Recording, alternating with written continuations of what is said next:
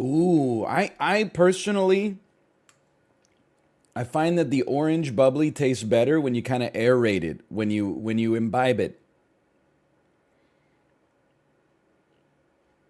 As Paul Giamatti would tell you in Sideways, it's not a proper libation unless it's aerated. Not a significant source of saturated fat, trans fat, fiber, cholesterol, potassium, calcium, or iron. Calories zero, fat zero, carbohydrates zero, sugar zero, protein zero, sodium zero.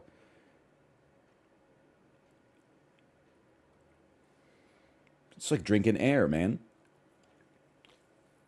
How does that happen? What the hell does it have? Why is it legal for this to be the ingredient list? Carbonated water, comma, natural flavor. You can't, if it's natural flavor, why are you being so coquettish? What the hell is the natural flavor? Because the flavor is orange. It feels like it should say carbonated water, comma, orange. Peel, zest, citric acid, whatever. Like, what the hell is the natural flavor? By the way, hey, listen. How is it possible that KFC can have 12 secret herbs and spices, but also be forced to give up its ingredient list for nutritional information in order to be compliant with the FDA? It doesn't make any sense. Also, don't flatter yourself. If you have a recipe that's not that good, but you want people to be enamored with it, just call it secret. There you go.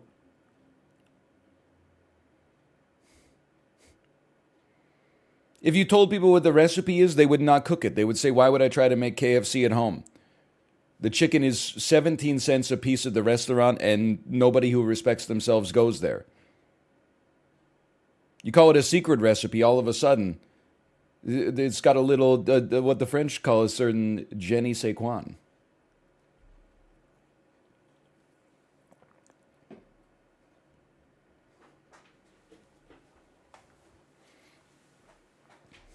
Where should I go for coffee in Vancouver today? Well, where are you? Listen, two things. First off, where in Vancouver are you going to be? Secondly, I'm not really like an enormous coffee shop guy, but what I will say is I'm familiar with the coffee shops. I'm familiar with the Elysians and the Milanos and the Revolvers. Richmond mostly? Okay, I have no idea. I don't know. What should you do in Richmond? You should go to, I don't know, do not go to Richmond Town Center if you are a car. That's my advice to you.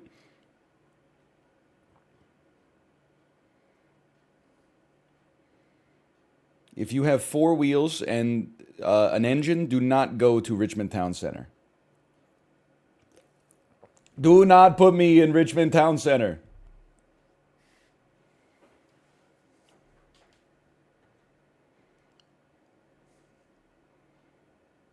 What if I'm a bike? Yeah, probably. I don't know. If you're a bike, do not go to Vancouver because your ass is good. You just every day when I'm walking, I just see orphaned bike locks on every bike rack around me. And I guess if your bike gets stolen, you're not gonna like unlock your lock and then be like, let me clean this up for you. You're probably just gonna be like pissed off and call an Uber or something like that.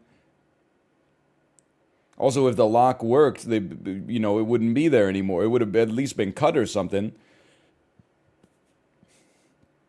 Any tips for buying snowboarding clothing? Who do you think you're talking to here? These questions are outrageous. That's a question for Kate. I was losing it, man. I forget. Kate had me Google something because she's going to Korea soon. And you know how Google has like the people also asked section, which is like, if you had a question about how many calories are in a handful of almonds, you might also wonder what genus is an almond. Anyway, so I Googled something about Korea.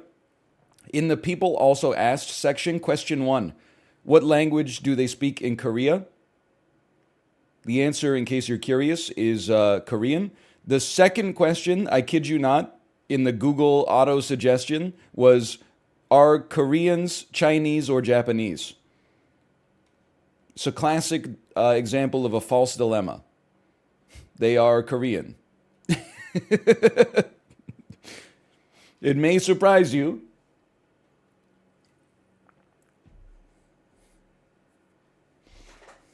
I don't buy it. Fund public education immediately. Whew. Anthony Fantano says Steely Dan's overrated. Listen, I respect Anthony Fantano. It's okay. We can have different opinions. If we all had the same opinion, it would be more boring.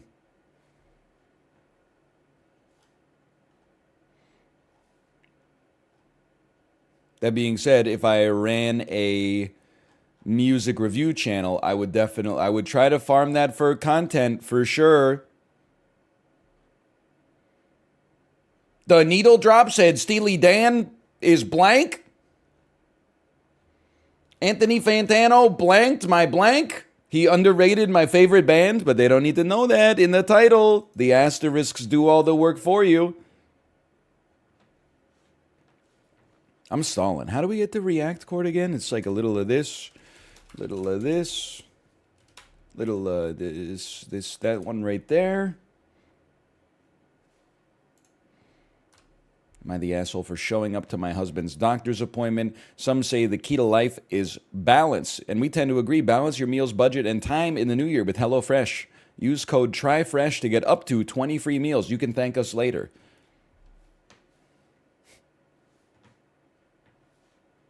Hello, 2023.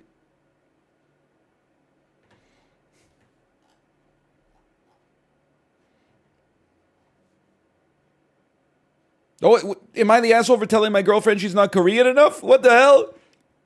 It's like, is Chat GPT-3 now listening in? Obviously, all these tech companies are spying on our open microphones. Are they now concocting Am I the Asshole posts based on what they heard on the microphone?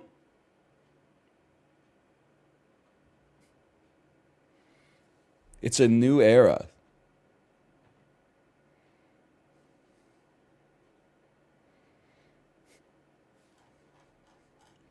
Answer wisely? I don't know. I'm not going to read that one unless it's in the top post. That was just in hot. I think we can do top this month. It's been a while. Top this month, sort by asshole.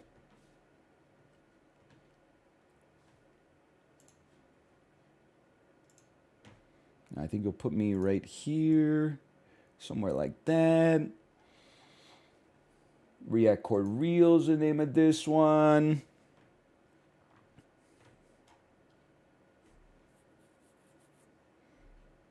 Take a little sip of the potion. I'm getting myself up to speed. Right now I'm in the banter on-ramp. I came off of a residential street. I've been talking to a 2-year-old all weekend. Speed limit, 40 kilometers an hour. Quite pedestrian.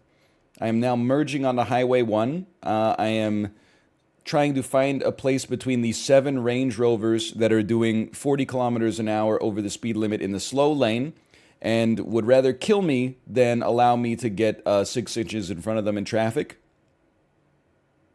I'm preparing myself. And I'm ready to go. /marker, React, Chord. Excuse me, what the heck is a Telus Spark? If I was going to make fun of a car, I would make fun of the Chevy Spark. Telus is, a part of the Canadian telecommunications oligopoly, not part of the American automaker oligopoly, all right? There's a lot of oligopolies, and some of you are getting it twisted, okay? By the way, the rumors of React Chord's death are greatly exaggerated. Am I the you-know-what, because I do not want to swear early in the YouTube video? AITA for telling my parents that they ruined New Year's celebration after they kicked my husband out over a joke, okay? Before we even get started on this one, can I tell you something? New Year's, not one of my favorite holidays. This year, hey, let me put it this way. A better way to describe it, I think New Year's is predominantly a holiday for younger people, which is fine.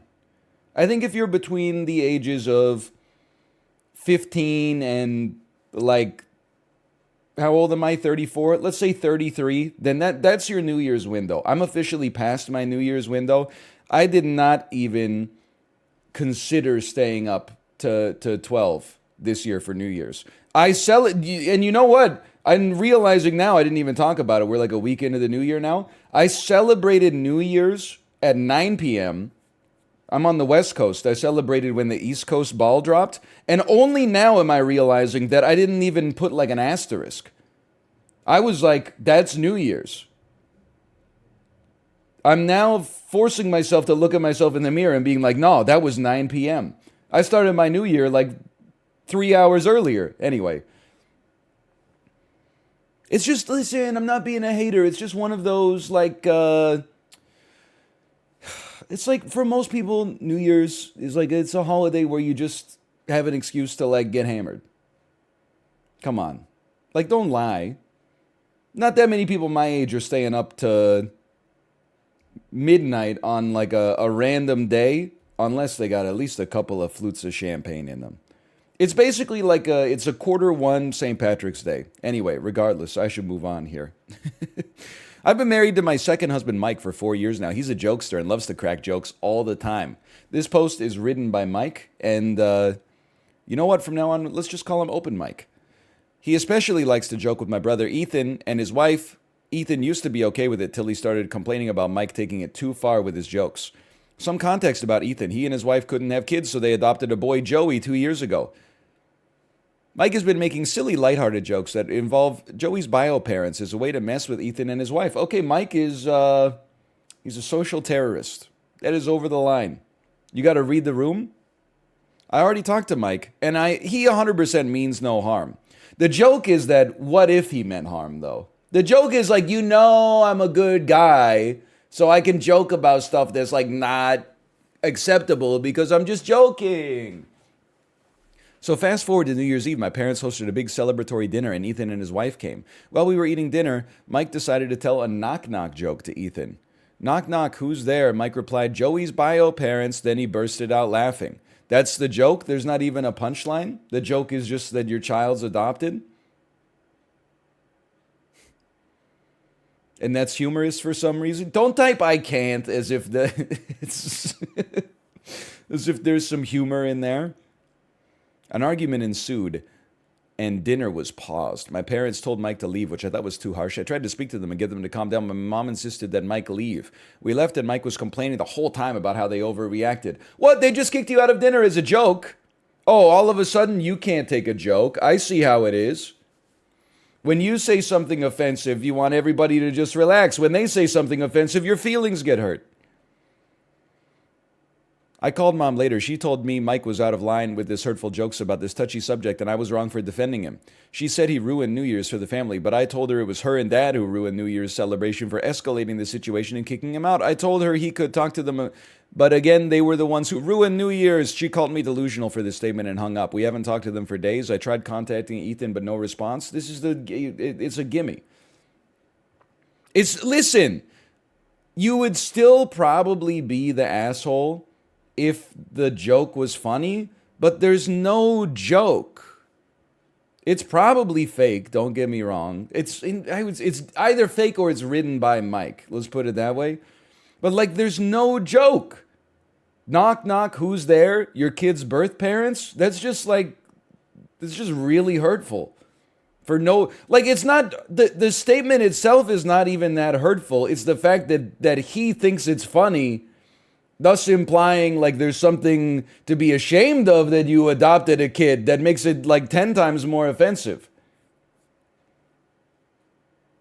She is married to Eric Cartman. You're not wrong. Like, the joke doesn't make sense.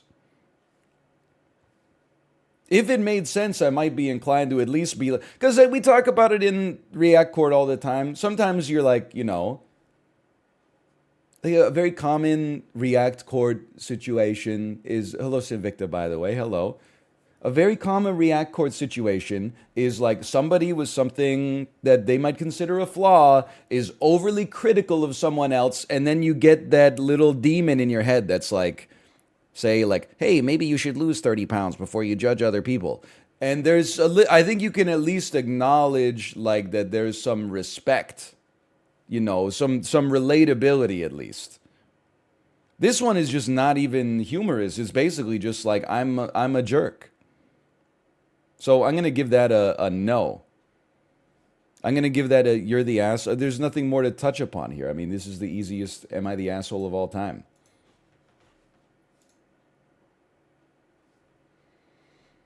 Am I the asshole?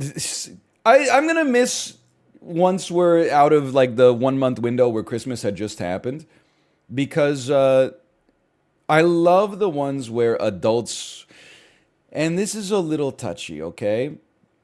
I love the ones where adults act like Christmas is like no matter what happens, everybody has to get together for Christmas. Like, even if my dad is a war criminal who shot my fiance in the leg, hey, let's put everything aside for Christmas. We'll deal with this in January. Because, like, the holiday season, like, people have different expectations for. I mean, like, some people are crazy and they want their in laws to, like, respect them. And some people are like, no matter how disrespected I get, you can't skip the turkey. You can't skip, or what do you eat in the US? You can't skip the ham. Am I the asshole for skipping Christmas with my parents since they won't treat me like an adult? Everyone sucks, according to the flair here. Who knew? I have been with my boyfriend for almost 2 years now. We will be getting married eventually, but it's not a priority. My mom won't let us share a bed if we come see them for any reason. When we came over this last summer, my boyfriend suggested renting a hotel so we could have privacy and a comfortable bed. It drove my mom nuts that we bypassed her little rules. It's not bypassing the little rules in the slightest. If you can't sleep in the same bed together in her house, sleeping in the same bed together outside of her house is not bypassing the rules. Also, she's 27 years old. Like 50 years ago, she would have had 6 kids by now. You at least let them sleep in the same bed. They're adults. She wouldn't drop it the entire time we were there. She made me promise not to do it again. Not to do what again? I don't understand what you're talking about. Are they doing it all the time? They're 27 and 33. They've been dating for 2 years. Maybe they live together. Like, I'm sure they sleep in the same bed. Do you have to, like, tell your mom every single time or something? You make him sleep on a futon? I don't understand. My boyfriend's mom and dad are retired to Mexico, and they're really chill. So we made plans to come visit them over Christmas. They are not Christians, so they don't really care when they see their son with regards to religious holidays. We didn't tell my parents we weren't coming.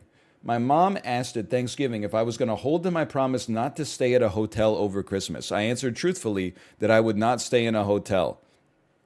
I'm sitting here on the balcony of my future in-laws' condo looking at the Caribbean, waiting for sunrise and enjoying the peace and quiet.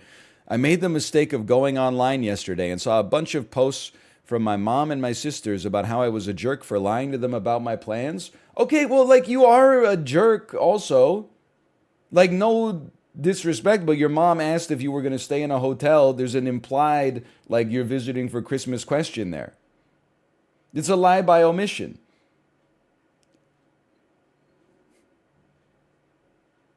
Didn't we do this one? No. It's just, I'm telling you, there's a lot of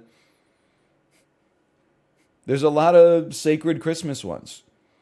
I mean, I just don't, like, if your mom can be a little bit crazy, but she's still your mom. If she's like super crazy, well, that's a different story, okay? You might have to like sever or limit your relationship. But if she just doesn't want you to sleep in the same bed, you say, sorry, mom, I'm 27 years old. I'm going to sleep in the same bed as like right now I feel like is going to be my future spouse. Also, I'm not coming to Christmas. We're spending Christmas at his parents' place this year. I don't know why you would just like blindside them on Christmas unless this is a fake post, which is always possible, or alternatively, like, why do so many people feel the compulsion in these posts to own their families? Like, this is not how normal people act. They, like, if they're not coming to Christmas, they'll be like, sorry, I'm not coming to Christmas this year. And then you could take it from there. They don't go like, no, don't worry, I'll stay someplace else. You don't need to save me a room. And then, like, on December 25th, when they call you and are like, where are you? You're like, I'm in, you know, Puerto Vallarta right now. It doesn't make any sense. Just talk. Or at least text. I don't understand. I may have been a little tipsy last night because I decided to respond. I said it was ridiculous of them to try and tell me I couldn't share a room with my boyfriend. They didn't say you can't share a room. They said you can't share a bed. I'm already on your side. You don't have to misrepresent the situation to amplify it, okay? Not being able to share a bed is already unacceptable. You don't need to go out here and lie. I was keeping my promise by not staying at a hotel when we were there, and that if they planned on putting everything on Facebook, I would be avoiding all visits for the foreseeable future. They took down their posts when people started crapping on them for trying to control me, but some people did agree with them. Now they are texting me and calling to say I was an asshole for making them look bad. I asked them if they're trying to make me look good with their posts. They stopped for a while, but there were more texts and voicemails this morning. I'm kind of liking the idea of skipping out on the drama from now on. But I miss my dad, and he's blameless in this. Am I the asshole? Yeah. Like, well, yeah. Maybe the question, the subreddit is not called, like, who is the biggest asshole? The subreddit is called, am I the asshole? And there's an implied possibility of plurality there. They're definitely all the asshole in this situation, except for the dad who's apparently blameless. But, like, I just don't, it just seems so, sorry, let's read the edit first. I'm having trouble wrapping my head around it. Listen, lady, if you have an opinion on this earth and you post it on the internet, you're going to get people who disagree with you. Take it from the master of getting one guide. You're getting one guide right now. Most people are going to be like somewhere on the spectrum of like what you did was acceptable, but you're a little in the wrong or you're a little in the right. Some people are going to be like her house, her rules. Don't worry about those idiots, okay? They're on their knees for their landlord right now. They love it, okay? You don't need to worry. You don't need to base your whole edit around like insane bad faith questions, okay? I'm having trouble wrapping my head around a couple of things that keep being repeated. No, you're not. No, you're not. You're taking the stupidest comments that replied to you and then spotlighting them to strengthen your case. I know because I do it. It feels great. How was staying at a hotel so we didn't break her rules not the adult choice? No, it is no, listen. Here's why it's not the adult choice. It's, again, a false dilemma. The adult choice is telling your mom you're 27 years old, and if she doesn't want you and your boyfriend sleeping in the same bed, then you go stay in the hotel. You got it. The adult choice is at least standing up for yourself a little bit, not being like 16 years old and being like, I found a loophole. Because it's not a loophole. It's just a normal course of action. Hey, Krusty Jugglers, thanks for the gifted subscriptions, by the way. Thank you. How many of you guys fly across the country or drive for hours to just stay one night? Well, like, fly across the country for one night? No, probably not. Drive for hours to stay one night? It depends how many hours, I guess. But then the question is, like, who asked? I don't understand what... I guess people are probably insinuating to her you couldn't have just spent one day at their house for Christmas?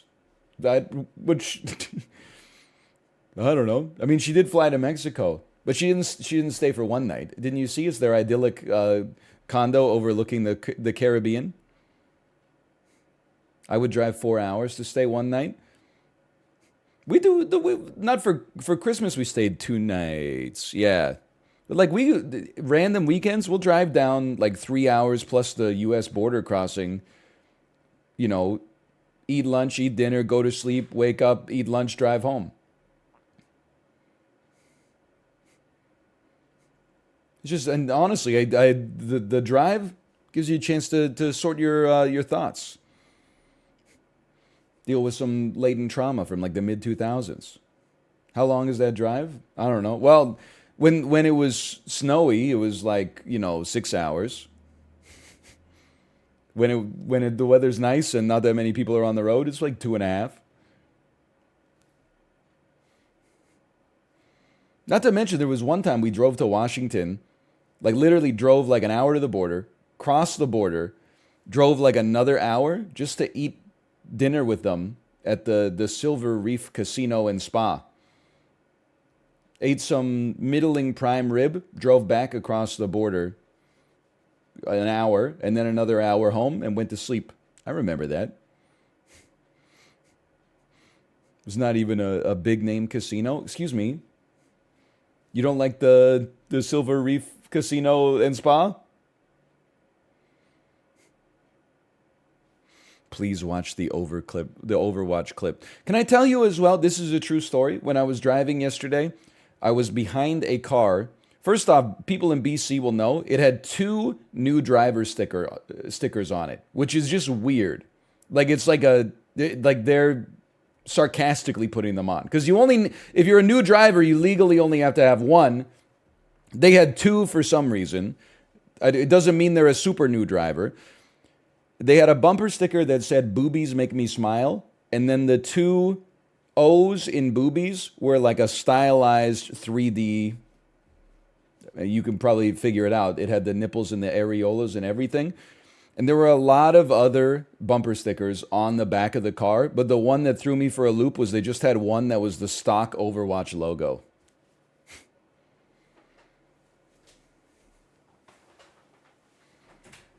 Ryan, Yes. I have a story to tell you. Okay. That was my baby wanted to hear Baby Shark. Yeah. As we were going, so it was like Baby Shark, and then after Baby Shark, like Coco Melon stuff. Yeah. After Coco Melon, do you know a song? Okay, here we go. What does Spotify choose to play after Coco Melon, Baby Shark, and then other Coco Melon songs? You would not believe it. You'll never guess. The title of the song was KKK Took My Baby. What? And I was like, this does not sound right. So I just skipped it. But I don't even know. That's a song. KKK Took My Baby. Apparently, it's by the Ramones. Yeah.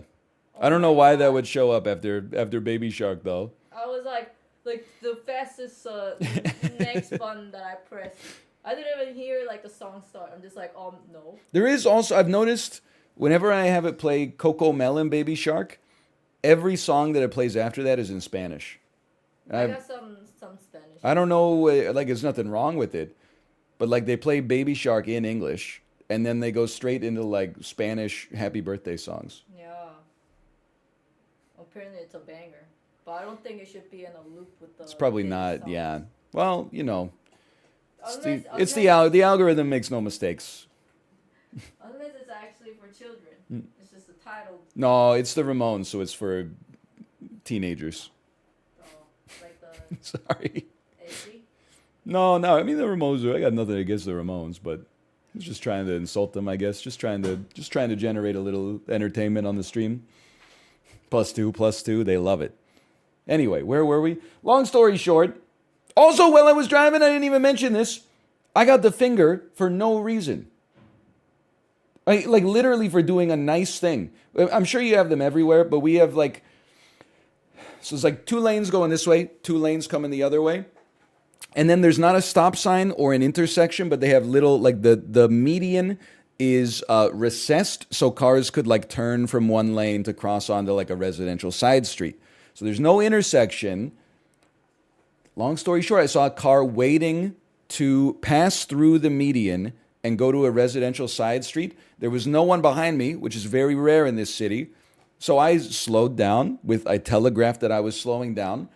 And then this car drove across.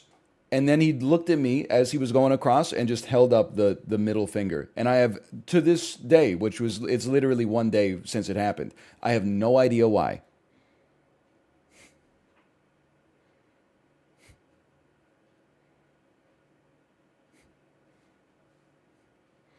There's nobody behind you. Don't stop. It's not worth giving someone the finger. It's just a nice thing to do. It's just extend a little common courtesy, you know?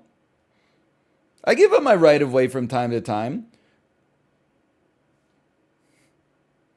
Like if I'm at a stop light, like let's say we're in a long chain of cars at a red light, and someone's trying to exit like a store or a mall, I'll keep my brakes on an extra 5-6 seconds to let him out of the shop parking lot. That's no problem. That's different.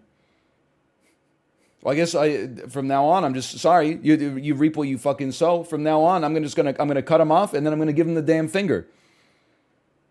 Fuck you for trying to exit Shoppers Drug Mart at this exact moment, dickhead. If you wanted to exit the parking lot, you should have thought of that before you went into the parking lot. Sowing. Yes, reaping. No, what the hell? Anyway, no, this person is, listen, part of, I think it's just life, okay? You need, and I think people learn this lesson at different ages, if they ever learn it at all. Your existence is going to inconvenience other people. Full stop. Everything you do is going to cause a distraction or a mess or just otherwise. And like what you have to do is minimize within reason the annoyance that you create while also recognizing that it's a humanity's cross to bear to be annoying. So when you get a little bit annoyed by other people, you also have to acknowledge that you are doing that same level of annoyance yourself. So, what I'm trying to say here is we all have to get along. So your mom's a little bit crazy. She doesn't want you sleeping in the same bed as your future husband. Okay, reminds me of a little story. Meet the Parents. Perhaps you've heard of it. Robert De Niro does not want Ben Stiller sleeping in the same bed as his daughter until they get married. Did they say, screw you, Jack, I'm going to, well, in the second movie, they do go meet the Fockers, to be fair. But they don't present it as if it's the right solution to the problem. The solution is you compromise, you coexist, you try to make it work. So, but some people, and you probably have noticed it in your own life, some people are drama dampeners. Fuck me? Oh, okay, I guess that's fair. See you at Easter. And some people are drama amplifiers. Fuck me? Fuck you. Fuck you. No green beans? I'm not coming here ever again. You know? So I feel like in any sort of dynamic like this, you need at least a dampener. And if you just get two amplifiers, they end up in this like unstable orbit where they're both going to shoot off into outer space. So yeah, I would say it's an everybody sucks here. Your mom had an unreasonable request, but that unreasonable request was probably not worth, essentially owning her by letting her belabor under the false pretense that you were going to be at the holidays and then being like, psych! And then when they were like, why aren't you here? They're like, because you won't let me stay in the same bed as then you should bring that up before. So that they know. Either way, like I'm saying, the mom is wrong too. I'm just saying it's less obvious, in my opinion, that she's also wrong. Or at least could have been more right. Let's put it that way. There's good comments on this one, at least. I'm sure. Everybody sucks here. Your mom is horribly controlling. That's not in question. But instead of saying, I won't be spending Christmas with you this year, I'm going, pardon me, to the in-laws. And if I come to you again, we will stay in a hotel. You lied in such a way that they thought you'd be attending. Instead of acting in the adult manner in which you want to be treated, you behaved like a child. True. Edit, well now, this kicked off. Thank you for the awards. It does have 35,000 likes. Clearly a mixed bag of responses. Just a little clarification. A lie of omission is still a lie. If you're dealing with a narcissist, it is all the more important to stake your boundary clearly and stick to it. Otherwise, you will leave yourself open to their abusive tactics and flying monkeys. I don't know if I'm online enough to understand what that is. That might be a thing, for all I know.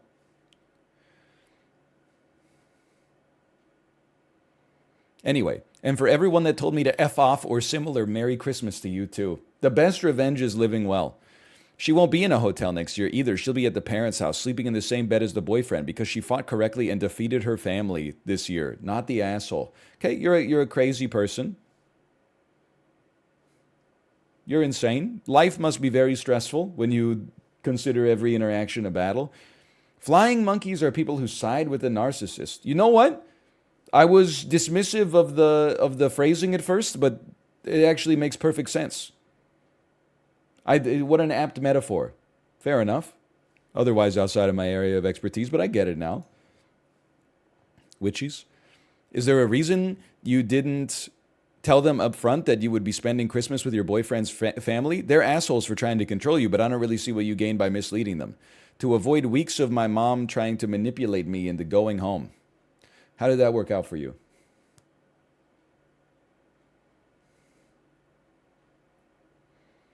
It's like I could have dealt with it in advance. Instead, I basically saw like a train wreck coming and decided, rather than turn on the warning lights and hit the brakes, speed up.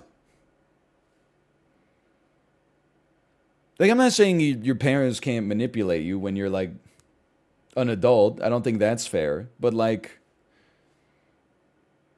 I don't know, just forehead, like, don't get manipulated. I don't know. I'm sorry. It's not fair at all. It's very dismissive. But like, if your mom was like, you can't sleep in the same bed as your boyfriend, and that's like a deal breaker, why don't you just say, okay, I'm not coming to Christmas then? I don't understand. Because this is what you did anyway, is you just didn't go to Christmas, but then you just kind of blindsided them with it, which I don't know. I don't know your parents, so maybe. I guess the brain is complicated. That's true. That's a good point. I still think she could have handled it better. Let's put it that way.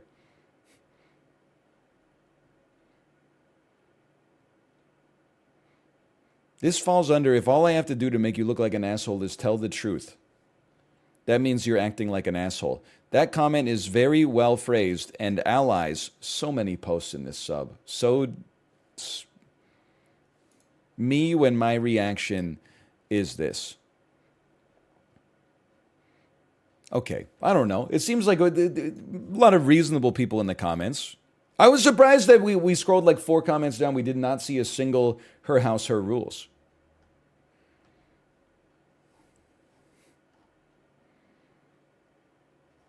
Am I the ass? Dude, there's so many Christmas ones. It's crazy.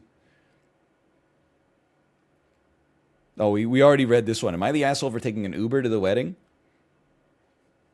Am I the asshole for losing it and telling my in-laws to stop calling me mama? Am I the asshole for leaving my in-laws' Christmas dinner after I found out they didn't make accommodations for me? Oh, dude, it's a picky eater post.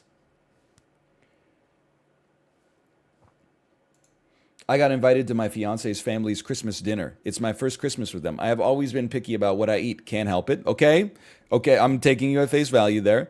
Has to do with psychological factors, childhood, and personal likes and dislikes. Before accepting their invite, I let my future mother-in-law.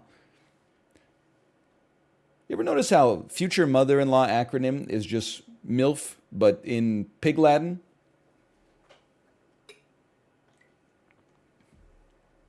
Oh, sorry, I can't come to the phone right now. I'm watching Famille Anorme on LCT. I don't know why you would pick up the phone to tell someone you're watching a TV show, but I wanted to loop MILF Manor in there somehow. Hey, Rex Mechanica, thanks for the gifted subscriptions. Thank you. Thank you. So this is not fair. It's a mean-spirited joke. 1 gifted subscription for every dish at Thanksgiving that this person would not eat. Sorry, Christmas. Every dish at Christmas this person would not eat. Before I accepted the invite, I let my future mother-in-law know I wouldn't be eating any traditional food at the celebration and showed her a variety of dishes to choose from to accommodate me. Listen. Okay. I am making my own headcanon here. But did you really go to your future mother-in-law and like show her a picture of French fries, chicken nuggets, cheese pizza, hot dogs, because and just picture your future mother-in-law being like, "Yes, I'm familiar.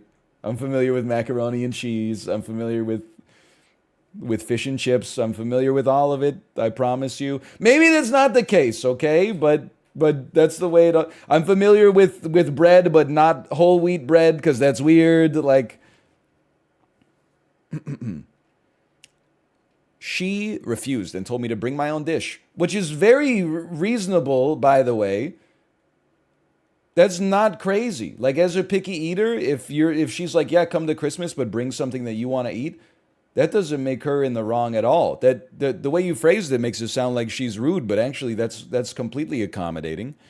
I said if I had to bring my own dish when I'm a guest, then I better stay at home then. We went back and forth, and I insisted, you don't know how to use a toaster oven. Just go ahead and say it. You've had a technical debt there for a long time, and you know you're too busy to fix it now. I understand. You don't need to make it seem like she's being unreasonable though, like she's railroading you. You should just say, listen, if you're like an adult and you tell some like your future mother-in-law that you don't know how to cook, she'll help you. If you said, I don't know how to cook at all, I don't even know how to use a toaster, she would take you into the kitchen and she would give you a basic lesson at the very least. She would be like, here's how to use the toaster oven. Here's how to use the air fryer. Instead, you let your own ego get in the way. I'm like, there's a lot of headcanon for me in this one, but it's... Instead, you let your own ego get in the way, and now you're fighting with your future mother-in-law. For what? You can't make your own chicken nuggets?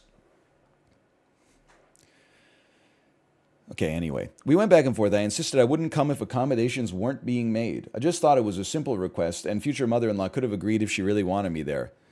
What kind of... This can't be real, right? I hope not. No adult is like, if my future mother-in-law really wanted me to be there, she would cook chicken nuggets just for me. My fiance agreed I should bring my own dish, but I didn't. When we arrived there and I saw that no accommodations were made, I got up, got my things, and walked out and went home.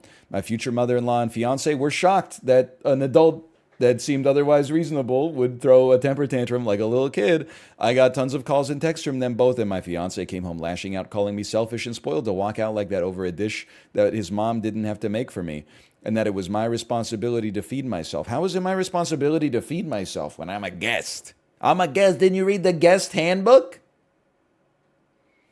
The guest handbook says the whatever the guest wants, the guest gets.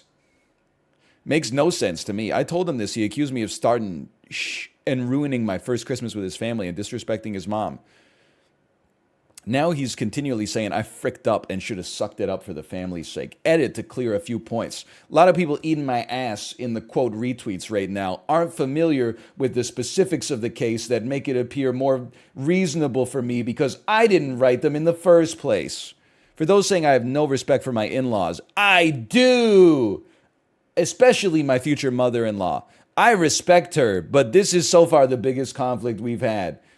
In theory, I respect her. By way of my actions, I could see how you would be confused, but I work long hours, even on holidays, so not much time to cook. We actually, and I hate to say this, there is info required here. Does she only eat like masala dosa or something like that? That, you know, a 16-hour preparation? Is there... Does she only eat reverse seared, sous vide beef tenderloin? Like, because if you were at the Christmas, then you have enough time to cook something. Like you could eat anything. Maybe it's not chicken nuggets, but even like Rachel Ray, 30 minutes or less, you know, you could. I refuse to believe this shit. Because if you don't have the time on Christmas, how do you have time at all? You don't, because you're lying a little bit. Or you could have just gone through a drive-through on the way or something. Like, I wasn't asking for an elaborate dish or several dishes, just one simple option. I wasn't asking for anything complicated that would have taken a long time to cook. That being said, I don't have time to cook it, okay? Because I'm busy. Unlike her, I don't see what she's doing all the time. So she's probably just watching TV. You're the asshole from one picky eater to another. I went to a Christmas dinner with my mom's family. There was nothing I wanted, so I just socialized and ate when I got home. Why should she have to make a whole new dish for you? This is pretty entitled behavior. Sanest picky eater. This is what I was like when I was a picky eater too. Like, if anything, listen, I don't want to make you more self-conscious than you might already be, because I was in your shoes not but 17 years ago.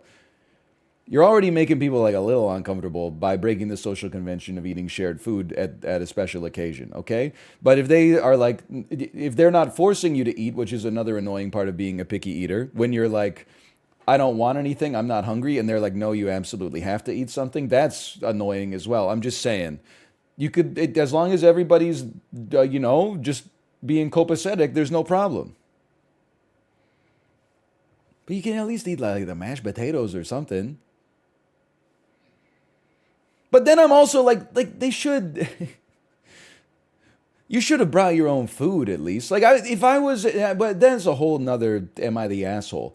Because like, there's always an am I the asshole that's like, am I the asshole for being mad that my nephew brought McDonald's to Christmas dinner? And I'm always like, nah, man, why not? I would rather eat the Thanksgiving feast than eat McDonald's. I could eat McDonald's any day of the damn week. Anyway, just a whole ball of wax. Let me recap. You demanded some food was made to your liking when people told you no. Instead of cooking food, you caused a scene. Yeah, you're the asshole. Start acting like an adult. How many variations of this story do you plan to post? Before the holiday, you posted after being told they weren't going to make a different meal and how you thought it was nuts. Everyone told you to bring your own food, and now you didn't and made a scene. You're the asshole. Dude, that's so funny. Imagine. So that makes me think this is more real now. Imagine making a post that's like, hey, my fiance and her mother, or his mother, think that I should bring my own food. So already, you should bring your own food, probably. But then you ask Reddit, and everyone's like, you should bring your own food. And then you're like, nah, I'm not gonna. And then posting it again, and everyone's telling you you should have brought your own food. It's crazy.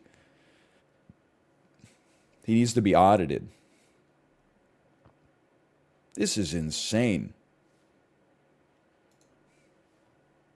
You're the asshole. They did offer to accommodate you by allowing you to bring your own dish. You're the asshole, wholly entitled. You'll be single soon enough. You don't know that, okay?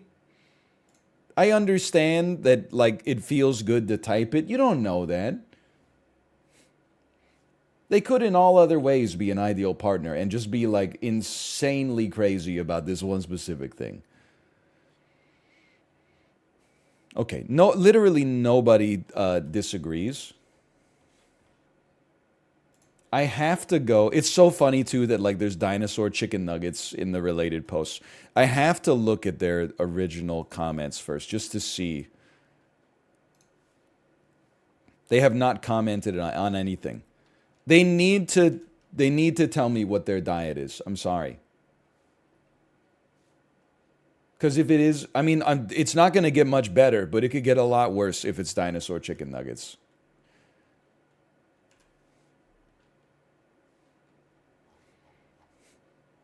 Deleted their previous post. Maybe. Okay, we did this one. Am I the asshole for not wanting my husband to go to his ex's funeral? That was a crazy one. Remember that one?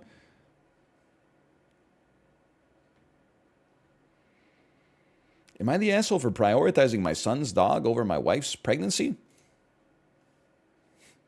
Deliberately written to be as incendiary as possible, for sure. This is the rare not the asshole, because someone was asking for some not the assholes.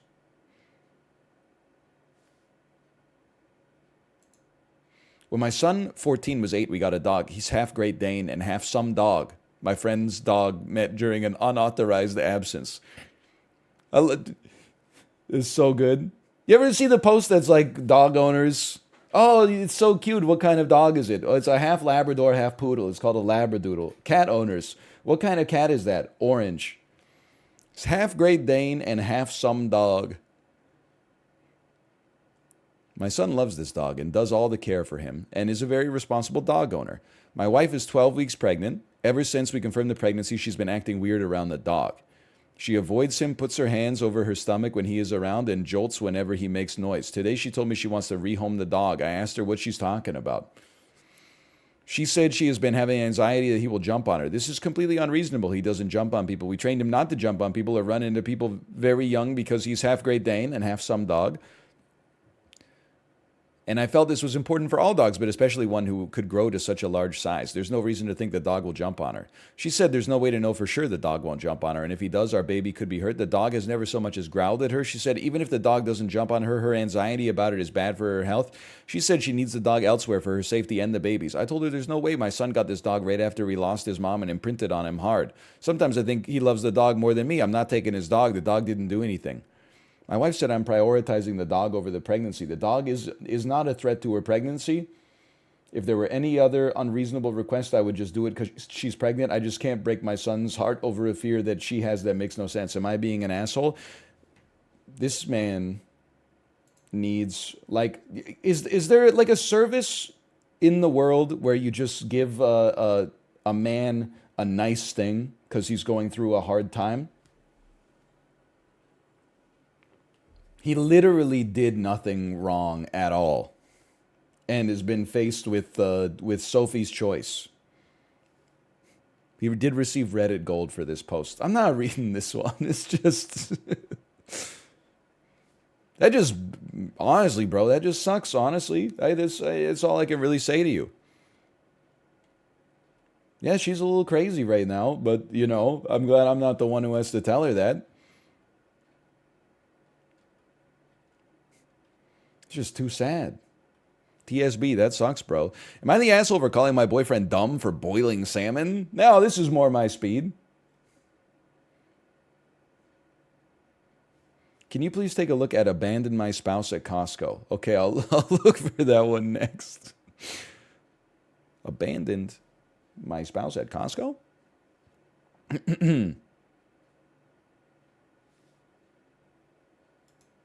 So this happened yesterday. I came home from work in the evening and saw something cooking on the stove. I asked my boyfriend, and he was boiling salmon. I was taken aback, like completely. I asked him to repeat what he said. Could you repeat that? And he so casually said it again. I was like, ew, who boils salmon? He made a face and didn't reply. I told him it wasn't right, and that I never heard of salmon being boiled, like egg in water type of boiling. Not any other kind of trendy style of boiling that you might have been considering. I'm talking about like when you heat water up to the point that large bubbles are starting to breach the surface, and then you submerge the food in the water until it's cooked by the temperature of the liquid. I don't know what you guys were thinking of when I said boiling 20 times, but it's like when you put like an egg in water type boiling. He said it was all right, and he likes it cooked that way. I called him dumb for this, which he reacted by snapping and saying, who the F says I can't boil salmon? I said, common sense? He replied, frick common sense. I bet it's no longer common sense to eat an apple from the apple tree in this time and age. What the fuck are you talking about? What is this, the most incoherent argument of all time? Like, I'm not saying that he did anything wrong. It's just like, what does that mean? It's probably not common sense to eat an apple from the apple tree in this time and age. We had an argument and he started ignoring me, saying he felt hurt and disrespected when I called him dumb and is now waiting for an apology. Am I the asshole? I mean, yeah. Your ass literally like walked in from being out and started a fight in like 2 minutes for no reason because he's boiling salmon that you're not even going to eat. Who cares? I don't understand. Like, I wouldn't, it's not my preferred way to eat salmon. It just makes you look like a kind of a dickhead. That you're like, oh, I'm home from such a stressful day of work, you dumb idiot, boiling salmon. Shit for brains. Like, what, you couldn't say like, hey, How was your day? Oh, yeah, he's such an asshole. Oh, yeah. You're okay though? All right. Well, listen, I didn't know when you were going to be home, so I'm boiling a salmon, but you could just, there's leftovers in the fridge if you want. It's just, I love, fuck common sense. I bet it's no longer common sense to eat an apple from an apple tree in this time and age. What does that even mean? What does that even mean? I don't understand. It's provocative, I guess.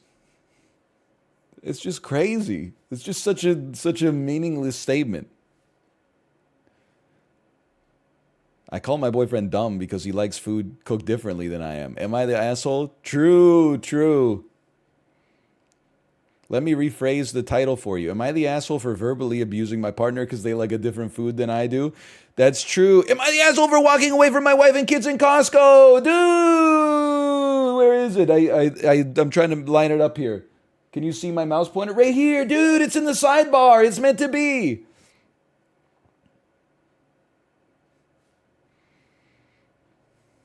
Okay, we'll close this. You're the asshole. Poaching boiling salmon is very much a thing. That's the other thing. I don't listen. Boiling gets a deservedly bad rap, but I think that one of the reasons it gets such a bad rap as a reason or as a manner of cooking food is because for like one generation or probably more generations, but only one of them was like alive at the same time as me. That was how they cooked everything. They boiled hot dogs, they boiled all vegetables until they lost all of their color and texture and like 90% of their flavor, boiled beef, etc., etc. But honestly, I like some boiled foods. It wouldn't be my preferred option, but a boiled potato in the right context can hit the spot, man. I'm not talking just about mashed. I mean like a whole boiled potato. Absolutely. I'm down with it. Salmon, I would probably try. You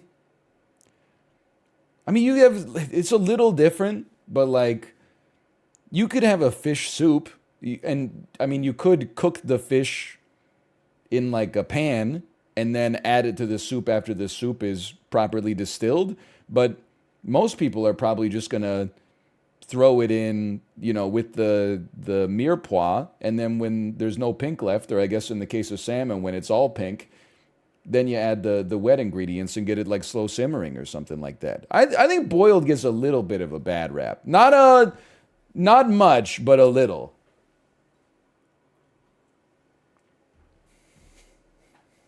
Just my 2 cents. So I'm taking his side even more. I don't think it means you have rocks for brains if you're making boiled fish. He might just be from the Baltic states. You're the asshole, Gordon Ramsay. No, you're the asshole, Gordon Ramsay. I thought it was going to be like Gordon Ramsay defines being a shithead as boiling beef. But beef, lamb, I could understand. But fish, sometimes fish, the delicate flavor of fish can... Have you ever heard of dashi? You're the asshole. I preferred pan-seared or roasted salmon to boiled or poached salmon, but it's a perfectly... Okay, yeah, no, so does everybody, Seth. So does everybody on Earth. Boiling is not poaching. Here's the thing. You called a crow a jackdaw, but if you're trying to poach a piece of fish at a rolling boil, you're going to end up with a pot of mush. She shouldn't have been insulting, but if her description is accurate, boyfriend is not a very good cook and was likely stinking up the house pretty bad too. I doubt you boiled like a salmon fillet that's going to stink up the house pretty bad. What do you... Oh, even if he's stinking up the house too bad, you don't call him dumb as a brick. You're the asshole. Is boiling salmon really a battle worth fighting? Anyway, am I the asshole for walking away from my wife and kids in Costco? Okay, the jury says yes on this one, just for the record. Why is this one so... The screen region is all messed up? Is it because the post is so long? Oh, maybe it's fine. It's a little off-center, but that's okay. So today, the wife and kids went to Costco to do some shopping. While we were strolling through the aisles, we got to the refrigerator section, and my wife picked up a pack of yogurt drinks. My little one saw the yogurt drinks and raised her hand as in asking for some, to which my wife said she was going to take one out and give it to her. My son saw this and asked for one too, which my wife proceeded to do. As of right now, I am on the side of the husband. This is not an enormous social faux pas. But you should, in my personal opinion, you should not teach your kids the habit of eating and drinking food in the grocery store that they have not paid for yet. It's not horrible, like I've seen people do it. And there probably like 3 times in my life, I have been so thirsty that I would like get a drink and drink it in the store and put the can on the conveyor belt and be like, I drank that while I was shopping. But that's literally like a once a decade sort of thing. You're going to pay for it. What's the difference? I wish I had a better reason for it, but it's just not done. Okay. It's just not something we do. It feels wrong. You're right. It doesn't feel right.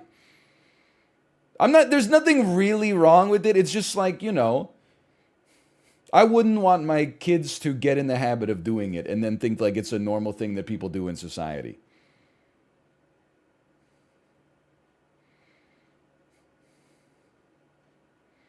It's actually illegal. Yeah, but like, not like I understand you could be like, you drink it and then you go to pay for it and your card gets declined or something like that. And you're like, oh no, I stole like that, water bottle or whatever.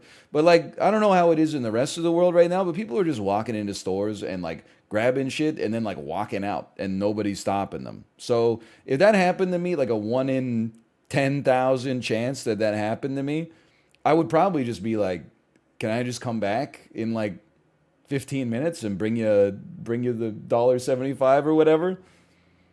And if they didn't let me, I would get a human rights lawyer on the phone so fucking fast your head would be spinning. I would drown you in paperwork. From the ACLU. We probably have an ACLU in Canada. I don't know who it is. It's probably called like the Lord's Tribunal for Human Rights or something. They employ a bevy of barristers and solicitors. I would rain down legalese, the Moose Council.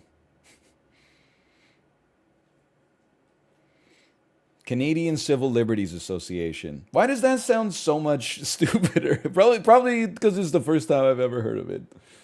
Anyway. So listen, I'm sure you can't abandon your family in Costco because of this, but I can at least see why he would be upset. The second I saw her do this, I told her to stop and would not give them the drinks as we had not paid for them. She said, no, it's okay. We're going to pay for them anyway. And I replied that if she does it, I'm going to leave her with the kids there as it's really embarrassing in case someone called us out. She didn't listen to me and did what she said she would, so I walked away from her, leaving her with the kids and started looking at other things. Moments later, she called me saying I should go back as the kids had finished their drinks. I was mad, but I know how my kids are, so I ended up going back. When I went back, we apologized to each other and kept going out with our day. Okay. I mean, that's like insane, but also normal. At least that should be the end of it, at least. Now we're at home and she was acting rude to me and just told me she thinks I don't care about her at all and I treat her like crap. All on the base of what happened earlier. Maybe some on the base of what happened earlier. So am I the asshole for doing what I did even though I gave her fair warning? Couple of reasons why I think I was in the right to do what I did. As far as I know, it's illegal to open merchandise without paying. Listen, you fucking narc. Is it illegal? Yeah, it's probably like illegal. Speeding is illegal too, and like literally 99% of drivers do it every day, okay? There's a scale of illegality. And if this is actually, I don't know if, listen, if this is illegal, it's like the least illegal thing in the world. Drinking a drink that you haven't paid for yet, but are going to pay for within the next like 15 minutes. That's like, it's a 0 out of 10 on the scale of crime at the very least. So is jaywalking. Okay, but listen, people aren't gonna like this, but jaywalking is worse, not because it's like more offensive, but because it at least introduces a greater chance of injury. Like no one's gonna get hit by a car because they were drinking a drink they haven't paid for yet in the Costco. But someone jaywalking could either like get hit by a car or, cause the car to have to slam on the brakes and get rear-ended or something like that. Like drinking the drink in the Costco that you're gonna pay for afterwards is a victimless crime. Atriot got arrested for it. I hope that he hired the ACLU, man. I guess they're a nonprofit, but like, I feel like it's a genuine like human rights issue. That you're drinking an iced tea in the store, somebody puts you in handcuffs. There's somebody restrains you like you're a threat to society.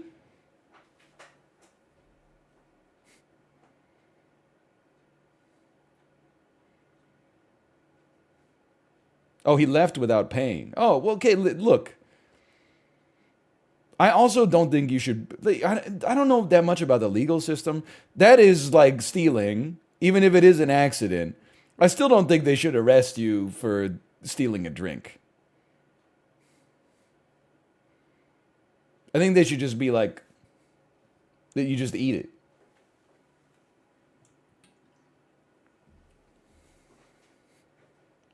I mean, you're a store, they're just like a guy. I'm sure I've stolen things accidentally from the grocery store all the time. You go through the grocery store checkout, you forget you got like a 6-pack of soda on the bottom of your cart or something like that. You get down to your car, you're like, I can't go back in now, they'll arrest me. So you just get in your car, you drive home, you never go to the grocery store again without a disguise. It's called breakage, it's built into the system.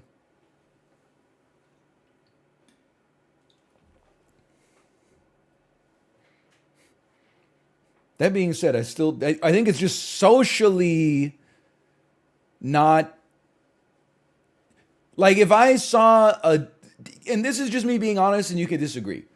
If I saw like it's complicated. I was going to say if I saw like a family in the grocery store and they were like eating out of an open potato chip, like family sized potato chip bag, I would be like, ooh, I feel bad for the kids because their parents aren't raising them right. But then, like, when I was out with my daughter this weekend, I got her a croissant at the grocery store, and then we went to another store. She was just chowing down on that croissant in the grocery store, or in the other store. But I mean, the other store didn't sell croissants, but it also seems crazy that that would be a reason why it's acceptable if it's not acceptable in another. Like, it's okay to buy a croissant and then eat it inside of the Best Buy or whatever. But if she was like looking at an iPad inside of the Best Buy, that wouldn't be okay.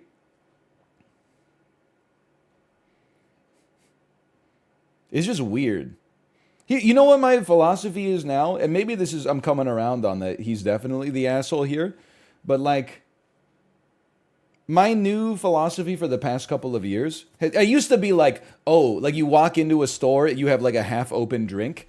You like look at the security guard when you go in and you go, I brought this from outside. And they go, who fucking cares? Like, I'm here to make sure that there's no riots. I'm here to make sure nobody walks out with like a flat screen and not trying to stop like 75 cents worth of iced tea from getting lifted. Now, I just let it ride. And I know I've said this a few times. I welcome the day. I fantasize about the day when they're like, sir, and then I'm like, I bought this at Save On. I bought this at Save On. And then they put me in cuffs and I'm like, you guys are going to regret this. Oh, you are going to. Just give me one free hand so I can open up my online banking app and show you. Look at that receipt. You guys, I hope you enjoyed this because this is the last day you're ever going to experience peace at this business. I'm going to put the whole system on trial. You're messing with the wrong guy. Anyway. Yeah, I would say it's definitely like a little crazy. But like it keeps me going. shopping is mundane. Sometimes you have a little fantasy of getting arrested by a security guard and then proving that you actually legally did pay for this in a different store and then, like, suing the business for, like, I don't know. We don't have to put a number on it because it makes it too real. Maybe like $10 million. Something like that. Anyway, it's also trashy and embarrassing to do it if people notice you do it. Listen, I do think it's trashy. Whether or not it's embarrassing, that depends on your own personality.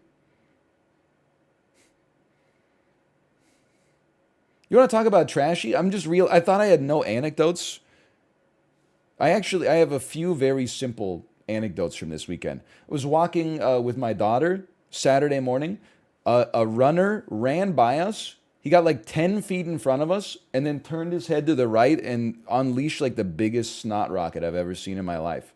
What is wrong with people? Like, at least he didn't do it next to us. But like at the same time, like, have we learned nothing from the past 3 years? Is it snot or phlegm? It's like in the shower when you're like, that's trashy.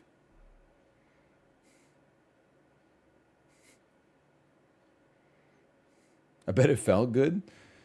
I mean, it looked like it felt good. Let's put it that way.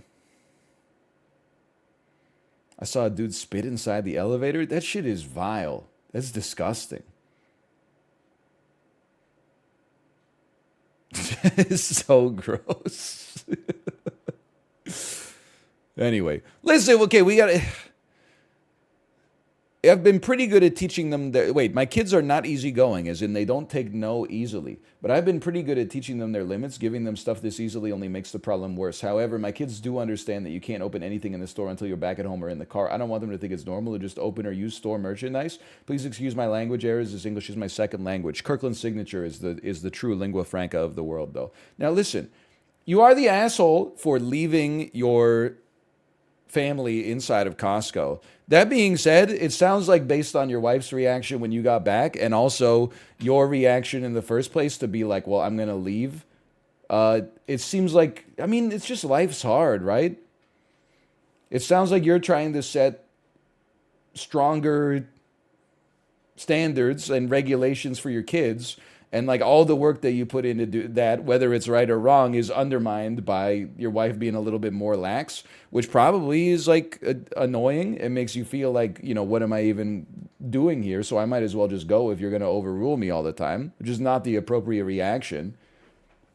But I can see why you would be frustrated. Then it also sounds like she's frustrated because, you walked one aisle away and your wife was like, everything's fine. And then when you got home, she was like, psych. She's probably got some stuff bubbling over as well. Maybe you're not the great husband and father that you think you are. It just sounds crazy but normal. Like it's not that, it's not as crazy as the Christmas ones, that's for sure. Not as crazy as the picky eater issuing like an ultimatum to their future mother-in-law. This is just like, it just seems like you're both stressed out. Let's put it that way. You're the asshole. I used to work at Costco. Nobody cares as long as you pay for it. That was definitely like a wake-up call for me, was when I realized I don't need to tell the cashier who's like 16 years old and making minimum wage at the grocery store that this is actually, I bought this iced tea someplace else. They're literally just trying to scan the stuff and like, finish their shift without being yelled at too much, either by their boss or by customers. They're literally just like, they're just there. They might, if you stole it, they might even be rooting for you.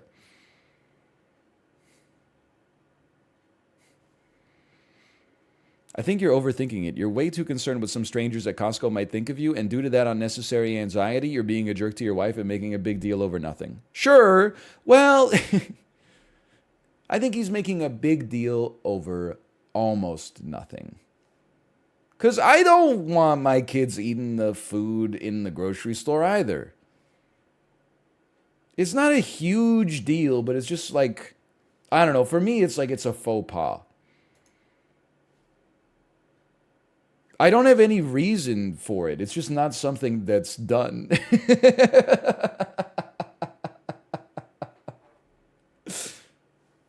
I I'm trying to like evaluate my own reasons for believing this, but anyway, the wife commented that he also left her with a full cart and a stroller that she couldn't handle by herself, so he essentially left her stranded in the middle of the store, unable to move and to stroll around and look at other things. Don't know where her comment went, but it needs to be at the top. You're the asshole. Well, I mean, that's true. I mean, this is not like a revelation for me. That's like, that's implied because you're at Costco. Nobody's going to Costco and then picking up a basket. I mean, that's just crazy. You would go to like a normal store if that were the case. There's no shot two normal adults are arguing in the Reddit comments. I don't know, man. It's so mundane that I could see it. I'm going to choose to see it because it's more entertaining this way. Like the WWE. So you think your wife is trashy and embarrassing? No! The action she took was trashy and embarrassing. That doesn't mean she's trashy and embarrassing. I'm not trashy. I do some trashy things now and then. I drink my coffee on the toilet every morning just to save time. I'm not a trashy person. I'm fairly buttoned up. I have a couple trashy habits, I guess. You know, people aren't just like 100% refined or 100% undignified. There's shades of gray.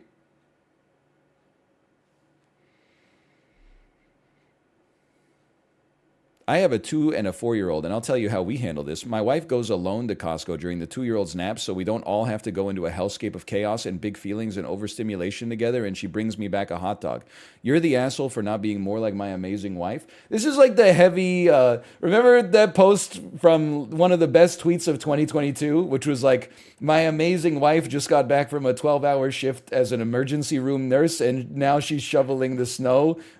And then it was like a picture of him drinking coffee while looking at his wife shoveling the snow at 5 a.m. or something like that. Bro, you didn't do anything. Also, what's wrong with you? I don't have a 2-year-old and a 4-year-old. I have a 2-year-old. I'll take her ass to Costco. It's no big deal. She likes it. That's what you do. Like, you know, when she was a baby, it was different. Like when she couldn't walk on her own, but now she loves going on errands and stuff. You know why you take your fucking 2-year-old into Costco is because one day they're like not gonna be 2. You might as well have them realize it's a normal. What are you talking about? It's a hellscape of chaos and big feelings. I get that she's a kid, so like it's a much bigger event for her to go to Costco than you. But like, I don't understand. Why are you making it sound like such a big deal? Also, like, no. Okay, now I'm becoming the Redditor. I'm going like too far. So your ass is just at home, probably playing Xbox while your kids nap. She's going to Costco alone, and you think you're both helping? Like, why are you adding like a superiority complex for this other guy? At least this other guy is fucking pushing the sled. You know, he's at the Costco with his wife and kids. But I also don't understand, why can't you just go? Why you don't have to go to the grocery store with your kids every time. You could divide the labor, big deal. But like at the same time, why not just normalize going to the grocery store with your children? Why are you making it sound like you're dropping the one ring into the fires of Mount Doom? It's the grocery, literally like millions of people do exactly the same thing or worse every day.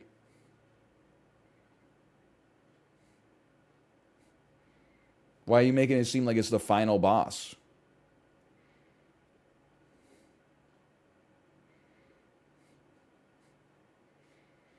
Plus, just apparently you can just give them a yogurt drink and they'll calm down. It's not trashy. Apparently it's not trashy.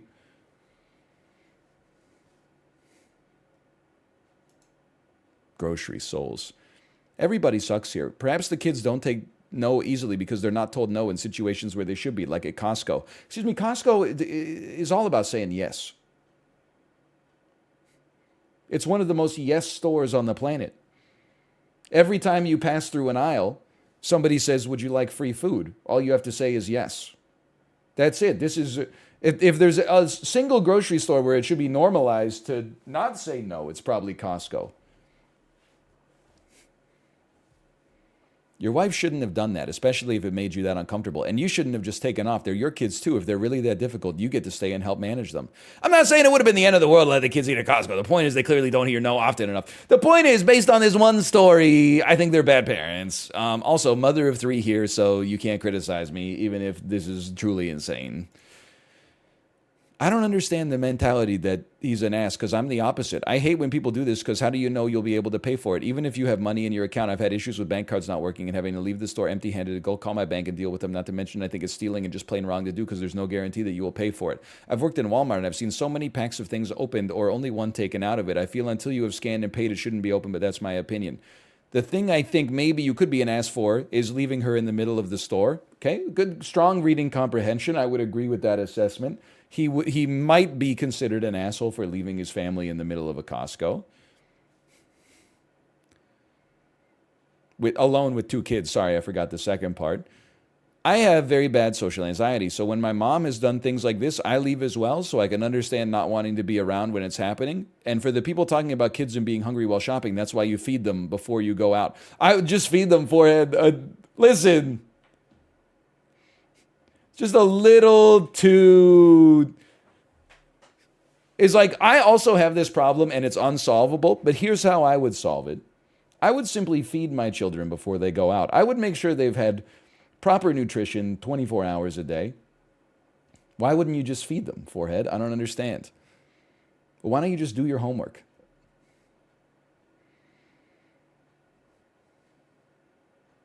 Or bring your own snacks with you. But then what if you bring your own snacks? And they're eating, like, this is why there's humor in this situation. I just can't figure out how to tease it out. Like, it's inside of the geode, but I can't crack through the exterior. Why is it so much worse to eat goldfish that you picked up inside of the store than it is to bring your own goldfish from home and then eat them inside of a store that sells goldfish? Because if part of the thing is people are going to look at you and judge you, they're going to look at you anyway. When you should pick it up on the store shelf, and then if someone looks at you, go, "Don't worry, we brought these from home," even if you didn't. And then just hope that you don't have to exit the store empty-handed and then call your bank afterwards. Also, I might be crazy. I feel like if you bought under $50 of food at Costco and your card got declined 3 times at the register, don't quote me on this, okay? I feel like they might just let you have it, just to keep the throughput going. Now, they might not, but like the metaphor, the comparison that I'm thinking of is like when you're in the McDonald's drive-thru, this is very Canadian, but they put the Interact machine out on a hockey stick, and then you tap. As soon as you tap, they say proceed to the next window. They don't say wait for approved, declined, whatever. As soon as the beep comes out, they're like, get the hell out of here. So I feel like they're basically like, if it gets declined, we'll eat the $10 cost, because what are we going to have you do? We can't have you back. There's 17 cars behind you in the drive-thru. You know, we all get evaluated based on our efficiency. Like, it should be like you order and then 3 seconds later the food is in your hands, right? So I think they just eat it. I bet that like 1 in 50 orders transactions gets declined, and they eat it. That's my expectation, at least. No, they don't. I don't know, because like honestly, just in general, I would say I get declined 1 in 50 times. And then like they go, "Oh, our machine's a little busted," even though it might not be. And then I just tap again and it's like approved. It happens all the time. That's so much. I don't know. It's like half bad machines and half bad internet And then the third half is like sometimes Visa is like, wait a minute, he's making a $4 purchase at a grocery store he goes to 4 times a week. That's probably fraud. And then you tap it again and they're like, never mind. The thief would not try twice. Like, I don't, there's some kind of AI like fraud detection going on that hits false positives all the time. I don't know. Yeah, dude, don't even give it. It used to be like every time I went to the US, I would like, I knew it would happen. I would like tap my card or do like chip and pin at a grocery store, and then it would be declined, and I would be like, okay, sorry. And then I would go call my bank, and then I would come back into the grocery store and buy the food that I was going to buy. Like it can't, they're just like, so, hey, listen, hey, excuse me, Mr. Letourneau, this is a very serious issue. Do you recognize this $6.04 transaction at Whole Foods Bellingham? Yes, that's me trying to buy 2 apples. All right. How about these $700 in iTunes Apple gift cards? Those are legit, right? No, I've never heard of those before in my life. Okay, sir, have a nice day, whatever you say.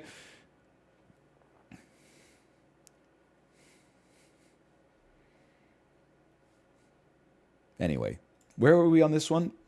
As someone who works in retail, I can say we all judge you, and it's always annoying when people do this. Not the asshole OP's right to feel embarrassed. Okay, we're learning people have different opinions, okay? Which is fine. But here's the thing. I also feel like if you work in retail, like I would be judging everybody. It wouldn't even be like, oh, they're eating in the store. You could just be like a normal person. I'd probably be like so bored. I would be judging your ass for nothing. And it would be my fault. I would just be looking fucking, wow, nice shoes, idiot. Oh, did you find everything you're looking for today, sir? Have a nice day. You too, you too. Fucking idiot, stupid shoes. Look at his damn shoes. Walking like an asshole. Coming into my store, buying 2 cantaloupes. What are you doing there, Mr. Cantaloupe? So, like, I feel like, at least for some people, no matter what you do, you're going to get a little judged. Can't live your life just trying to be free of judgment. Walking. Anyway, I don't know. This just seems, the issue doesn't seem like you abandoning your family in Costco. The issue seems like what led for you to be so frustrated with this one issue that you abandon your family. It seems like you have like some unresolved issues at home that it would be well served for you to handle before it leads to it. Because I don't think reasonable people are like, one disagreement, they're like, my ass is gone. That's like disagreement number 50, where they're like, what's the point?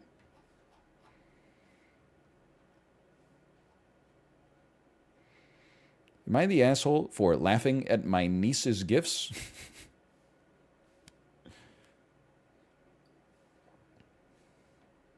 He wasn't so upset that he had to leave. He told her if they did it, he would leave, so he did what he said he'd do.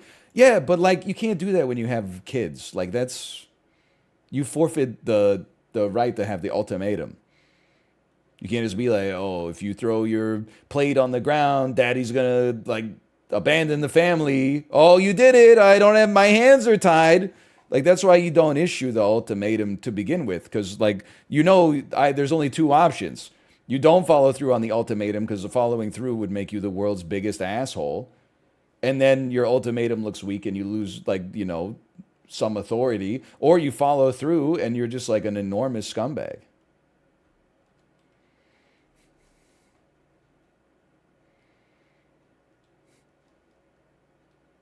OMG, my dad did that. I can't.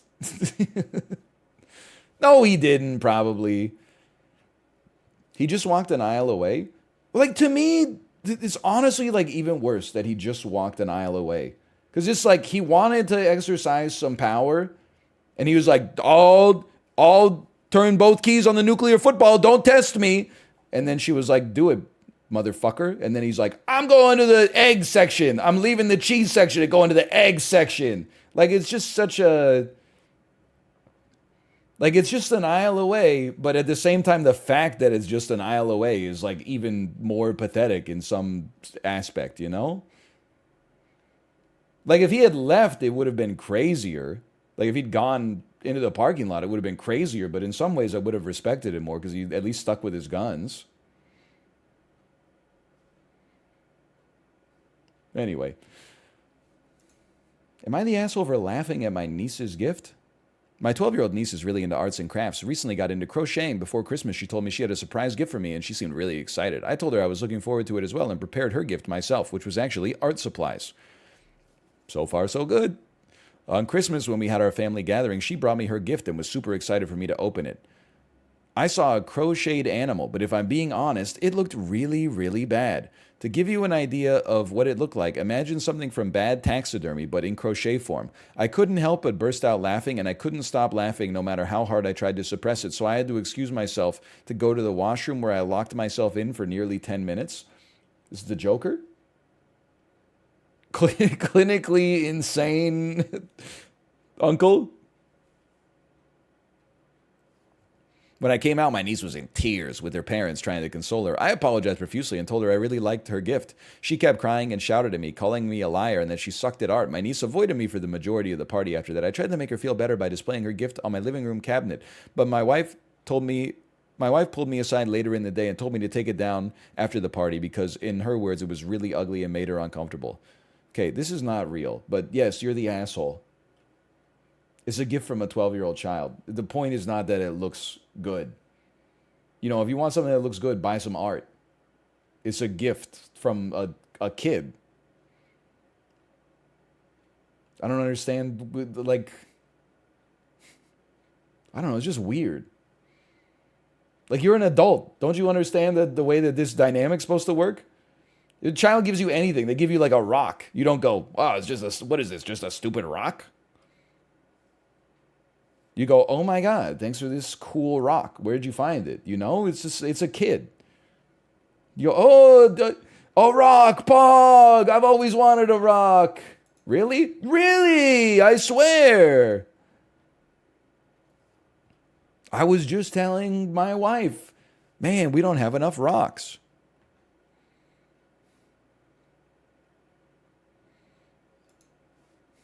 Update. Hold on, where's the original post here?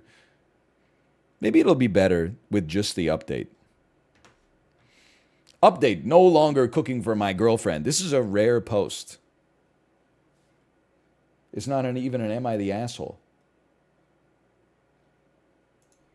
Wednesday, after I served the plates, my girlfriend said she didn't want pasta and was going to make a salad. I was pretty sure she was going to do this, and it didn't bother me. Pause champ. I am pause champing. I waited for her to come back to start eating, and when she sat down, I tried to talk to her about her day. She asked if I was trying to make a point. I asked what point.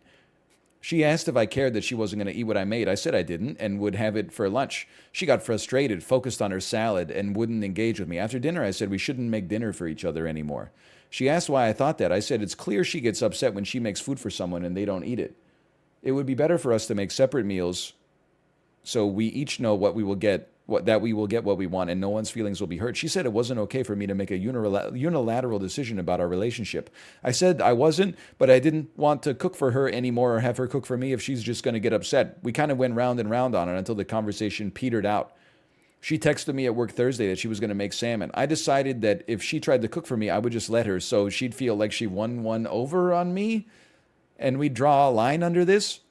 She ended up making salmon only for herself, which I was quite surprised by because I was expecting her to try to convince me to have some.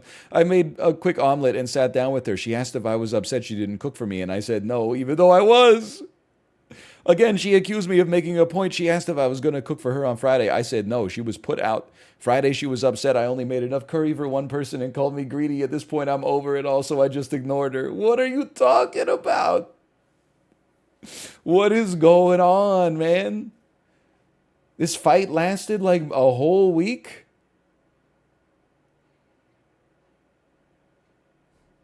Also, who makes curry for one? It's built for bulk cooking. I'm not saying anything's like, I don't think anybody's in the right on this one, but that it does seem a little bit like a shot across the bow to make curry for one. It's like, oh, hey, for dinner tonight, I'm making chili. Oh, yum. Nope, just for me. I'm making a single bowl of chili. I gotta read the original post.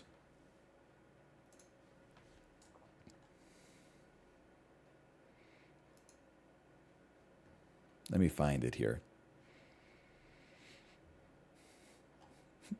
Am I the asshole for wanting hot food? Is this the same issue? Separate issue? I don't know.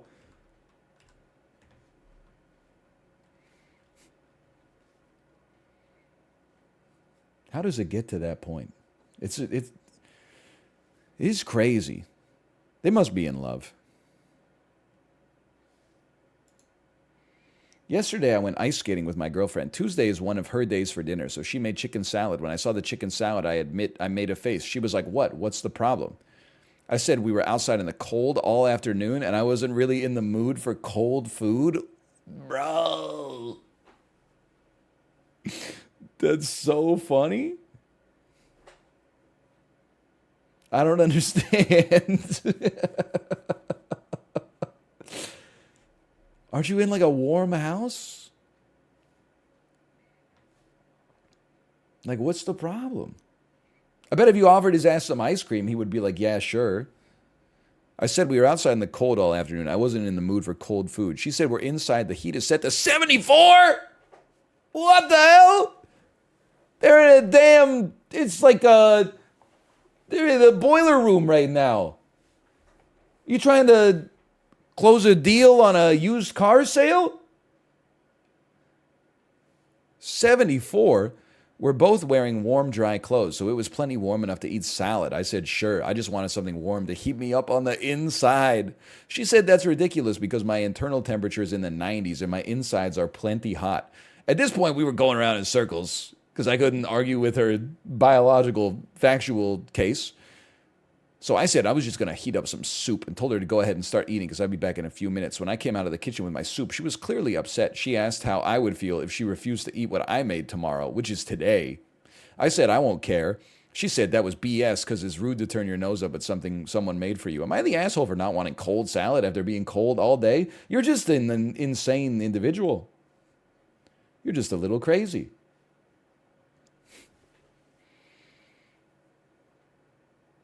Nasty ass chicken salad.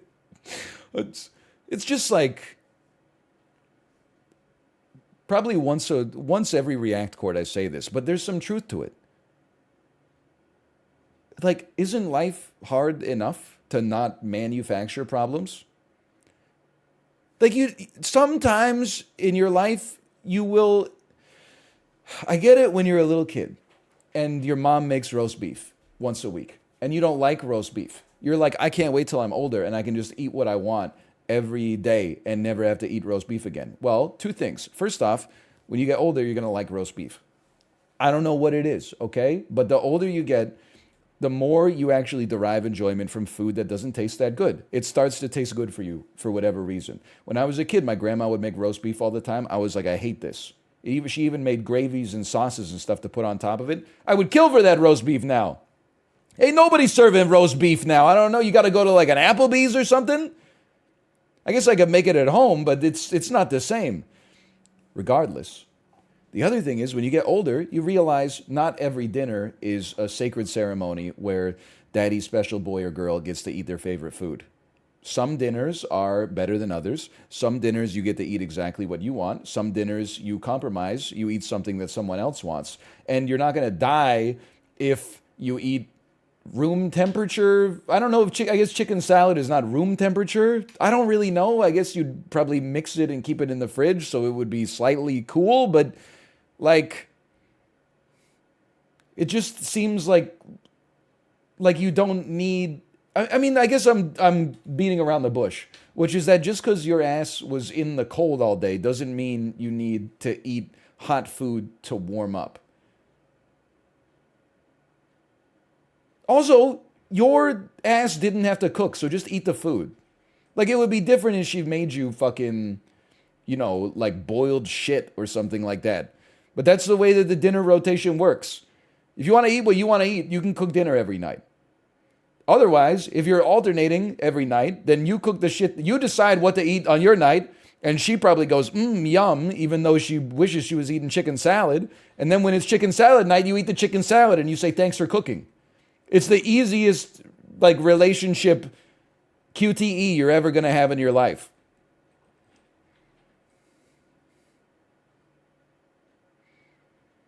It's not that big of a deal. And then look at it, it's turned into like a 10-day fight. Am I the asshole for wanting hot food? It's the rare, honest title. Because yes, you are that is what you wanted, and it does make you the asshole.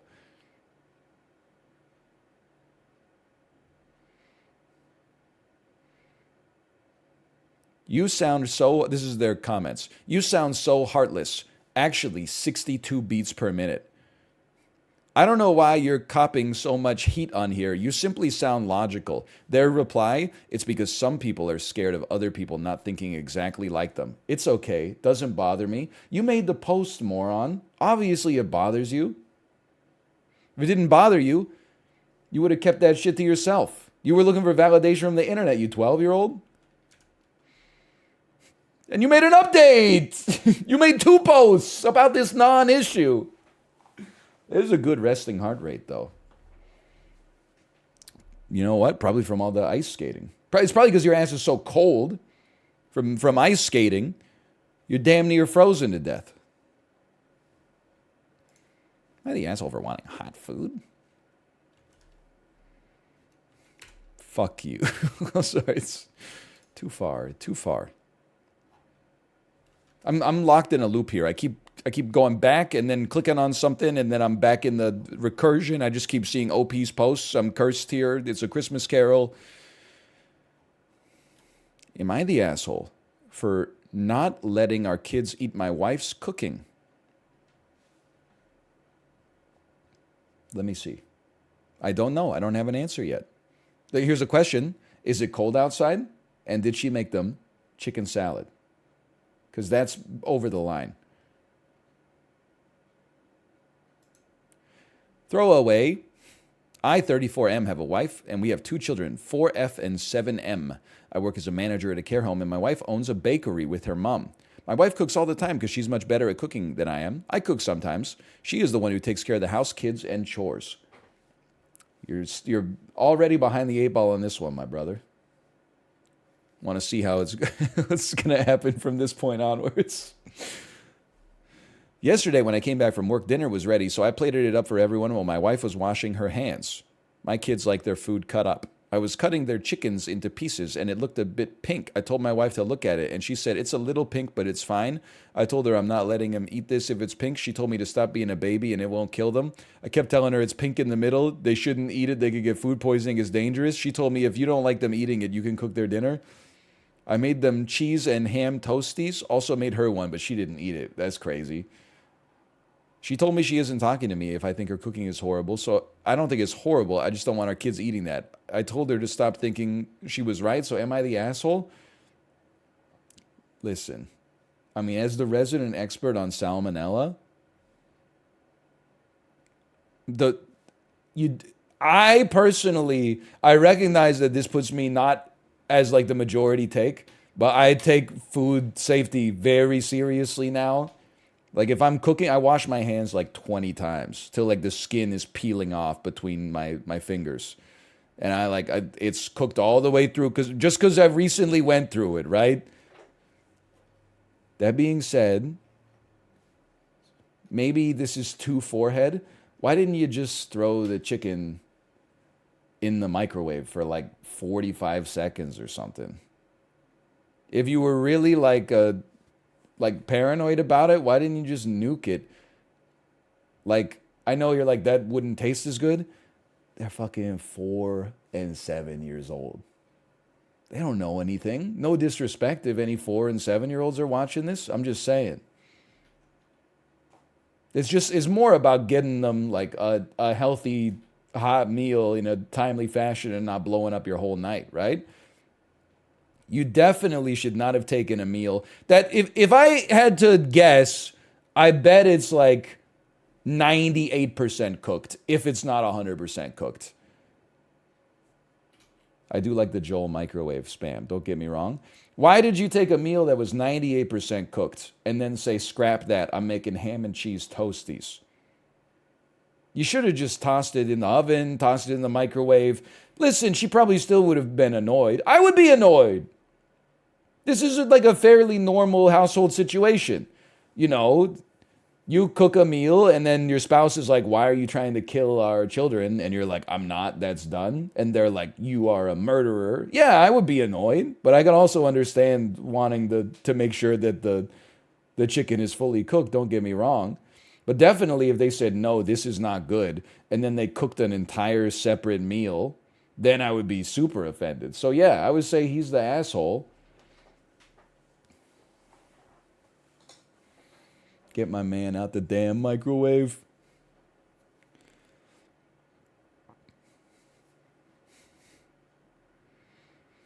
Like, you're the asshole for making a grilled cheese. It just sounds like you wanted to eat a grilled cheese. I can be there. Dude, you can make one after the kids go to bed. Just eat it for yourself. That's what being an adult is all about.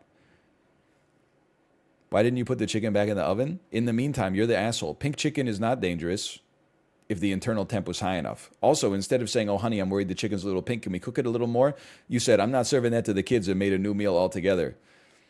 Chicken might still look pinkish at 165, but it's still totally fine to eat. I didn't know that. You know, I should just buy a meat thermometer. Why is my ass like cutting into a chicken breast and then trying to put it under like the most objective light source that I can find? And then being like, is there a little pink in there? I don't know. Is that what chicken looks like when it's, is that a little, and then, you know, just get a meat thermometer. What's wrong with me? It's got to be an incredible purchase.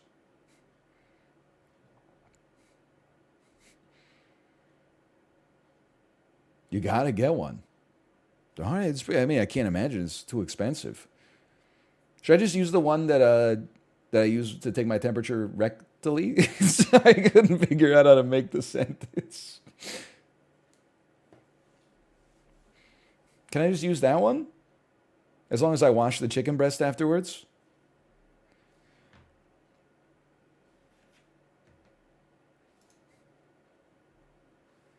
I'm joking. Can I just... Okay, so 2 working parents. I got it. My wife cooks all the time because she's much better at cooking than I am. I cook sometimes. Dang, it's so unfair how women are just genetically better at cooking than men are. Women don't... Listen, you motherfucker! He's just describing their home situation. He didn't say all women should cook more than me because I'm a man. He said his wife is a better cook and maybe she likes cooking, she cooks more. This is just crazy. This has 23,000 upvotes. Also, she works at a bakery. I know we went through this last week. It wasn't even a React Court. I can't remember. When I said if my wife was a janitor, I'd make her take out the garbage because she's so good at it. And then people were like, boo. Even though it's true. If she works at a bakery, she's probably good at cooking. So, you know, why isn't... Sure, you play to your strengths at home. I take out the garbage, I have more muscle mass in my upper body. So when this shit weighs fucking 300 pounds in one bag because we cleaned out the fridge, my ass automatically is on the hook. You play to your strengths. If my wife was an accountant, I would expect her to handle our taxes, sure. I wouldn't expect her to be like... you know, oh, I do taxes all day. Why don't you do them? I'd be like, is this shit serious, honey? I don't want to go to debtor's prison. I don't think I could lift 300 pounds. Probably true. Fair enough. How heavy is your garbage? I don't know. It's probably like 15 pounds at most. Sorry. Edit. For everyone saying what I wrote was sexist, it's a statistical fact that women are responsible for 75% of unpaid domestic labor worldwide. But he's not the world, though. He's just the guy. I'm like, what? I don't understand how that applies to the situation. Also, you could probably make an assumption that he's not, you know, helping out in that around the house. I guess he did say she does most of the chores. All right, you know what? Never mind. Roast him. Get his ass. Also, yeah, who cares about worldwide? No disrespect. This shit is in England. They're making toasties. It might be 80% in England for all I know. My bias is that it's probably lower than 75, but I guess what do I know?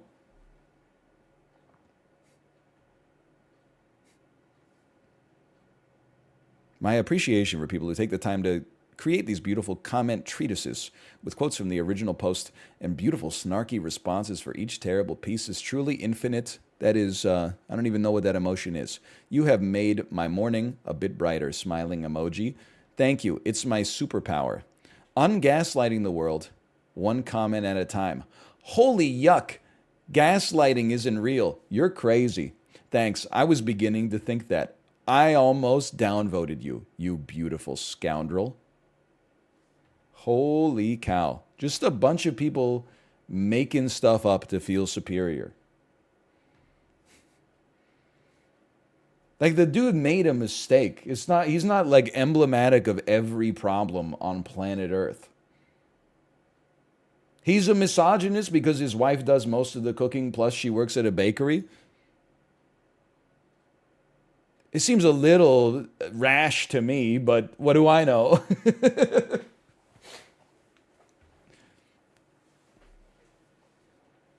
You're probably both technically right, but there's other issues at play. Yeah, okay, no, don't leave a comment unless you're going to be crazy, okay? Don't leave reasonable comments after insane comments. Am I the asshole for snapping at my friend who keeps ditching me because I now have a child?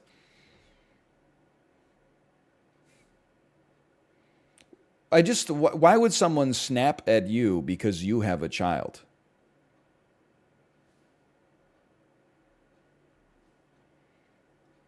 This is a fun one? All right, I'll take your word for it. Oh, no, sorry, I've got it backwards. The person with the child is snapping at their other friend who keeps ditching them.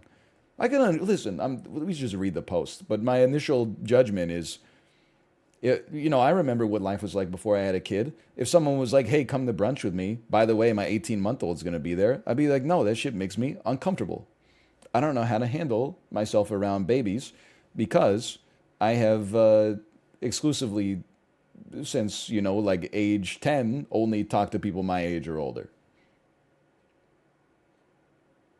Not scared. You'd just be like, what's that baby doing here? You'd be like, what's going on? Can I say the F word around the baby? Can I say the S word around the baby? Is the baby going to throw up on me? Is the baby going to... When you have a kid, you get used to it like mighty fast. Let me put it that way. Hey, Joe Hyde, thanks for the gifted subscriptions. Thank you. Appreciate it. Let me put it this way, okay? Nowadays, if we were eating dinner and my daughter had like a huge fart and pooped her pants and stunk the place up, I would finish my plate and then I would change her diaper. But like if you don't have a kid, you would probably throw up and cry and you would be like upset.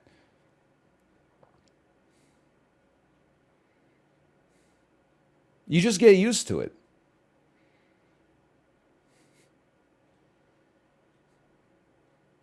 I'd poop too. In a restaurant? Well, here's the thing. I would probably let her stink up the restaurant for like 2 minutes just because you don't know. Like if she pooped and you changed her diaper, immediately she might have one in the chamber. It's just the way of the world.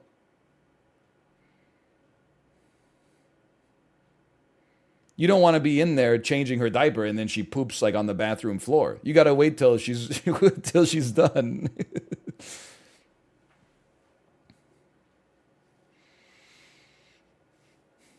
It's true. 16 in the clip and 1 in the hole.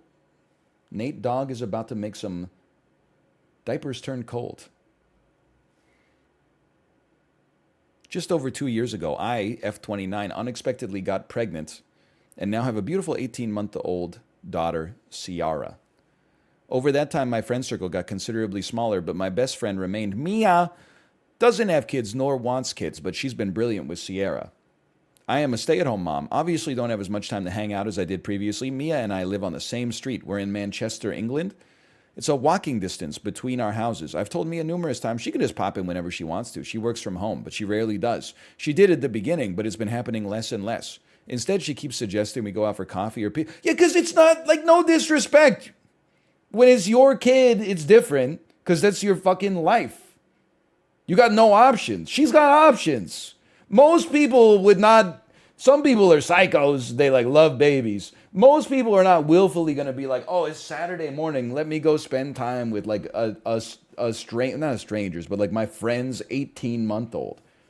When they're like 5 or something, they're cute. They can talk. They can walk around. They could come out with you to fun places. When they're like 18 months, they're just crazy.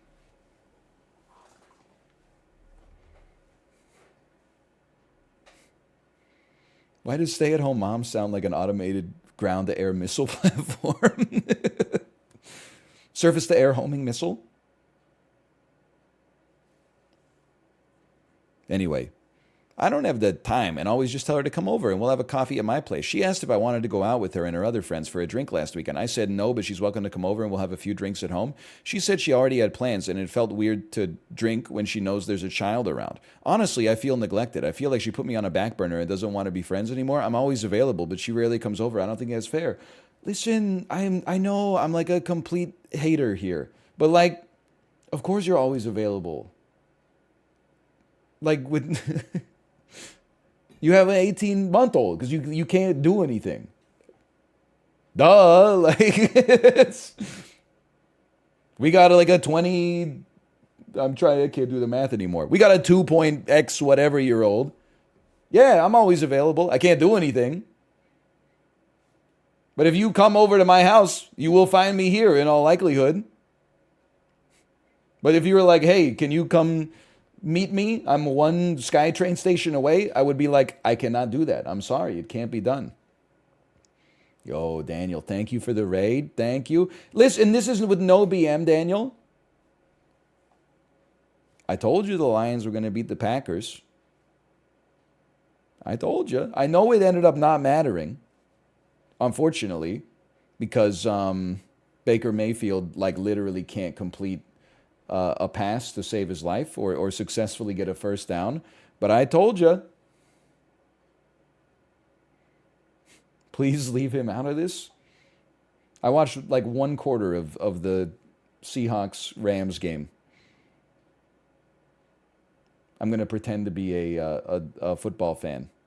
Baker? Dan, if your wife was a baker and she did all the cooking at home, do you think it would be fair to be described as a misogynist, responsible for women doing 75% of unpaid domestic labor worldwide? Don't answer that.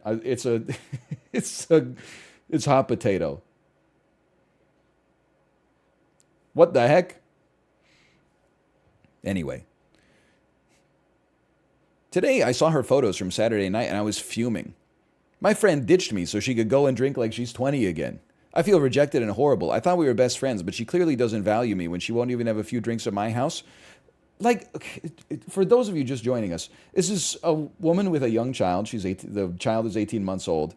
She's mad at her best friend for ditching her, for not spending as much time with her since she's had the child. And the context is that the mom can't go anywhere because she has a child. So the friend will be like, hey, do you want to go get coffee? And then she's like, sure, why don't you get coffee and bring it over to my house? Every single time. But also, why does it matter if your friend who doesn't have a kid was out partying like she's in her 20s on the weekend? She doesn't have a kid. What do you want her to do? Come over to your place at 7:15 a.m. and watch, Bluey with you? Even though you're the same age, you got different stuff going on in your life. You got different priorities and responsibilities.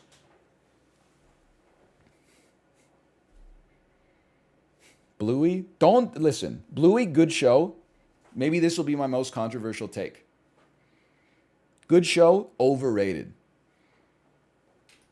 Once a month, I'm going to keep beating the drum until I get some people on my side. It's not that Bluey is bad. It's that when people talk about Bluey, they're like, I love Bluey. Me and my totally sane spouse sit down and watch an entire season after my baby falls asleep just because it's so entertaining, even for like a 35-year-old. Other shows like Sesame Street and Peppa Pig are full of bad examples. Peppa Pig she's jumping in muddy puddles. That's crazy. Every episode of Bluey is about how the dad got diagnosed as pre-diabetic by his doctor and he needs his family's help to get his blood sugar back in check. Every episode of Sesame Street is like, hey, we're introducing you to the concept of water with a bunch of songs that are like Broadway inspired. Shit drives me crazy. Peppa Pig does stay goated. I'm not saying it's even as good as Bluey, but it's just not. People that they think Bluey's here and like all other kids shows are like here. It's like fucking Bluey. And then like on the same level or maybe even a little bit higher is Sesame Street. I'm sorry to tell you. And then like Peppa Pig's probably like a little under Bluey. Sesame Street goes crazy. That's why Bluey has like 23 episodes a season. Sesame Street has like 8. They got celebrity guest stars. They write their own songs. They're building puppets every year.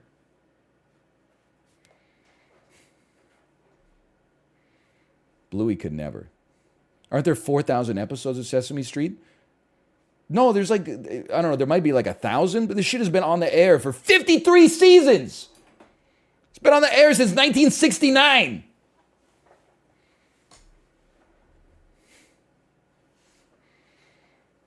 You know, Elmo didn't even exist until like 1986 or something like that. Like Elmo is like a late season addition. Okay, there are 4,000. Still. How many episodes of Bluey are there versus the fact that this shit's been on the air for 8 months?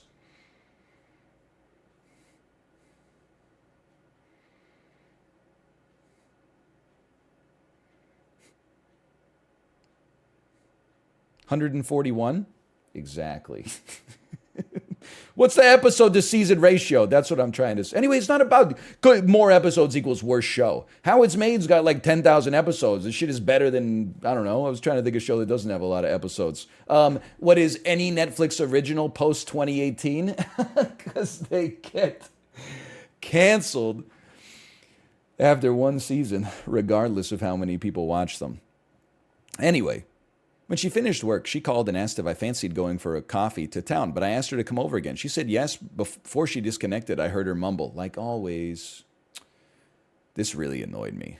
When she came over, I decided to be open about everything.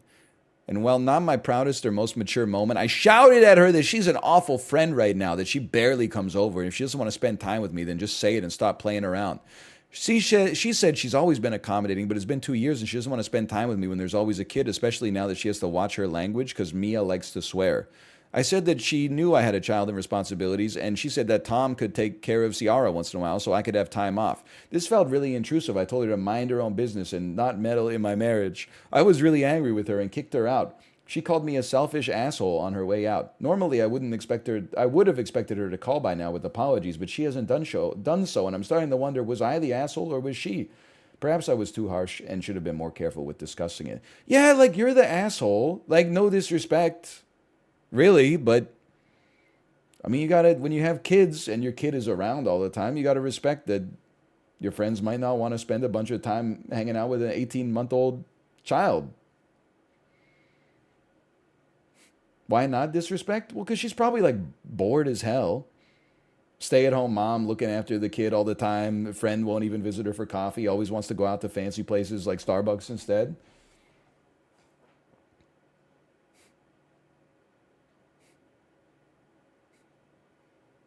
I can definitely understand. But like, yeah, you're the asshole. I don't know what else to say. Like... Can't you have your husband look after the baby for a little bit, by the way, and then just go, you don't have to go to a bar and party until like 3 a.m. But you could have like 2 drinks and be like, oh, it feels like we're back in uni, and then like an hour later get really tired and take an Uber home. Like, I don't understand. It sounds like you're mostly just bored, which is completely understandable. And you want someone to, drink coffee with and shoot the breeze while you're also watching your kid. But like, it kind of sucks for the other person to constantly be expected to go over and hang out with a little toddler all the time. It's different, like I think if you enjoy it, or if you're like a family member. Like if my mom was like, oh, I don't really want to come over because your baby is sort of annoying, I would be like, what the hell? But if Corey was like, I don't really know if I would get along with a kid, I would be like, that's totally fair. I'm putting words in his mouth. He might be totally fine with it, but I probably wouldn't ask just because it feels weird. But your friend is an asshole for not having a kid at the exact same time.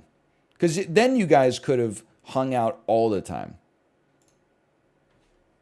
If she had just gotten pregnant, like right when she found out that you were pregnant, you guys would have like a friendship that's unbreakable right now. So I guess she's kind of like the asshole in that situation.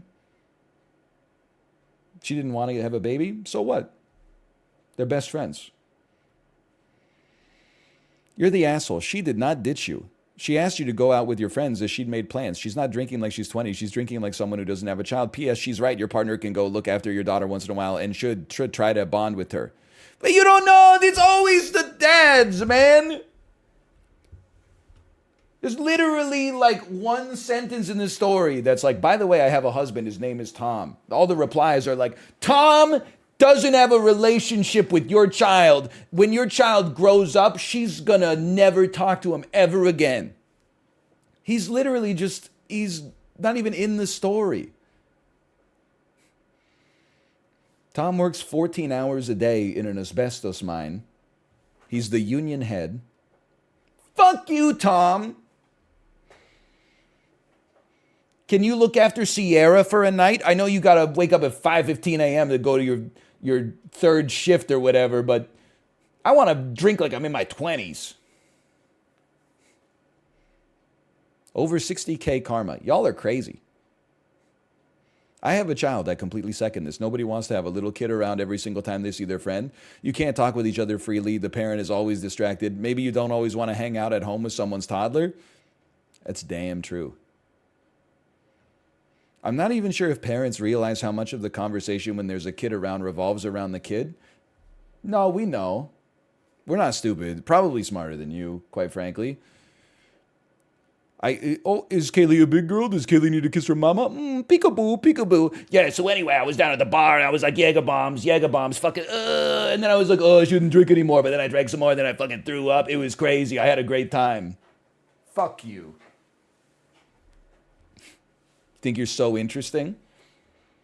Every time I'm out for a walk, I see all you childless fuckers FaceTiming all the time. And then I said, and then she said, and I was like, why would you say something like that? Like, do you think that she would say something like that? Maybe I'm just being crazy. Shut the fuck up!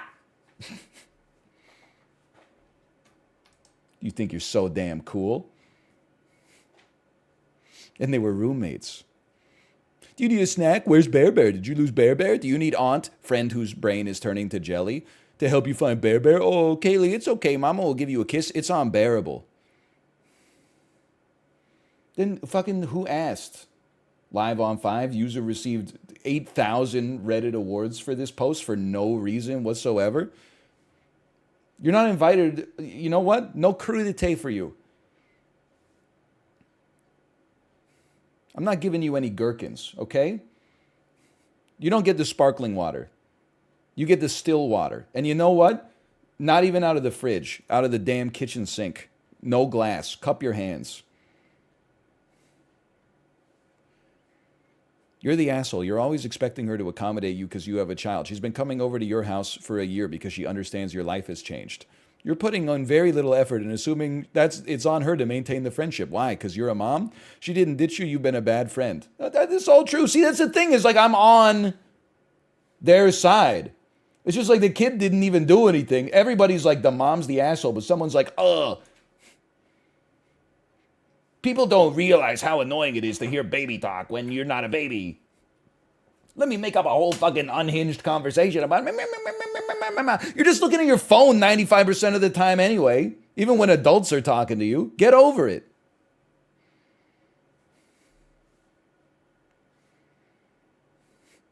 You know what? Forget, oh, don't flatter yourself. You're not coming over to my house. You're not invited, okay? Info, why can't Tom take care of Sierra once in a while so you can have time off? Hey, don't be meddling in OP's marriage. Sarcasm tag. Yo, but no sarcasm tag. You don't know anything about their marriage. But we have a happy marriage. He babysits my kid while I cook him dinner. Sarcasm tag. It's literally, you source, you fucking made it up, you psycho. You're crazy.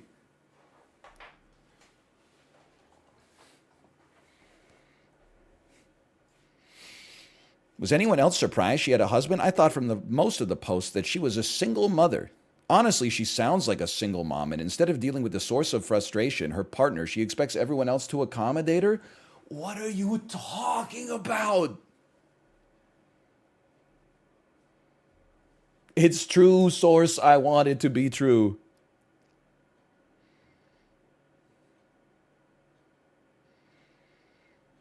Just like maybe Tom is horrible, but like, can we at least wait for her to post like he's horrible before we say he's horrible? Sounds like the kind of guy to consider taking care of his kids babysitting, aka an absent father. He's literally not doing anything. Like, I don't mean he's not doing anything in the life of his child. I mean, literally, he's not even part of the story.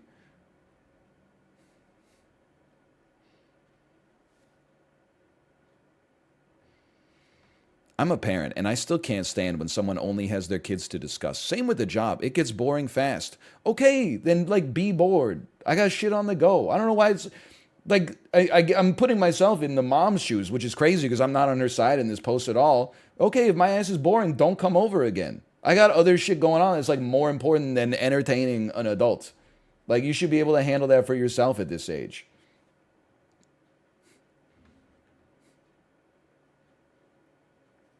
Sorry, you came over and I didn't learn like a new juggling routine for you. Like I was just trying to have a conversation about the shit that's going on in my life, but I guess our friendship is completely predicated on me constantly having new and interesting things to say to you. I didn't realize there was like the level of like unconditional support is unreasonable to ask for. Instead, it should just be like, hey, so I fucking made up a story the other day. Look at this.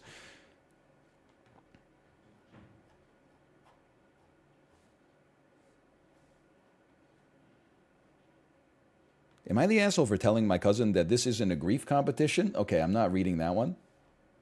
Tom will not be in Rush Hour 4.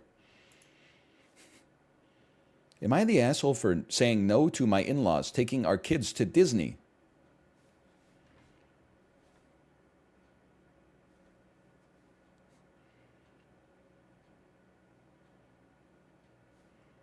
Maybe. Disney what? You got to learn, people just say Disney now. Because it's not like a place, it's like a lifestyle.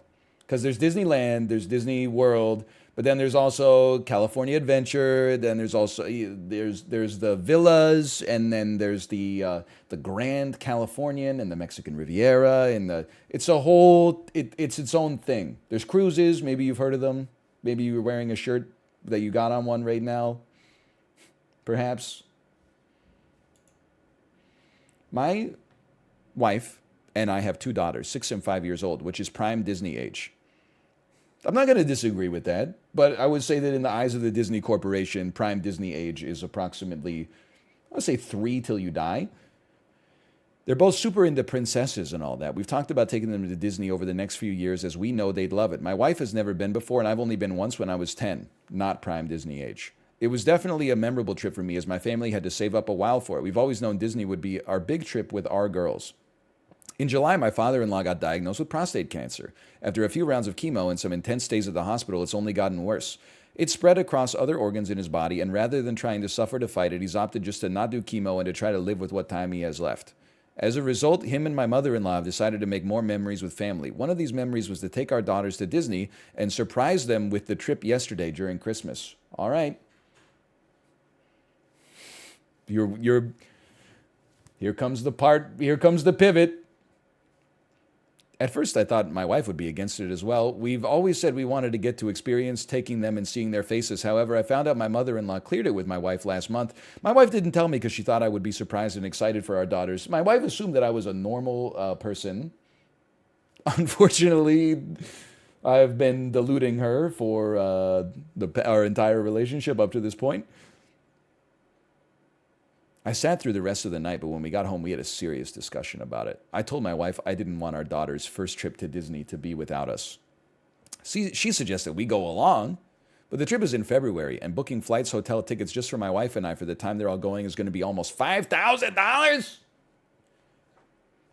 Are they staying in Walt Disney's penthouse? Do you live in Antarctica? How long are they going for? I told my wife that we have to talk to her parents and decline the trip, but my wife is saying I'm being selfish and heartless by robbing our daughters of this experience and robbing them of a core memory with my father-in-law before he passes. Am I being out of line here? Yes. Yes. Like, listen, idiot. So sorry. Not only are your kids going to have like a great vacation, you're going to have like a week of like no kids. That's like a decade's worth of childless adult living. You know, you could go golfing. You could go to bed at you could go see a movie every night. You could go see all the movies you've missed out on the last decade. Check out The Big Short. It's a good one, okay? You could just nap. You could do whatever you want. And the only thing you miss out on is you aren't the person who takes them for the first time to Disney, which is fine because, like, with no disrespect to super into Disney adults, it's just like a place. It's not like you're not walking her down the aisle or something like that, and you're like, I'll get you on marriage too. Like, it's literally just like a vacation. Like, who cares? Your in-laws are giving a free vacation to your kids, which is also going to give you and your spouse some breathing space. Like, you should just take the dub.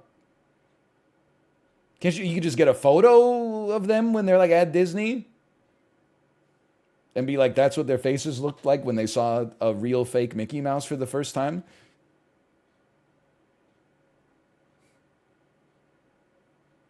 Also, yeah, their father-in-law or their dad is dying, their grandpa's dying. Just trying to make some memories with the family. Like, yeah, obviously you're the... But here's the thing, you know what you should do? You should make sure they get the Genie Pass, right? Because if you just go, and I know how the older generations are, don't buy the Fast Pass. That's how they get you. They got you the second you made the reservation. All you can do now is decide whether you're going to spend all day in line or like 50% of the day in line. You got to get the Genie Pass or the Magic Band or whatever. You got to get the Fast Passes where available. You got to download the app. If you're already spending $5,000, you should just throw in the extra $100 to maximize it. I hate to say it. They got you. If you didn't want to get got, then your ass should have gone on like a road trip to see the world's largest moose statue or something like that. Hey, Ryan Son H, thanks for the gifted subscriptions. Thank you.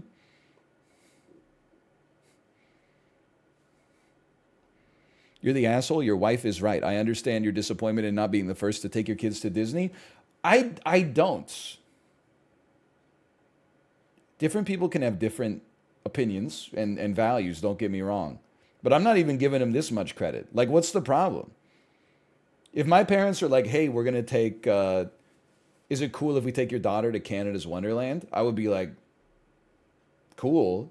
Like, is there any way, can I help you? Can I give her some cash so she can pay for some meals or something like that? Like, this is, what a nice gesture. Canada's Wonderland isn't Disneyland? Yeah, but Disneyland isn't like a sacred place. It's just like, it's cool. It's a nice place to spend time, but it's not like, it's not like a religious monument or something like that. It's just it's a vacation destination.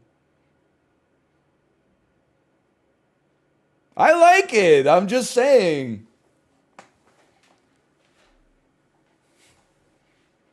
You could just give her like a churro at home or a turkey leg or whatever. You can go to a Renaissance fair or something. They want to be there and see their excitement. Yeah, but like, put a number on it. Because that's what he's doing. He's saying $5,000 is too much, which is completely reasonable, by the way. But like at the same time, he's the one quantifying it. So I guess we're starting the bidding at 4,900. I just can't understand being like, I mean, maybe this is putting it in the worst faith way possible, but like, I'm depriving my two kids of a vacation because I want to be the one who takes them on that vacation. And it's not like a stranger is taking them. It's like, it's their grandparents.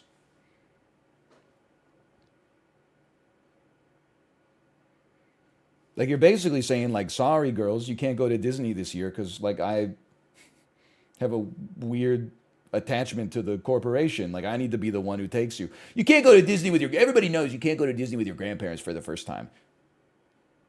Every 5 and 6 year old remembers every second of their first trip to Disney, and it has to be with your parents. Otherwise, it's just not the same thing. It's just weird. It's not weird to want to have memories with your kid. It's such like a insane take. What is weird is like, no, you don't get to make the memories until I make the memories.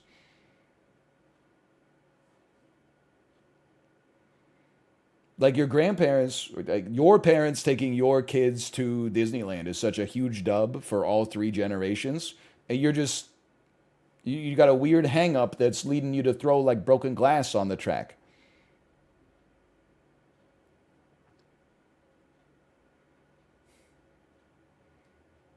He is trying to ice skate uphill. I'm not afraid to say it.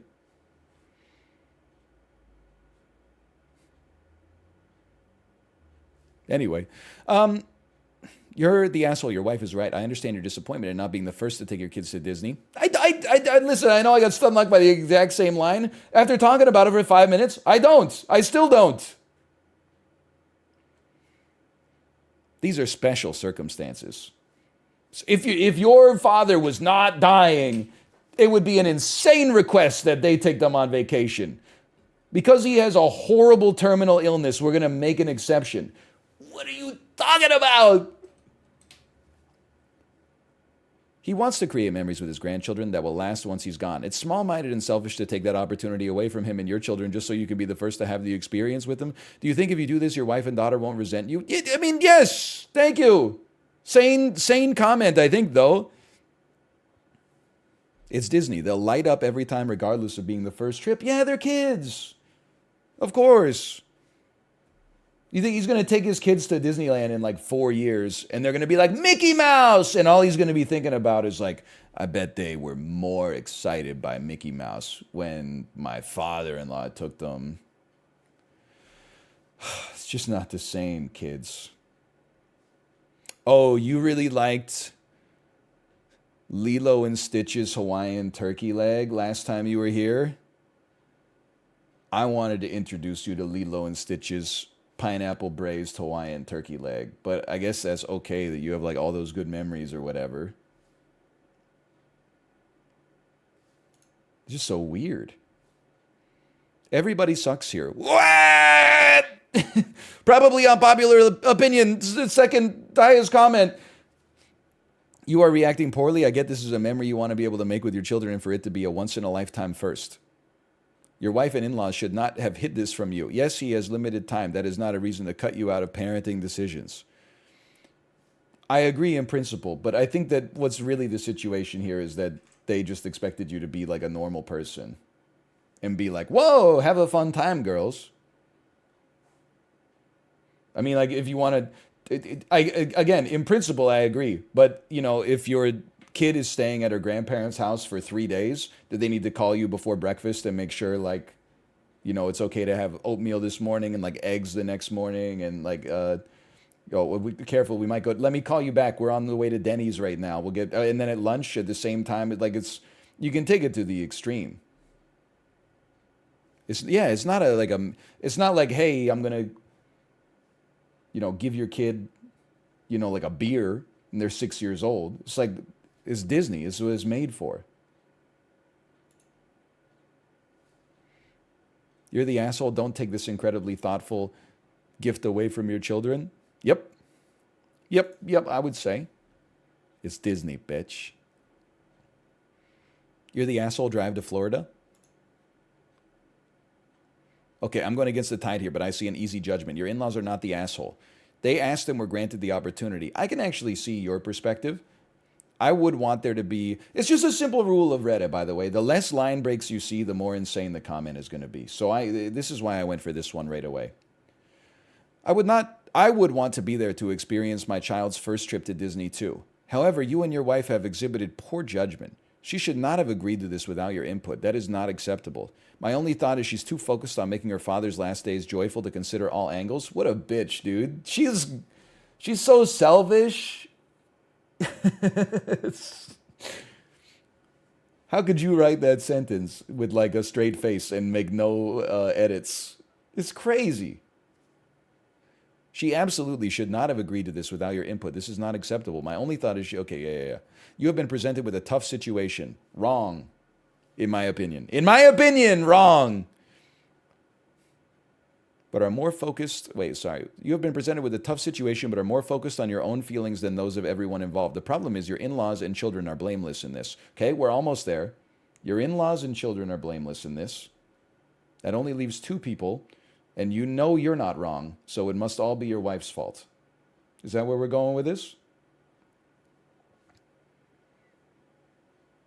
It will go well for you. It will not go well for you to yank this opportunity out from under them. However, I would like to point out another issue. Have they really thought this through? There are two people of somewhat advanced age, one of whom has terminal cancer and is doing chemo, and they want to chase two insanely hyped up young children around Disney for however long. You and your wife really need to find a way to go because I don't see that ending well for them. Okay, thank you, doctor. Thank you for your comment that says nothing at all. I wonder if the person with cancer thought about that. I might just be like a random person on the internet with no expertise or whatever, but like, let me explain it to you, okay? When you're sick, you might not be able to catch up to a 4-year-old kid in Disneyland, okay? You're the asshole, come on, man, ... Even Joe Biden knows that this guy is the asshole. You're the asshole big time. You're the asshole. That grandparent has very limited time. You're the asshole. Unpopular opinion, not the asshole. Okay, well, I think we're kind of going around in circles here. Either way, I'm like, maybe it's my favorite, like, am I the asshole theme is just people who are just getting in their own way for no reason. The guy who started a 10-day long argument with his spouse over like he didn't want to eat chicken salad because he had been outside in the cold all day. Like you just relax your life. Sit down, simmer, eat the chicken salad. She's going to be like, I got to go to the bathroom real quick. When she goes up to the bathroom, eat a granola bar. It's not a big deal. Get an electric blanket or something. These are all solvable problems. Let your dying father-in-law take your two kids to Disney World. Enjoy the photos that you get, you know, because this is a once-in-a-lifetime experience that they're going to make this memory together. Take your wife out for 2 date nights in 1 week. You may never get the opportunity again until, you know, your kids move out of the house. Sleep in for 30 minutes. It's probably been 8 years since you slept in for 60 seconds. You sleep in for 30 minutes, it's going to feel like you had a 14-hour sleep. You're going to work off like a decade of sleep debt in a single week. Just get out of your own way, man. It's not that hard. It's Disney.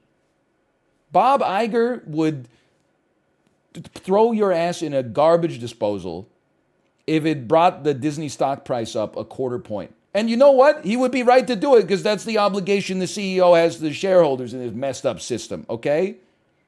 But he would do it in a heartbeat. He would say, thank you so much for treating Disneyland, our profit-generating theme park enterprise, with the reverence it deserves. Now get in the garbage disposal. I'll hit the button.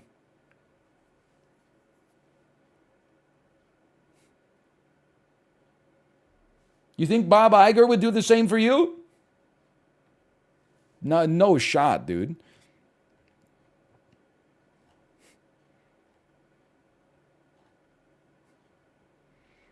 Still just 23. Francis phenom Mbappe is having another World Cup of a lifetime.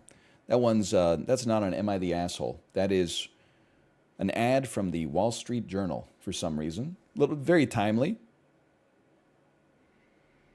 Am I the asshole for telling my daughter she could learn something from my friend's daughter who got a job she didn't?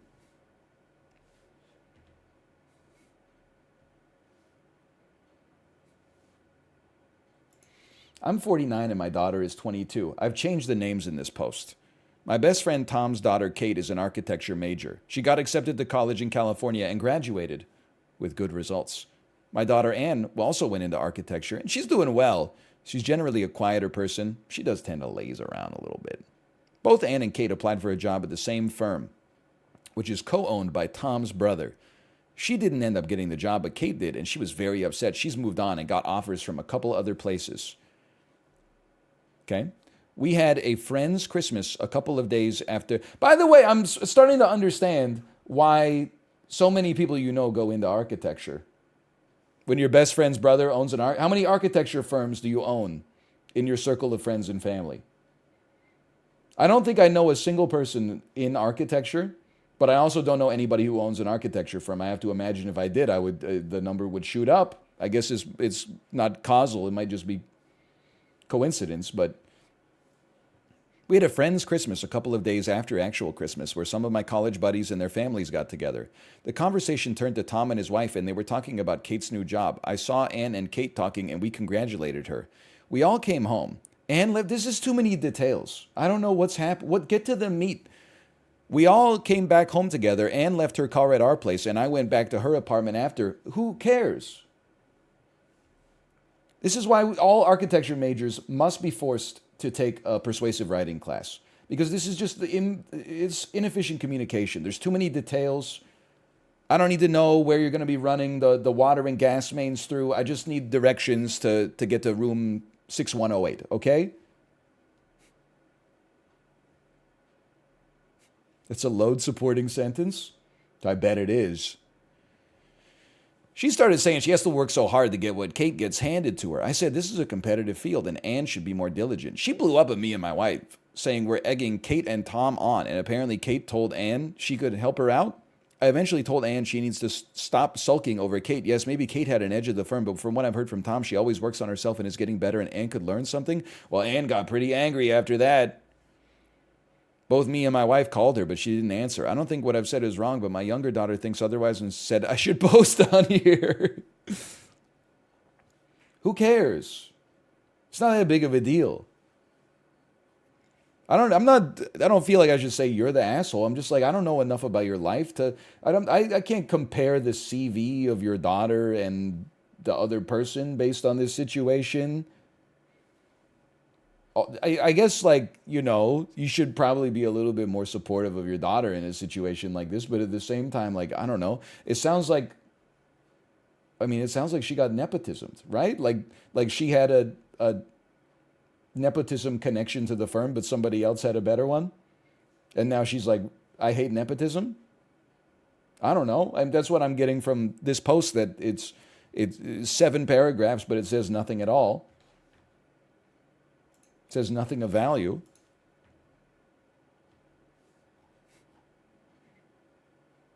Am I the asshole for telling my family they can't use Spanish on Christmas Day, or my husband and I aren't coming?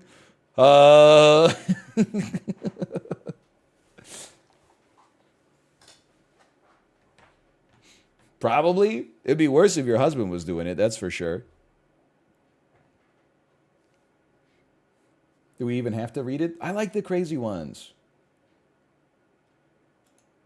My family is Mexican and we live in Texas. Everyone in my family is bilingual. They tend to mix English and Spanish constantly. My siblings' spouses have all learned some Spanish, some better, some worse, but they can still participate in all conversations. I've been with my husband for 10 years. He took a few classes but found it too difficult and decided that he can't learn a language as it's his thing, just like math isn't his thing, and he dropped it. Okay, what's his thing? Because we got 2 things that are not his thing. What is his thing? I need to jump to his defense a little bit, okay? This will be our 9-year wedding anniversary in May. So I've been married to Kate for 9 years. Her family all speaks Korean. I don't speak Korean. Sometimes people are like, why don't you just learn Korean? Because I fucking don't want to. No disrespect. I got other shit going on. I got a job to do. I got a household to manage. I got like my own hobbies and stuff like that. It's not, if they could just like jack it into my brain and it would be there, I would sign on the dotted line. But it's like a big undertaking. So you know what happens? They at Chuseok and Seolnal and Christmas and whatever, everybody speaks Korean, and then my ass just like eats the food, and it's completely fine.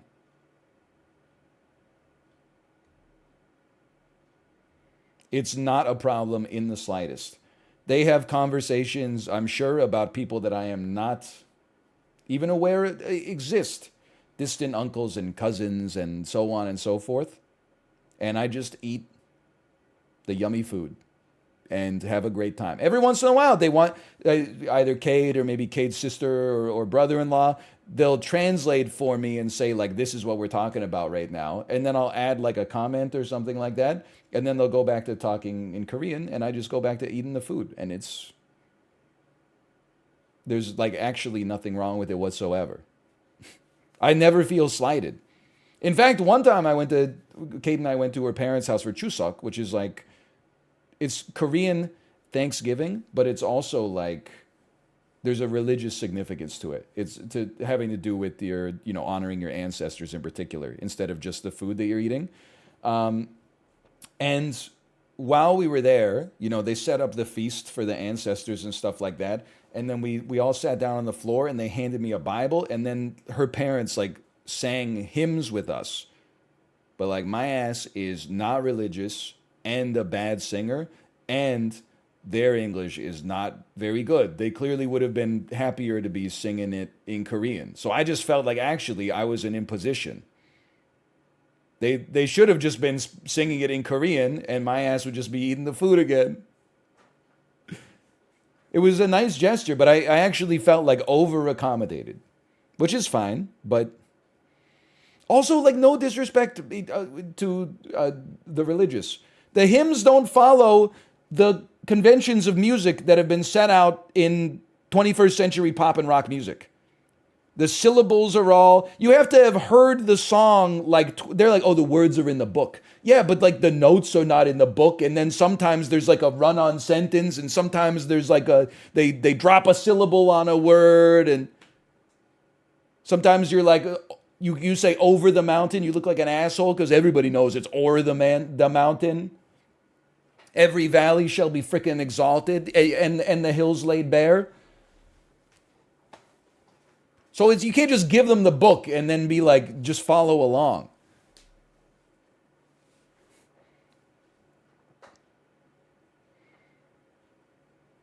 Anyway. Sorry. I've been to church. I've been to weddings.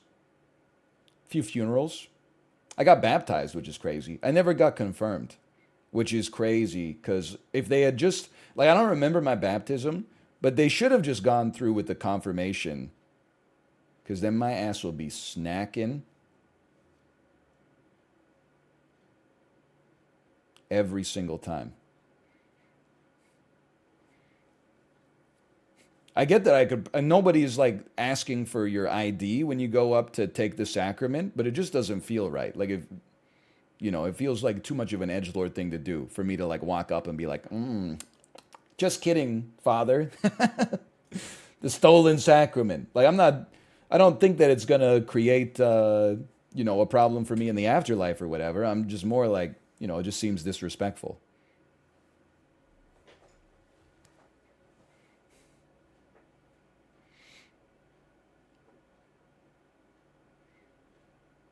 Anyway, I forgot what I was talking about. Did I even read this whole? That didn't even come close. I'm just saying, to me, it's the same energy when people are like, oh, if my spouse's family spoke a different language, I would simply learn the language. Yeah, sure. And if you lost your hair, you'd be jacked with like a 6% body fat. If your ass could do it, you'd be doing it already. I don't know what language it is. Oh, what if I pick the wrong language and I accidentally just happen to learn a useful language, but it's not the right one? Then I'd feel stupid. Yeah, listen to yourself.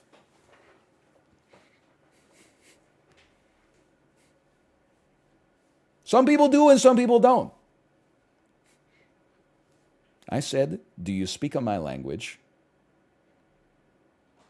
She just smiled and gave me a Vegemite sandwich. And she said, "You come from a land down under." Ooh, yeah. Anyway, also the other thing is, because I lived in Korea, I know enough to at least laugh when it's time to laugh. 실례합니다. Burger King 어디에요 주세요? Burger King. Dude, I know, I recognize that word. I can't. Burger King, I can't. What's a vampire's favorite drink? Kopi. I can't. Because kopi is Korean for coffee, but kopi is also two words. Ko is nose and pi is blood. Nose blood. What's a vampire's favorite beverage? Nose blood. Oh, man. Anyway, I can't. The kids I was teaching used to go crazy for that one. Teacher, do the vampire joke again. Anyway, I've been with my husband for 10 years. Right, he simply can't learn Spanish. Okay, I accept that. I'm in the same boat. I mean, I could learn Korean. Honestly, I don't want to invest the time. I don't know what you want me to say. I'm not going to make up a bunch of fake excuses. Here's the thing. It's hard, and like, my ass is just, I don't have the desire, to be honest. I'm not going to say it's not my thing. I'm sure if I dedicated a lot of time to it, I got a head start. I'm ahead of the average for sure. I would love to speak it, but I don't want to go through the work of having to learn how to speak it. And I think that's okay. Every family gathering, he feels left out. Okay, well, there's your problem, idiot. You should look forward to being left out. You can think about your own stuff. You could, look at your phone now and then. It's no big deal. He feels left out because everyone switches back and forth and he doesn't understand them. I have to translate for him and it must be really uncomfortable for him. This year he said he's not coming. He feels excluded. What is wrong with you? It's okay.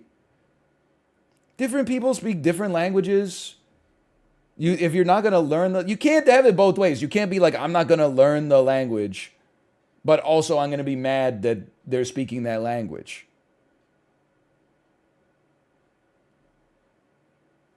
You might think about it this way, okay? They're one generation up. They're speaking Spanish, okay? You're like, I don't want to learn Spanish. Please talk in English. You don't know. You might have 3 kids. They might marry people from 3 different parts of the world. I would just get used to not being able to understand what everyone's saying. It frees you from the chains of the social contract. Your ass could just be watching TV.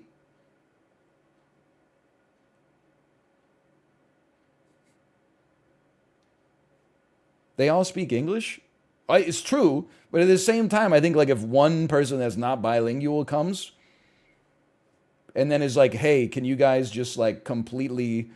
You're supposed to be relaxing, right? It's the holidays. Can you completely change the way that you speak naturally when you're relaxed just to accommodate me? My ass would be like, no. It's like a self-fulfilling prophecy, too. Because you probably weren't talking about his ass to begin with, but he was like, hey, can you guys speak English? Next time they speak Spanish, they're definitely talking about his ass. 100%. And it's not going to be flattering.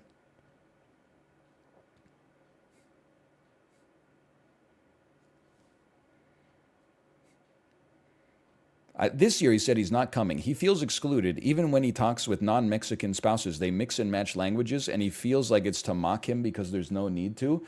Who even are you? What do you mean that you just feel like you're being condescended to when somebody speaks a different language? You're not the main character. It's okay. You think they're like, whoa, check this out. Never seen this one before. Someone who doesn't speak Spanish. Crazy. Can you get a load of this guy? Anytime I'm saying anything not in English, it must be they're shit talking me for not speaking Spanish.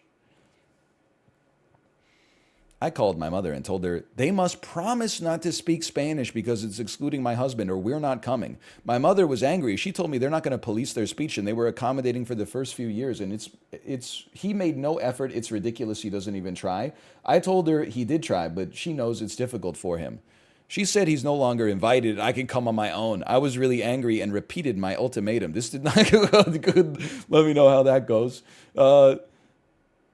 This did not go down well. My whole family's pissed off. My husband is on my side and I don't know anymore. Am I the asshole for giving them the ultimatum? Yeah, I definitely think it's messed up to basically ask your family not to speak their native language at the holidays just because one person doesn't speak it. Like, I do. I think that's crazy. And I'm kind of like, I don't know if this makes me less based or more based, but I'm in the same situation in the sense that, like, I don't know what is being said at a lot of these dinners. I know my role. I say hello, nice to see you again, handshakes and hugs. I pretend to follow the conversation for a while, then get lost in my own head, and then I reach for the bill when it comes. And it's just normal. I don't like. It's not weird at all. I think here's the thing. It would be insane if I talked to my wife and was like, "Hey, your parents need to speak English when I'm around. It's disrespectful." That shit is crazy. I would never have the stones to do it. And I have too much of a brain to ask for sure. But then secondarily, if Kate's parents were like, he needs to learn Korean, I would be like, fuck that. Like, why? We're getting along just fine. Like, nobody makes demands of other people. We go out to dinner, we communicate on the common ground that we can find, and then we get in our separate vehicles and we go back to our own homes. It's completely okay.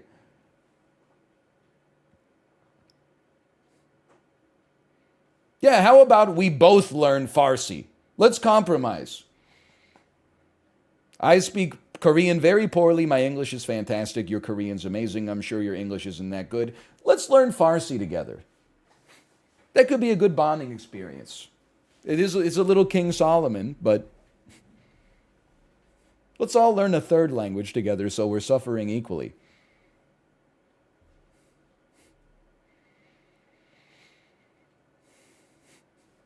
Anyway, yeah, I think, like, I don't even need, like, I'm trying to telepathically express to this guy that, like, it's just normal. Like, it's not weird to not speak. Like, in life, I hope that you're blessed enough to travel to places where not everybody is going to be speaking the language that you know, especially if you only know one language. Like, you should travel and be in, like, another country and get used to the idea that, you know, when you're out at a restaurant, you can't understand what's happening around you at all times. You can't kibitz on every conversation, you know. Instead, you have to make conversation with your spouse. So it's not weird. The fact that he thinks it's a solution that needs to be rectified and without any effort on his own part is the crazy part to me. Because the way I see it is like there's a couple of other options, or a couple of options here. One option is like learn Spanish. And if that's not possible, the other option is just shut the hell up. Enjoy the food. Enjoy being around the family, even if you're not in on 100% of the conversation. Maybe you're only in on like 35. Who cares? Watch some football, you know, and then you're good. What's the issue?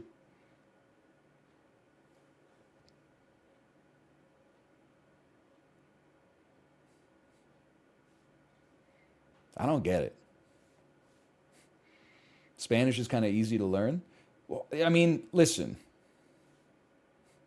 I also I don't want to get myself into trouble. I don't know if it's easy to learn. But if I lived in Texas, I might put in a little extra effort to learn Spanish. There's a lot pushing in favor of that, you know? It seems like it would be a little advantageous.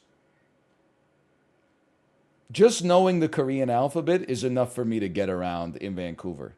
I went to the Korean supermarket by myself, with my daughter actually on Sunday, and the grocery list was written in Korean, all the foods in Korean. You know what I did? I learned the alphabet like 12 years ago, and I was just like shabu shabu sogogi. Okay, that's hot pot beef. Let's grab that.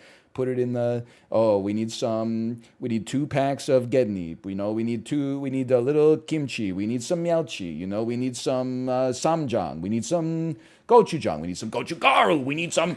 And then we're going to go to Delaware. Then we're going to go to Washington. And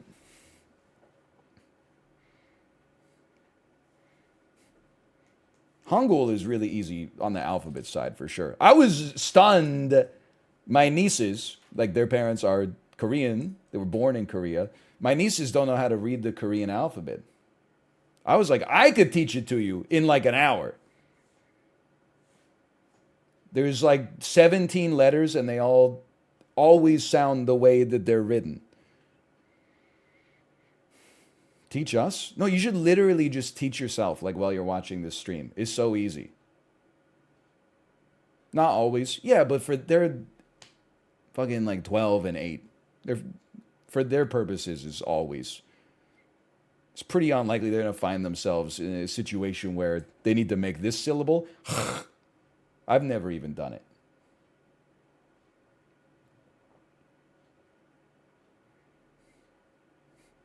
I hear it now and then, but I've never done it.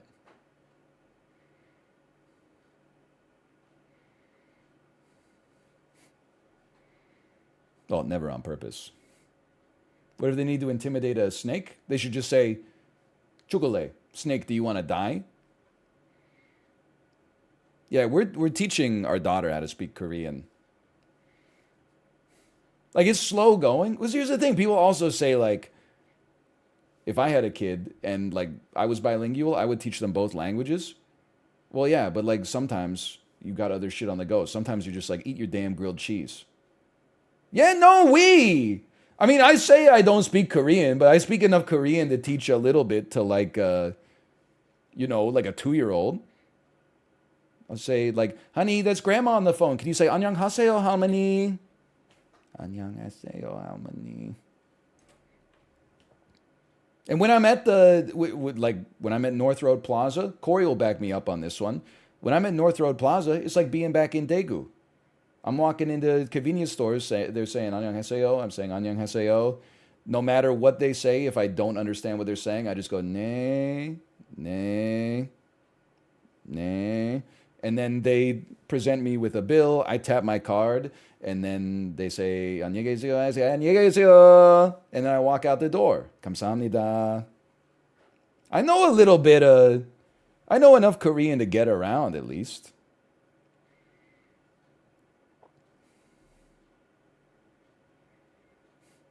That's all you need to know how to do in Korea.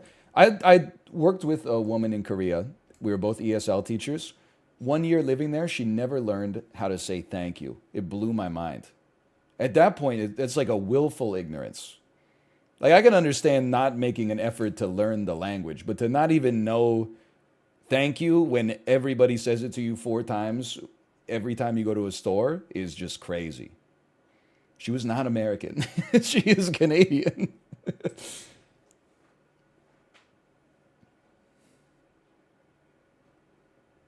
No!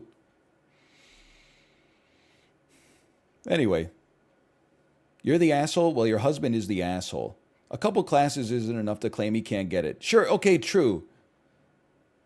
Him being upset people dare speak a language he can't and feeling mocked also isn't anyone's problem but his own.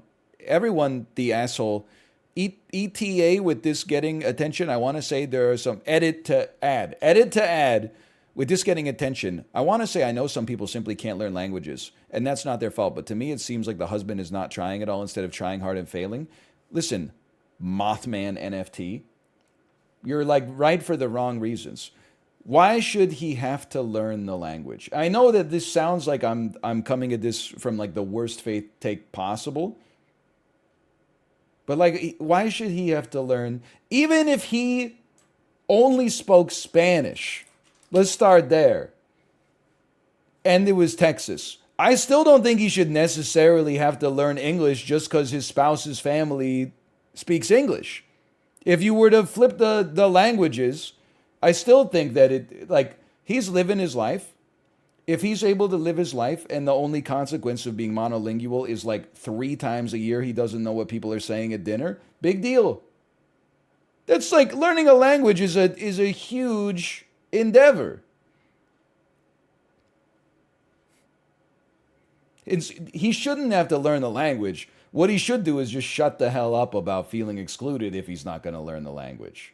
That's the big one.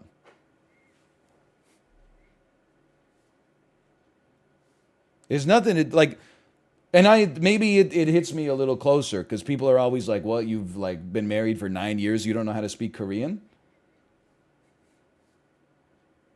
No, and I don't think I'm gonna learn. It's like that shit is not easy. That doesn't mean it's not worth doing. I got I got other shit on the go.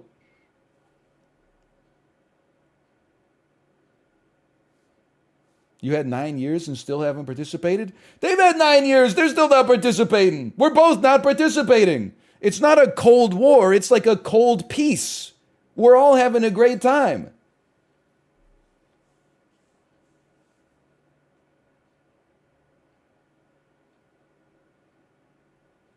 I'm sure if they wanted to better their English, they would be bettering their English, but they're busy.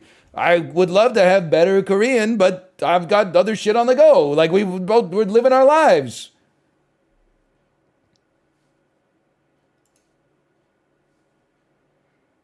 You're the asshole. 10 years, he hasn't learned enough Spanish to even get by. That's on his shoulders. Bro, life's complicated, okay? Listen, they're going after the right guy, but for the wrong reasons. Just because you're married to someone, you don't have to speak the language that their parents speak. That was not anywhere in the agreement to begin with. Okay, but 10 years? Listen. You know right now that you should exercise more. You know you should eat right. You know you should learn how to cook. You've had 10 years to figure it out. Why are you not doing it right now? It's different for me. It's different for me. It's different for me. If my spouse's parents were both professional personal trainers, I would make an effort. Okay, you probably would. And maybe you'd stick with it. But statistically speaking, probably I'll catch you in the same chair 10 years later, looking roughly the same. Maybe a little worse. Just that's how things do with the passage of time. Also, as you get older, at least, if you're roughly around my age, the older you get, the busier you get. So if you weren't going to knock that shit out when you were 21, tick-tock, motherfucker, your window's getting even shorter. Because you're going to have way more shit on the go in 10 years than you do right now. So I'm just trying to say, I don't think there's any reason he should feel like he has to learn Spanish. What he should do is just not listen. If they're talking about him, they're not go. Are you stupid? Are they going to talk about you in front of your face in Spanish? That would be so uncomfortable. Hey, Daryl's here. Let's save up all the shit that we've been storing and just unleash it in his face while he's sitting there. Wouldn't that be funny? These people are not evil. They'll talk about you after you leave. They'll be like, I can't believe this motherfucker hasn't learned Spanish yet. Yeah, knowing his wife is sitting right there and at any moment could be like, what the hell did you just say about my husband? They'll wait till you leave and talk smack about you. In English, maybe. Like, just go, eat the food, watch the TV. Cheers. How's the job? How's the house coming along? Get in your car, go home. That's it. It's the holidays. Just relax. But I think the fact that they're losing the forest through the trees. He shouldn't have to learn how to speak Spanish. It's not a moral failing that he doesn't know how to speak Spanish. It's a moral failing that he thinks absolutely everybody should be speaking English around him at all times so he doesn't feel left out. That's the character flaw.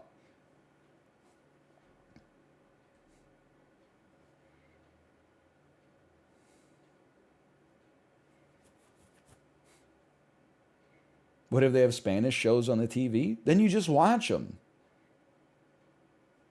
Have you really only been in a unilingual situation for literally like 100% of your entire life? You never been at like a Vietnamese restaurant? Your ass is like eating the best pho you've ever had, but you're watching like Vietnam's Got Talent, wondering what the hell's going on. People are like juggling field hockey sticks. You just sit and you watch it, you know? You just be entertained by it being unusual by your standards.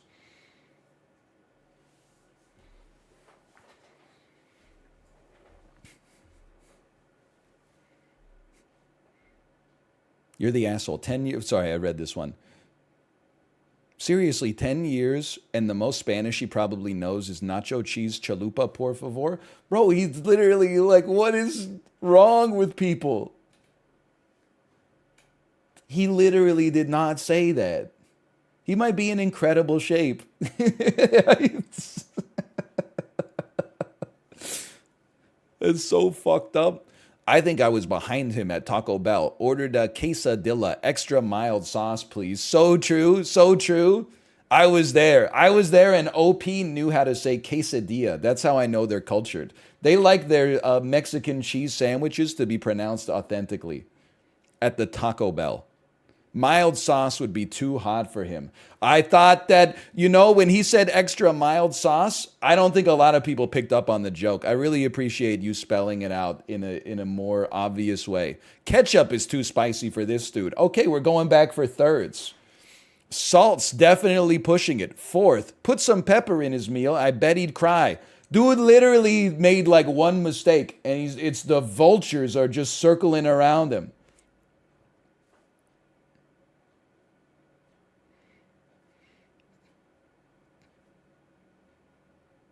I always thought people who say they suck at math tend to say they're good at something else like English or languages. What is he good at then? You're both the asshole. What if I told you that there are more things on earth than just math and language? There's a few more. Hey, for example, like how do you think like all the walls in your fucking house and the roof and the pipes, all the plumbing, all the wires, you know, how do you think that shit came together? The roads, all the infrastructure you rely on every single day. That's math? Well, at one level. But like, you know, it's also a lot of hot shirtless guys just hanging drywall all day. That's not math. That's blood, sweat, and tears. And maybe a Budweiser in your lunchbox.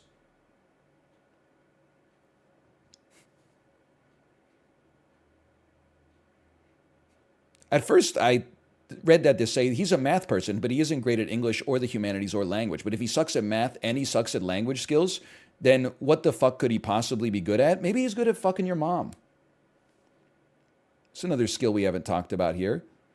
I bet he could talk your ear off about the intricacies of the Civil War, just that war, but he's an ace at that for sure. Okay, because he hasn't learned Spanish, now he's flying a Confederate flag everywhere. Or he's a historian with a very narrow level of narrow area of expertise, and then we're insulting historians for some reason. I don't really understand.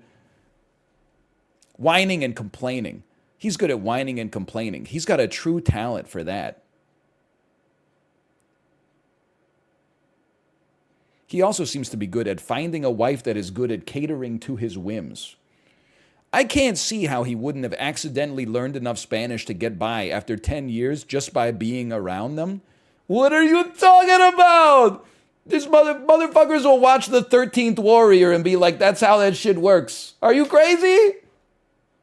In the movie, this reminds me of the movie The 13th Warrior, where Antonio Banderas gets kidnapped by Norsemen, and just from being a prisoner of war, in 1 year, he picks up the Norse language. That shit was written by Uwe Boll, man. Somebody translate for me what haciendo pucheros is.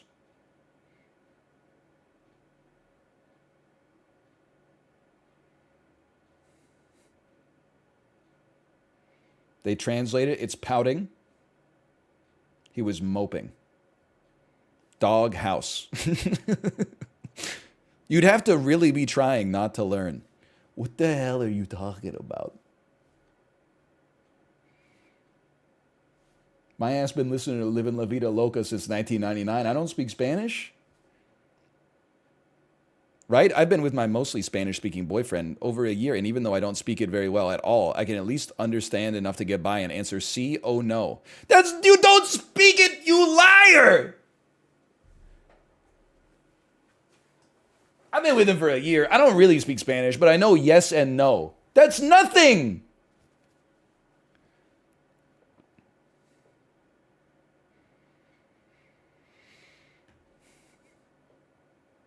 That's all you need? I mean, as the person being brought to family dinner, that is really all you need.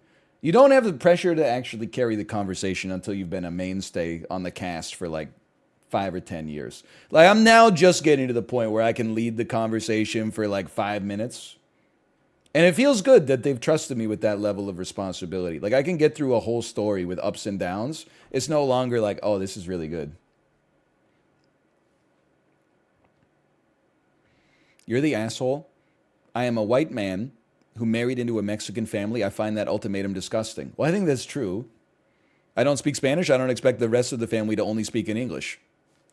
He's just like me. He's me for real. Your husband needs to stop whining. Either he puts more effort into learning the language or he deals with not being able to understand everything. It's not their problem that he has a problem. I told you, finally, there's other normal guys out there like me. And it's even better because he doesn't speak Spanish. He's probably bald, too. Just guessing.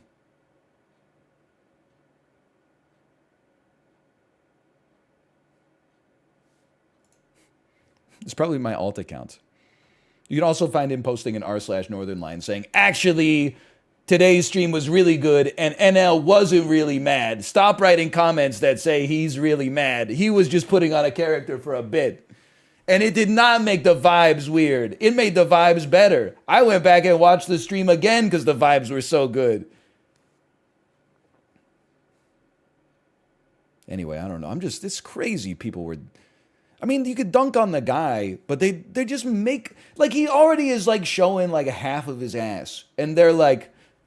Imagine if he showed his whole ass. Just from this one data point, I know everything about your husband who didn't even give his side of the story. Queso chalupa, por favor. Fuck you.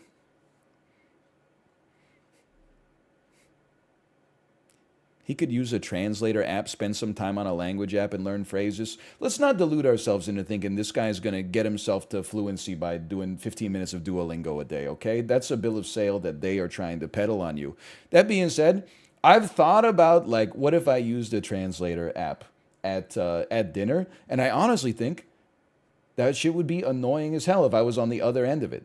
I'm telling a story that doesn't involve... the person that doesn't speak the language, and I hold on. Uncle Jiwan went to Hanam yesterday, and you won't believe what happened. Okay, proceed. They were out of Napa cabbage and only had green cabbage. Continue? That would be so annoying.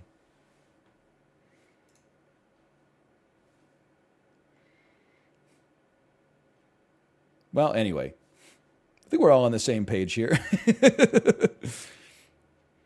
My 75-year-old mom has learned enough Spanish to be somewhat conversational in less than 5 years. What's your husband's excuse? He's probably working. He's got other shit on the go. Sorry. My mom's got more hobbies than me. What's my excuse? Her ass is retired. She put in her time, and now she's reaping the rewards on the other end. She can do whatever she wants. My family needs me. Society needs me. I'm under the gun right now.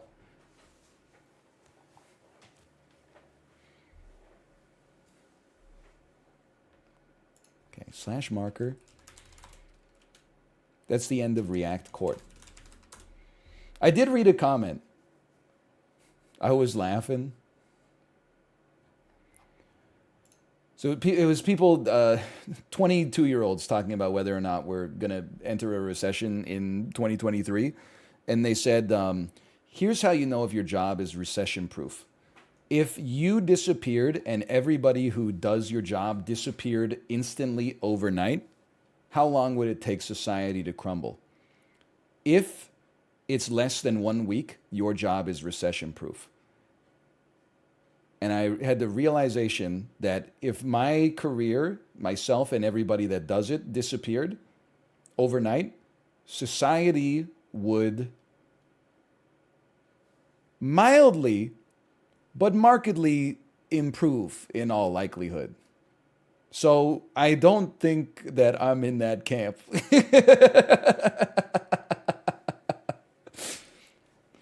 If all influencers disappeared overnight, I'm not saying it would be a utopia, but I do think that the world would probably be a little bit of a better place.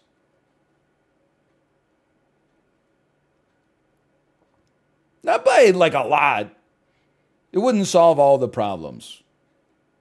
But if you did like an A/B test and we're like, which one of these pictures is more idyllic, you would be like B for sure.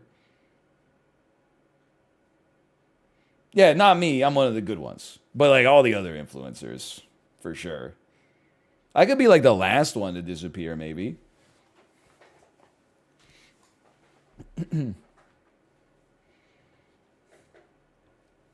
If all entertainers disappeared, it'd be kind of messed up. You're like probably right, but I don't understand why. Like, I guess it would be really bad for California's economy in particular, but wouldn't we just like entertain ourselves by like hitting rocks together or something pretty soon after? We're mixing it up. I'm going to do a little movie to movie right now before we pivot because I don't know what I'm pivoting to. Star Wars Episode 1, The Phantom Menace to Dodgeball, a true underdog story. In all likelihood, I am thinking that there is possibly a movie that Ewan McGregor was in with Ben Stiller or Vince Vaughn. Let's just run it through. Who we got here? Liam Neeson. Realistically, we got Liam Neeson, Natalie Portman, and Ewan McGregor. Who we got in Dodgeball? It's a rogues gallery of comedians. Vince Vaughn, Ben Stiller, Christine Taylor, Justin Long, Rip Torn, Alan Tudyk, who's also done a lot of voice work, let's recall. Stephen Root from Office Space is another one. Okay. I'm just deciding where I'm going with this one, okay? And I think I'm going to start. I want to find myself in the mid-2000s. So I'm going to start with Ewan McGregor. And I'm going to scroll down. Let's see what he was in around this period. I have never seen Nanny McPhee in The Big Bang. Hold on. Angels and Demons. That's going to be Tom Hanks. I Love You, Philip Morris. That's Jim Carrey. Jim Carrey, Ben Stiller, possibly been in a movie together. Live 8. That seems like cheating to me. The Island. Scarlett Johansson. Scarlett Johansson. To Ben Stiller or Vince Vaughn. I'm not getting there, but I am going, okay, hold on. Scarlett Johansson to Ghost World to Steve Buscemi to Billy Madison with Ben Stiller. The Island, Scarlett Johansson, Ghost World, Buscemi, Billy Madison, Ben Stiller, Adam Sandler, Happy Gilmore, Ben Stiller. This is too many steps. We did find a path, though. Dodgeball.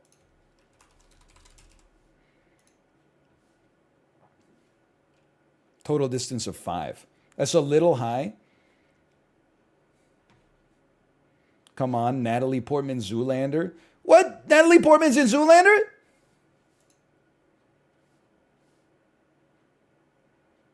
She plays herself in Zoolander? Steve Buscemi's in The Island? I didn't know that. I've never seen it. Oh, Anchorman 2 is like, that's like, when everybody starts using Anchorman 2 as like the nexus, that's when we've wordled movie to movie. That's when like, oh, I always start with Favor because it has the highest incident of 5. Just fucking ball. Just freestyle a little bit. Have some fun with it. You don't need to min-max all the fun out of it, immediately. That being said, mostly I'm just upset I didn't remember it. Okay, let's try actoral. You may remember we got actoral immediately on Friday. Let's see what we got here.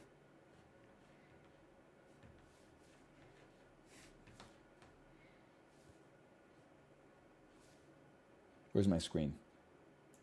There it is. What the heck is going on? Rib knit beanie from Holzweiler? Does this site always have ads? Turn up brim and pull on style?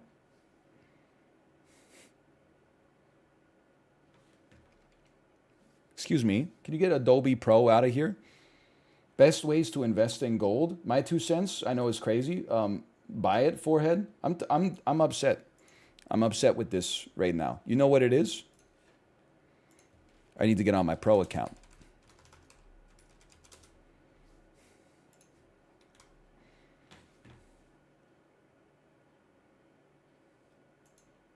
There we go. Now I'm signed in on pro. Okay. I'm looking at IMDb scores. I'm looking for anything too high. I'm looking for anything too low. They've been in movies as recently as last year. They got a 7. That's pretty good. And I'm looking for strange titles. Like 3 letters is probably the. Could this be Goodbye Fries? Goodbye Fries. The Girl in the Dragon Tattoo. The 2010 Crime Drama History. Comedy Romance. Drama Romance. They've been in a lot of romances. Been in a lot of romances. A family fantasy romance.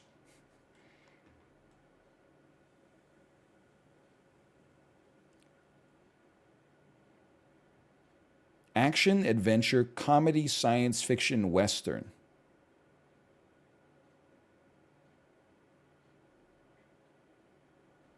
I have no clue.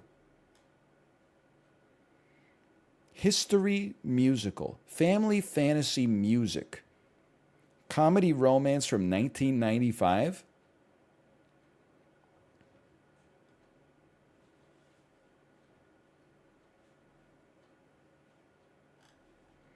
And they've been in movies as recently as last year. I have absolutely no idea. I'm stunned. I would say that this is Julia Roberts. Is wrong. They are older than Julia Roberts, and they've never been in a movie together. Okay, that's a bad start. They are one of the only actors to not be in the Kenneth Branagh movie, A Death on the Nile. And that seems crazy to me. A Midsummer's Night's Dream. Fantasy comedy romance, A Midsummer's Night's Dream. Who the heck was in 1999 A Midsummer's Night's Dream? Ian McKellen. It can't be. Some British actor. Was Patrick Stewart in that? No, they are younger than 82. Who was in A Midsummer's Night's Dream? Kenneth Branagh. He does all the Shakespeare ones. They are older than 62. The Road to El Dorado. And Wild Wild West? Oh. Wait a minute. Okay. Well, it's not Will Smith. Because we don't see, like, Hancock. We don't see The Men's in Black. Salma Hayek was in The Hitman's Wife's Bodyguard, which would be around here, but I don't see it. Kevin Kline. Kevin Kline could be in A Midsummer's Night's Dream. It is Kevin Kline. How about that? Most famous for a lot of movies I've not seen, but also A Fish Called Wanda, which is really good. I didn't know he was still working. Because I haven't seen the Bob's Burgers movie. My mistake.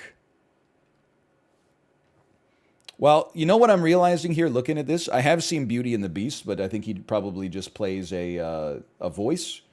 I have not seen a Kevin Kline movie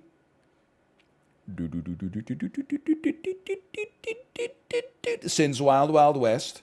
And then prior to Wild Wild West, I've only seen A Fish Called Wanda. I'm not that familiar with the Kevin Kline filmography. I hear Dave is amazing. I've always heard good things about Dave. I've heard Sophie's Choice is incredible.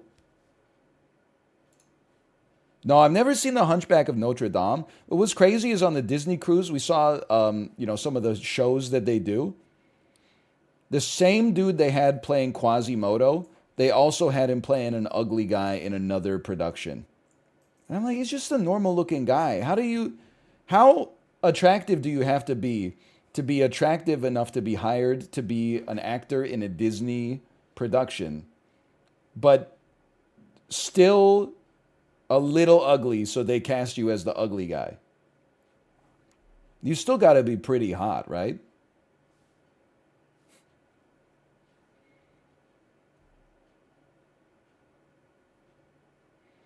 I don't know, ask Josh Gad. Don't make me insult Josh Gad, okay?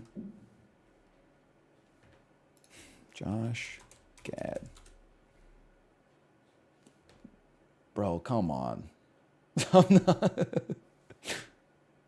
got nothing against Josh Gad. I was thinking more of a situation where, like you got Vince Vaughn and Owen Wilson in the same movie. And like Owen Wilson's the hot one and Vince Vaughn's like melted ice cream. Wasn't thinking necessarily about Josh Gad. Anyway, let's play some golf. Oh my God. Lois?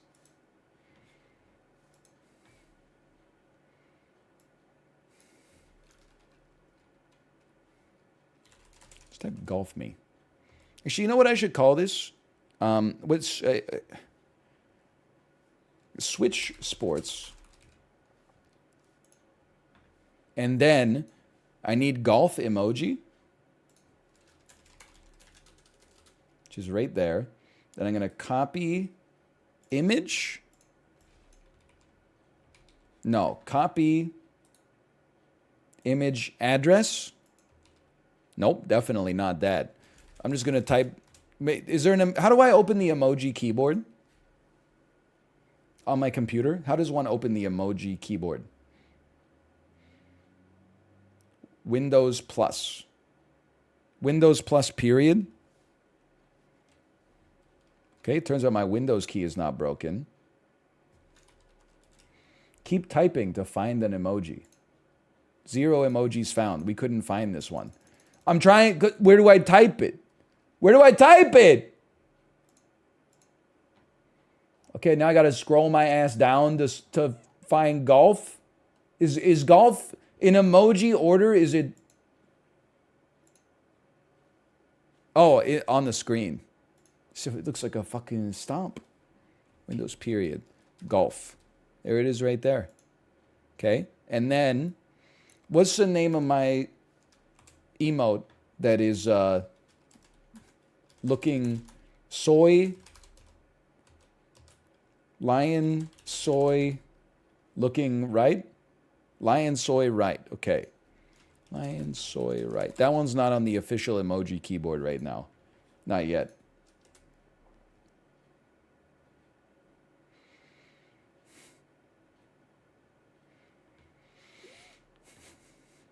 Possibly the worst title I've ever had, but that's okay.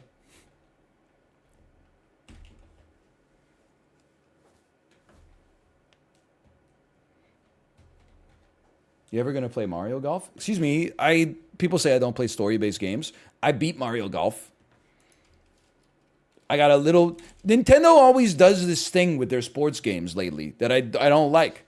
Where they're like, "We're making Mario Golf, a game where you can golf with Mario characters." And I'm like, "Let's go." And then you actually boot it up and they're like, "Well, we couldn't just release normal golf. That would be too easy." So instead, we made the story puzzle golf and speed golf. It doesn't. You could be 5 strokes back of the leader, but if you finished 3 seconds earlier, you win. And I'm like, that's not golf, Shigeru.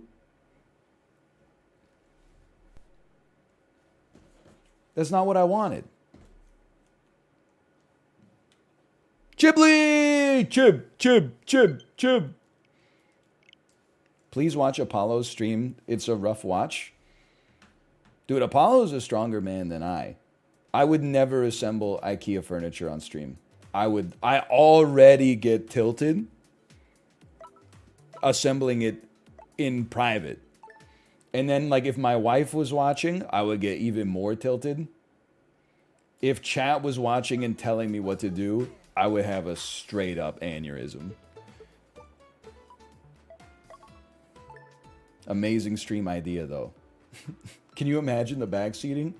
Me, when I check what screw I'm supposed to use 9 times, and then as soon as I screw it in, I look at chat, and there's 5,000 people going, wrong screw, and I'm like, really? Then I unscrew it, and then I look at it and compare it again, and it's actually the right screw, and I'm like, ah! I would lose it for sure. I would be so upset. But then if it was the wrong screw, I would be like, oh, thank you.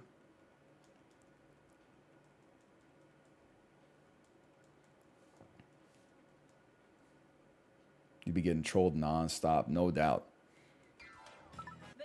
No doubt. We have an E+ gamer in here. What happened?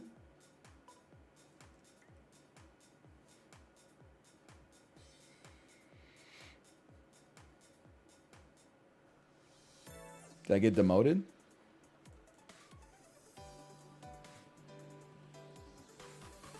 I mean, this is my first swing in 72 hours.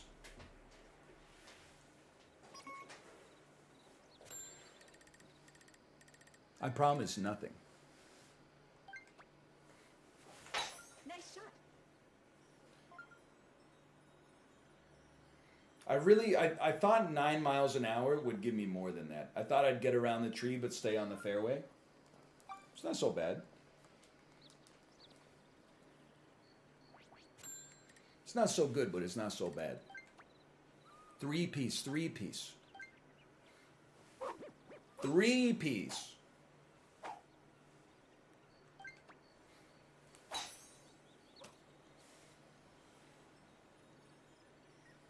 I mean, that's a gimme.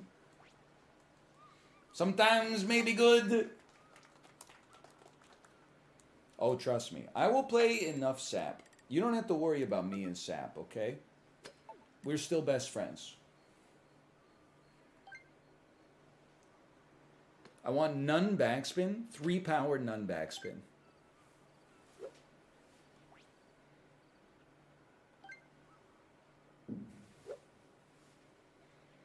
Chibli, have you seen this? Have you seen how to cheat in Switchboards Golf? It might really help out your speed run. That was not backspin, by the way. That's just we landed on a hill. Nice one.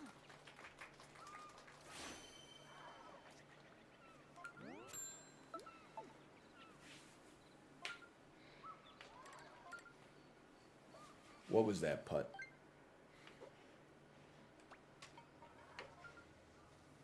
What was that putt? Par. It's okay. Could be worse. Nice par. Believers should not be in shambles. Look at some of these other results.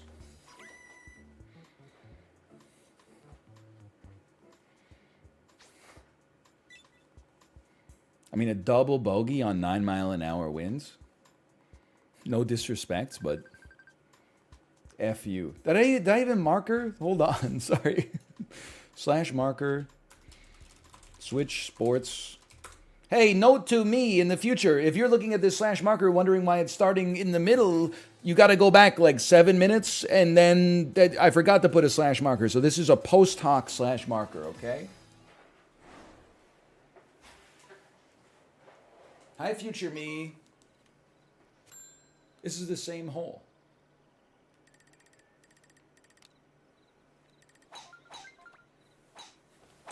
Nice shot. This one you just don't mess around. No matter what, you got to run a betwixt on this. And honestly, that looks mighty betwixtable to me.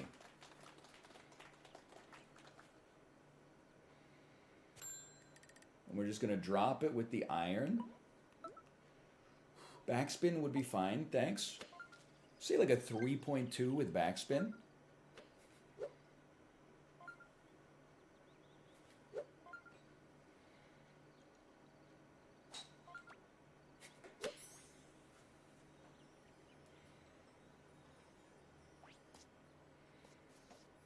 I'm pleased.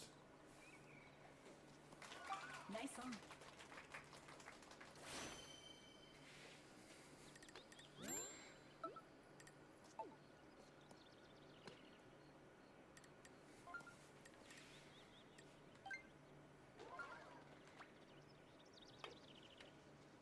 I'm not messing around. Nice birdie. Clean. Clean.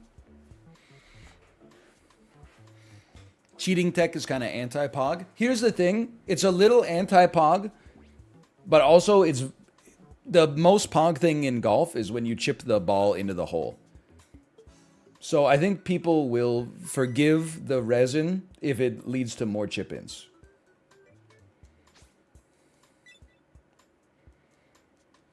What's the cheating tech? Playing the game as it's intended to be played, I think.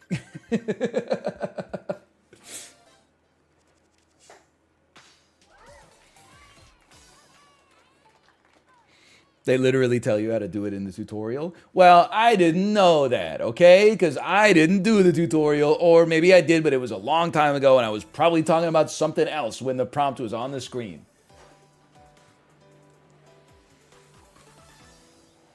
Semifinal.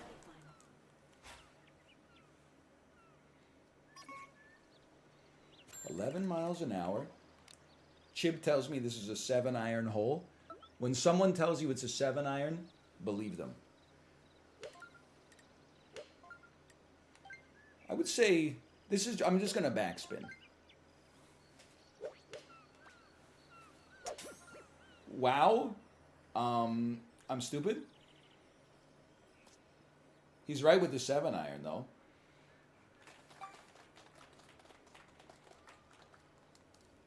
Okay. That was poor.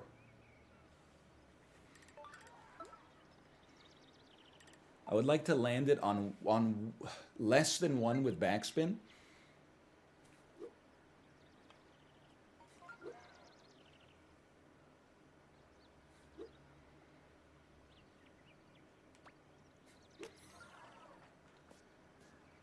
I'm crazy! I thought that was gonna back in.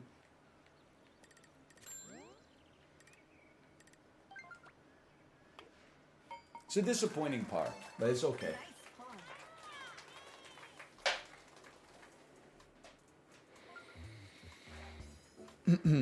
Hey, NL, am I the asshole? My brother ate my leftover Chinese food, and then he said he would get me more. He went out and brought back McDonald's. It depends how you reacted, is my take. He did something he should not have done. You should not eat anyone's leftovers unless you clear it with them. Like, my wife and I don't know if she's in chat, she'll tell you this. This is not gaslighting. She doesn't finish a whole meal. She puts it in the fridge. Those are my leftovers. There's been like 10% chance she ever reheats them and eats them. Tell me I'm wrong. Tell me I'm wrong. One sec. I just got to make sure she's not here. So, I will eat them. But I still, because I'm not stupid, I always ask first. Because the other option is that I say she'll probably eat it one day, and then my ass is throwing it in the compost when it's all like, you know, covered in blue dirt.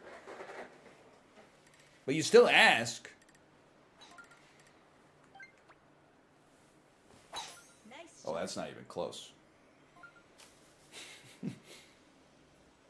Heinous. That being said, he might have thought that he was doing you a favor.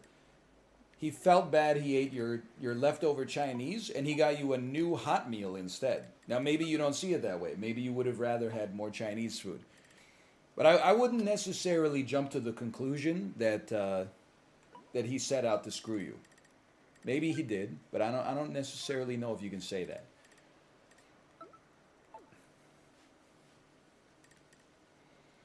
Plus, he just ate Chinese food. You want him to go get some Chinese food? Come on, variety's the spice of life. Okay. 2.8 none backspin.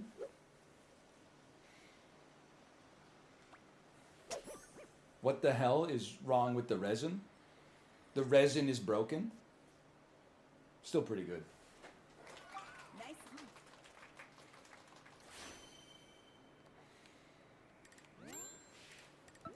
Plus, I'm sure they eat McDonald's in China.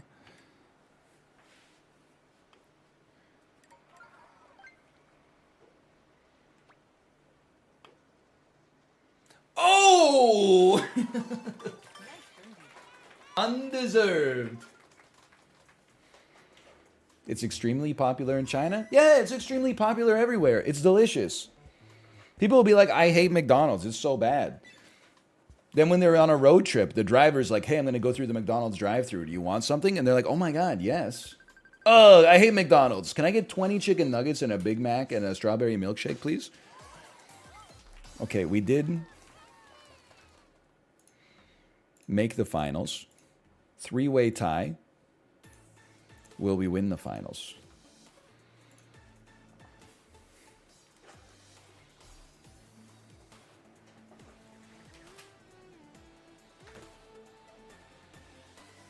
Hold on, I'm scrolling to Chibley's message.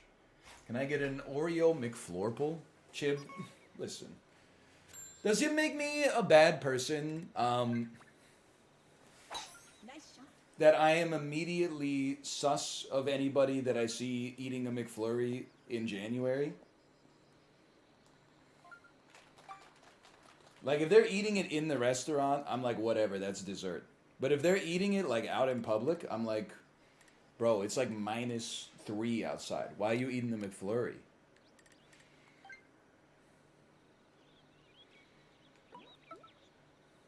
None backspin required.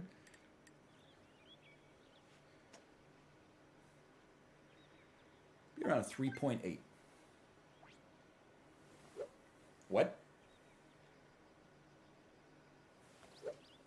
What?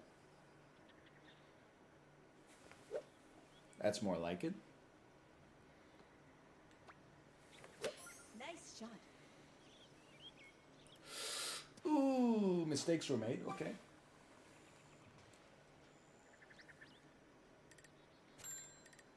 Little backspin on this one would hit the spot. Little one with backspin.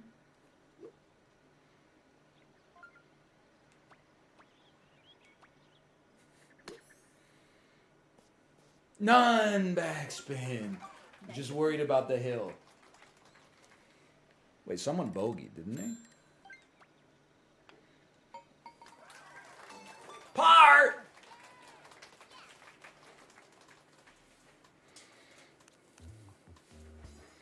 That probably was not a bogey. That was probably a birdie.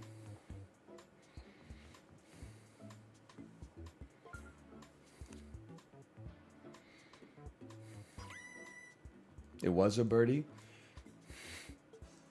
Deserved. They deserve to win.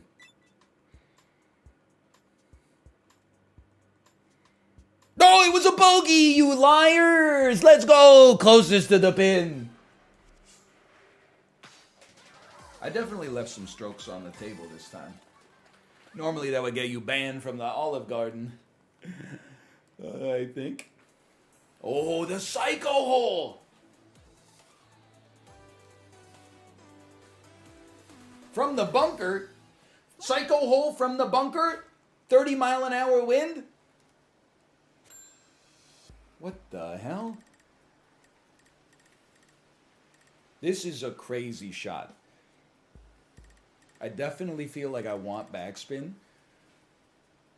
I think I want a just under 2-piece with backspin.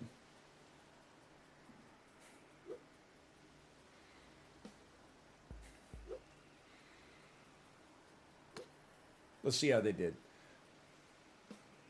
That's an insanely good shot. Holy cow.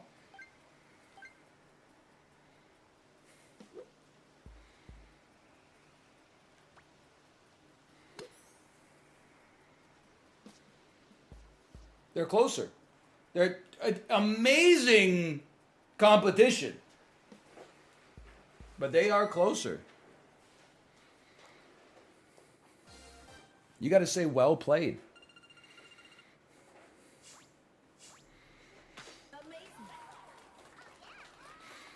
They didn't use resin either. That's an organic win. Cost $2 extra at the grocery store.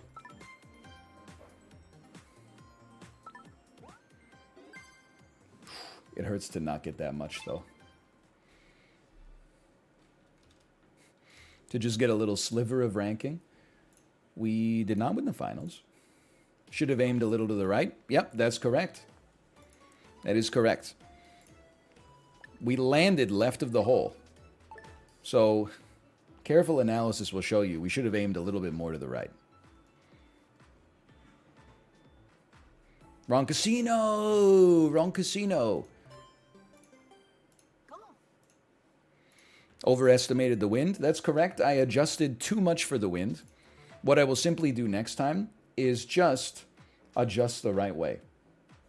I would just place the shot in a perfect position rather than doing it improperly. If you could not get a ticket for anything, how would your driving change? It wouldn't change that much, but I would definitely stop paying for street parking. That's for damn sure.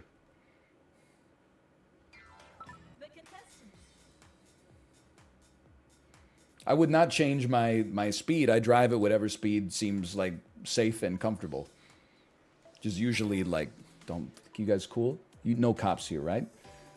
It's usually like 10% faster than the speed limit, okay? It depends. Sometimes it's 20% faster. Sometimes it's a little slower. It depends on the traffic and the weather and visibility and am I familiar with the area? Is it a school zone? Is someone behind me in a Dodge Ram 1500 that's gonna like kill me if I touch the brakes? That was not me farting. That was my chair clippers. That one was me farting. Okay. Sorry. I farted. This is a very tough start.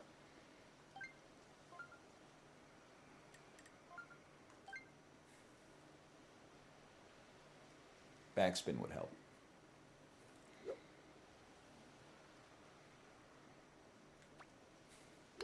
What?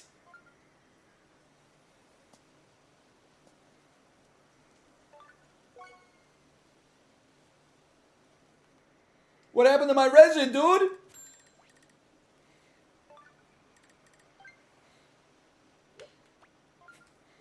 Nice shot.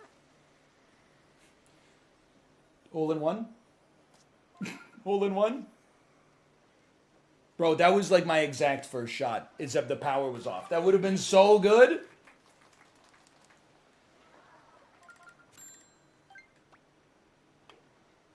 I don't think my ass is making the semis, but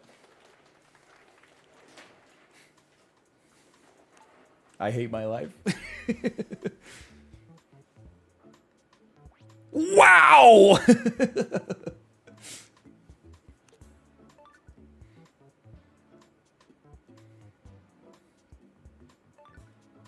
That was an amazing shot. Bogey birdie's better than par par. Yeah, but I don't think we're going to get too many par pars in this lobby. Well, we might have a couple. It'd be sick to have like an eagle chance here.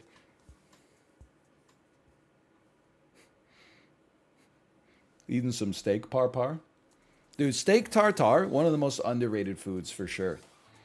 People would be like, raw beef? Ooh. Let me get a ribeye. Rare. Just kill it and then walk the steak through a warm room. Raw? Ew. Dude, I'm sorry. We absolutely have to.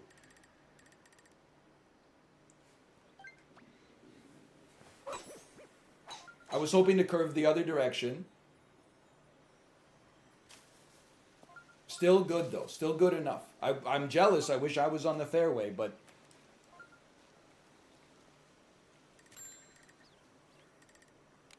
actually still kind of sucks. Because I have to aim around the tree, but the wind's also pushing me that way. So watch this.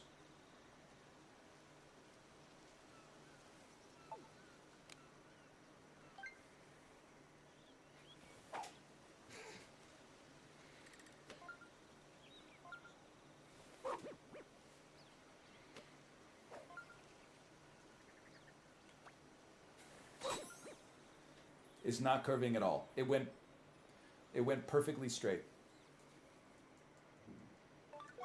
I deserve that.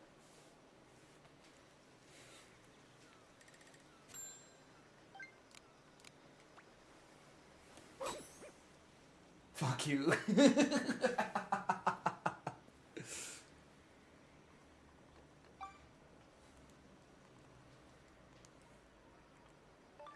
For par. Nice eagle, Daniel. Congratulations. Congratulations. I'm happy for you.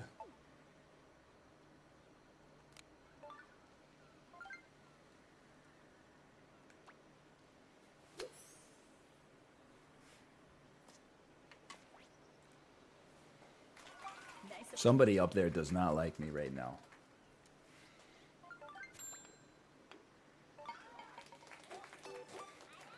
Needed that? No, I don't even think getting that would have kept me, honestly. Bogey par is like, you're washed. You're done. I mean, we had 2 out of bounds on 2 holes. That's like next level. Anyway, good luck to all of you in this game. I'm the real winner, even though I'm going to be in last, because I don't have to wait for Python to take 95 seconds for every single shot for the next 5 holes. So enjoy your life.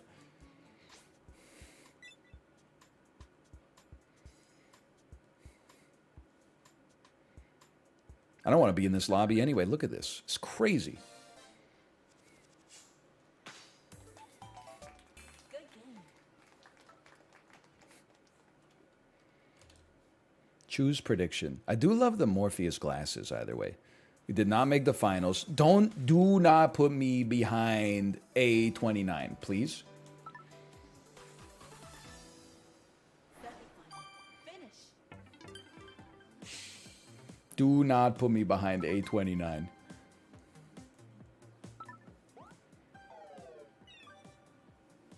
Rude.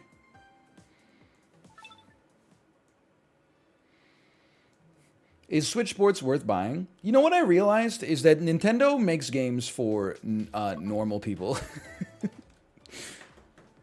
I'm not even like sub-tweeting anybody that's in the like stream right now.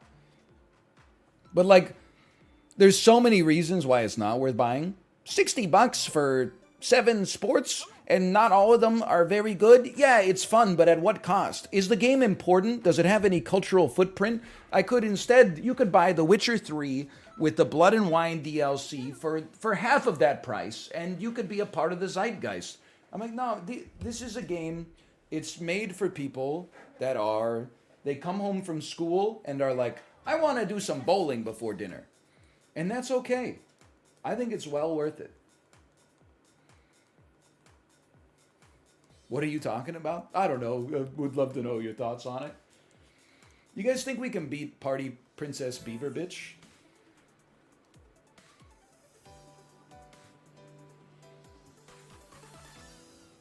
Round 1. Nope. All right. I took that personally. Oh, I love this.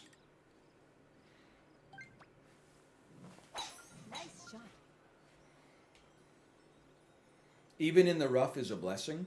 Just no bunker bounce. Beautiful. And then this is betwixt. Very betwixtable. Just hedge your bets a little bit. Club up. I'd say 3 backspin makes sense.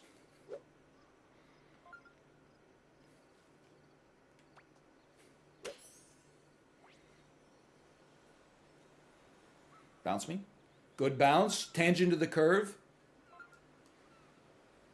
A little sidewinder. That could have been better. I had to aim to miss the tree, but I overcorrected a little.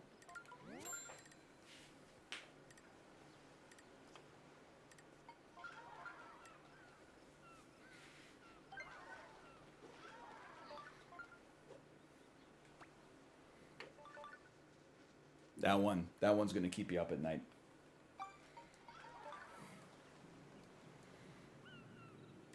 You hear my stomach? I think I might need to go up to a 3-egg breakfast. I know it's crazy. I've been 2 pieces of bread, 2 eggs for a couple weeks now. I think I need the 3rd egg. It seems too decadent.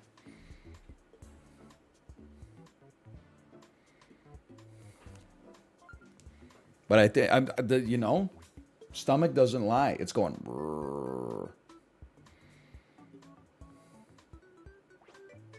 It's a slippery slope. Well, I don't think it's a slippery slope if like you're hungry. Like, what a chip! Crazy. I feel like eating more food when you're hungry is not a slippery slope. That's called taking care of yourself.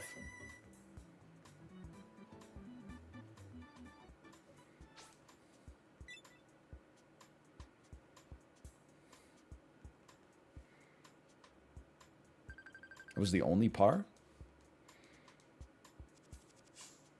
Top of the shit heap, boys.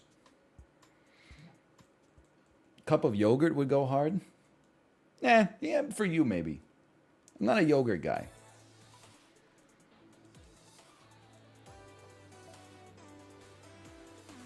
I also, if I'm already cooking 2 eggs, the 3rd egg doesn't really take a lot of effort. You just crack 1 more egg. No big deal. But then, like, I gotta go out and buy yogurt. I gotta get a spoon dirty in addition to the fork. Nice shot. It's too much overhead. Do not put me behind the tree.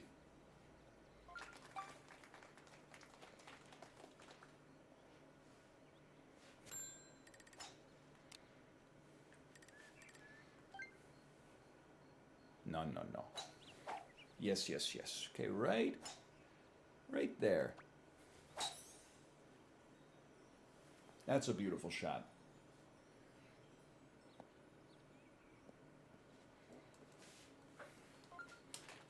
Favorite coniferous tree? I would have to say pine cone tree. Pine cone tree, for me, it doesn't get any better than that.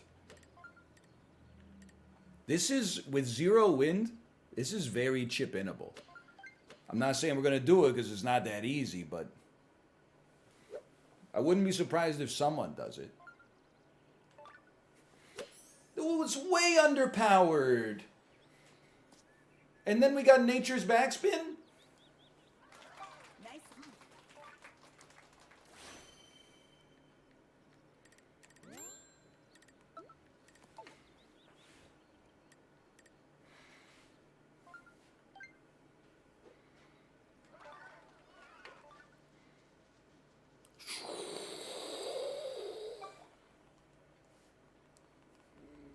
Par me. Pretend I'm a soup at Olive Garden and parm me. Favorite carnivorous plant? It's the one that the dude has sex with in Little Shop of Horrors. Is the plant Seymour or is Rick Moranis Seymour? I've never seen the movie. You might have gathered that from my my plot synopsis. I'm dead.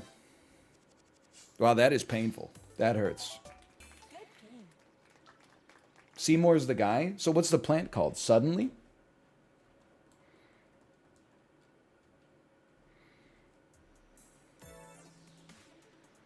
The plant is called Audrey 2. Do I want to know what happened to Audrey 1? That's probably world building within the movie? Finish. Man, my rank is taking a beating. No doubt about that. It wasn't that bad, actually. Could have been a lot worse. Audrey 1 was the lady? There's a lady now? I don't know. This movie seems a little complicated. It's like a Robert Altman movie. It seems like it has an ensemble cast.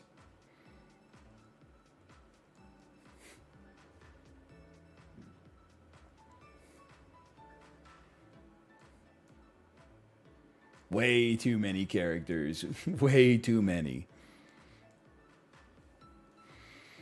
You guys see Blumhouse replied to my tweet where I said it's the Meganaissance? And they said, it's never gonna stop. Smiling imp emoji.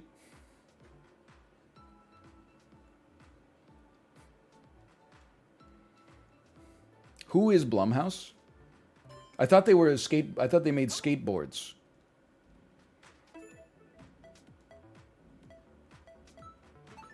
Here we go. That's Birdhouse. Wait, but then what's the one on Netflix? Bird Box? Is that made by Blumhouse? The contestant. I don't understand.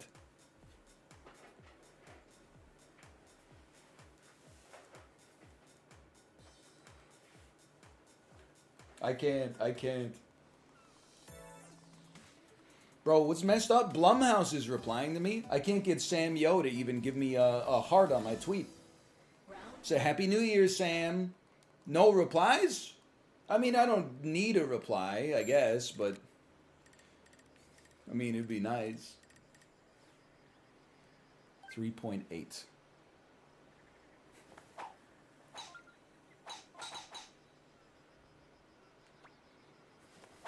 Nice shot.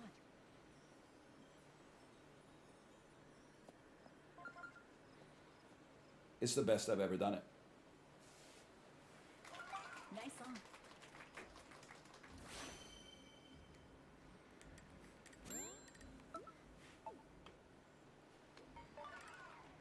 Wait. It looks left. That must mean it's straight. He's a little left.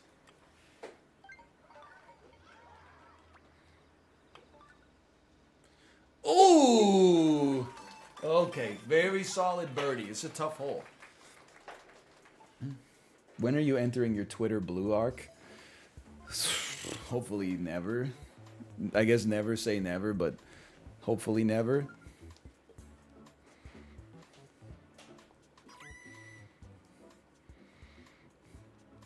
There's probably like a few people in chat who have Twitter blue, and that's fine. Maybe I'm not talking about you, okay?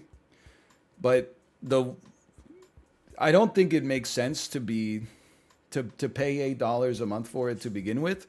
But then the other horrible advertisement for it is like everybody, whenever I see like a horrendous take on Twitter, there's like a 75% chance they got the Twitter blue check mark. It's actually become like whenever I see an insane take and it's the blue check mark with the blue badge with the white check mark, I'm like, okay, this is like a journalist who's never left Manhattan, and that's fine. Now, whenever I see the blue badge with the black check mark, I'm like, here comes some pure insanity.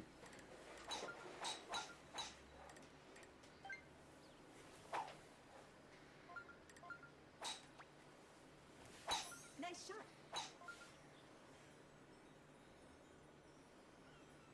Don't. Thank you so much.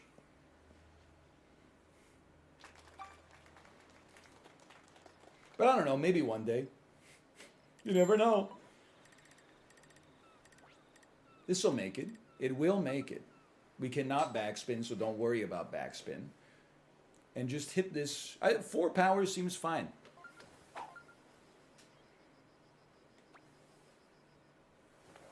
Nice shot.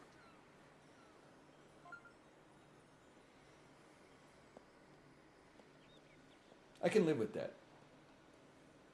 I can live with it. Nice on. It's not going to make it. So true. Wow!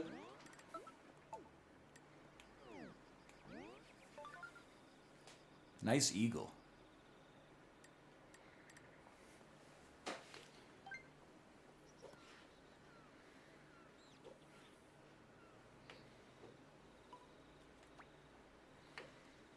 I put so much more hip into that than I should have. I felt as soon as I let it go, I was like, it's too much.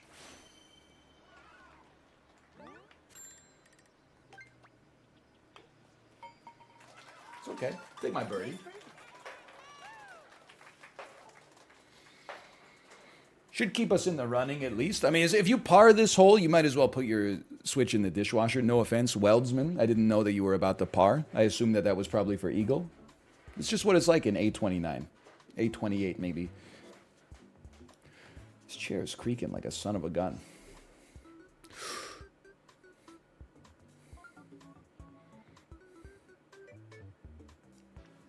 First place just screwed up their putt for par. I'm not farting. It's my chair. If I farted, you would know. My farts reek. That'd be a pretty good day for me. If I farted and not everybody threw up. Okay, so this is an example of when your mental has broken down. This person was in first place. I believe they screwed up their putt for par, and now they've just given up. It gives them the illusion of going out on their own terms when actually they were beaten by the competition and then themselves afterwards.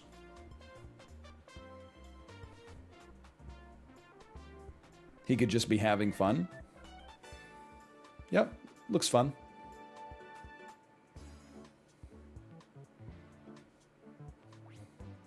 Limit reached. I think you could probably have put that on the screen about a minute ago and it would have been true. Do not put in the newspaper that I got mad.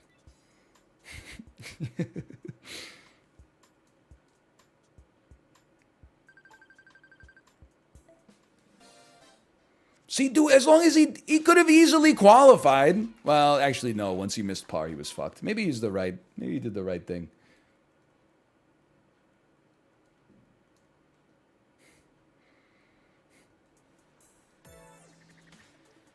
Hey, it's Chib's favorite hole. There's no joke there. It's just the damn truth.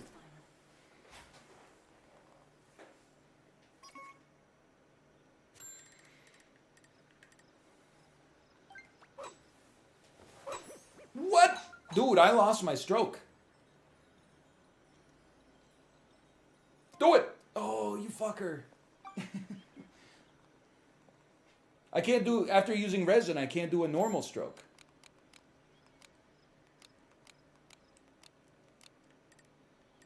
What if you sent it, though? I think you should. Just a mild send.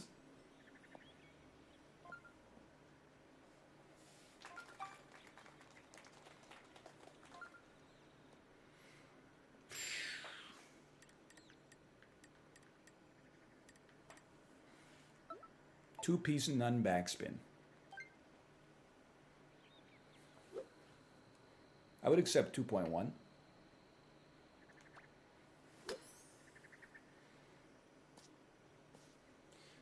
Backspin would have hit the spot. Backspin would have hit the spot right there. Get ready. There's lots of birdies coming.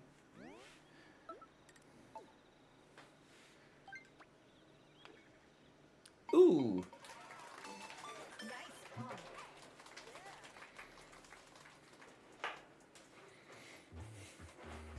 This chair, dude! How am I supposed to golf when my chair is creaking like this?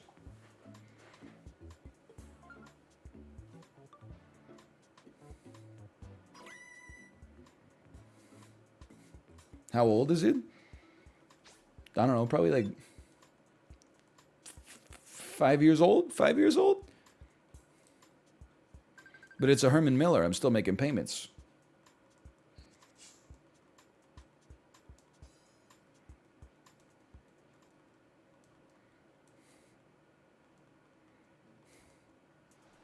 Don't worry, they give me a good financing rate. Is it 9%?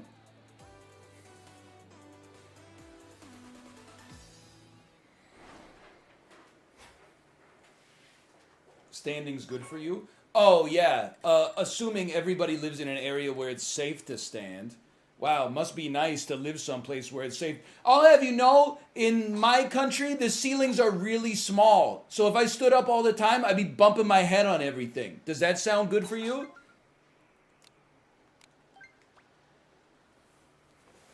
Nice shot. Daniel. I should have followed your advice, Daniel. No!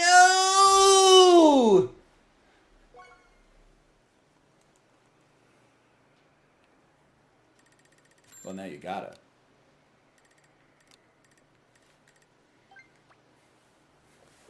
Nice shot. You wouldn't. Oh, thank God.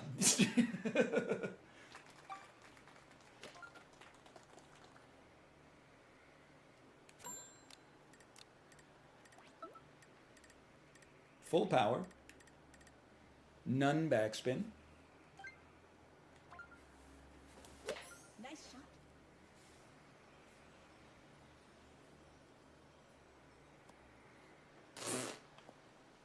Full power, maybe some backspin. Good job, Daniel. Well done. Well done. I could get par too.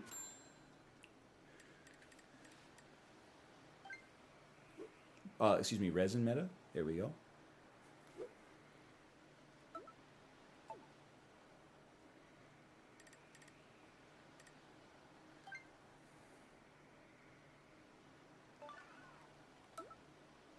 Backspin.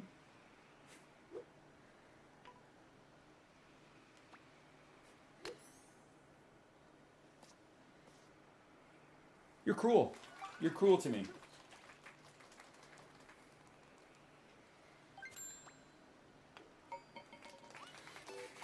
These would all be amazing shots if I didn't go out of bounds on every second hole. It's a cruel mistress, the world of golf. The sea was angry that day, my friends. Still making the finals? I'd be surprised. That's some high-grade hopium.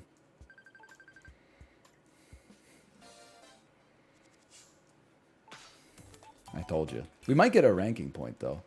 We'll see. Have you seen Puss in Boots 2? Nope. I've seen... Stop me if you've heard this one before. I've seen nothing. I've read nothing. I've listened to whatever Dennis Morton plays during his 45-minute Peloton rides. No change. It's really good? I bet it is. I bet it is. Because people keep asking. You see the menu yet? I have not. Heard great things. Chad, he only saw Megan? Nope, I did not see Megan either. I've not seen Tar or The Way of Water. Still have not seen The Bear. Still trying to find... I think I could fit in some time to watch The Banshees of Inisherin. The stock market podcast I listened to, last week's episode, they both talk about The Banshees of Inisherin. They said it's one of the worst movies of all time. If this wins any awards, then I'm done with Hollywood. That's how I knew that this would be probably one of the best movies of last year, because they have absolutely horrendous taste. But the first 90% of the show is very cogent and sober market analysis. And the last 10% is, why isn't every movie The Karate Kid? Why isn't every movie The Goonies?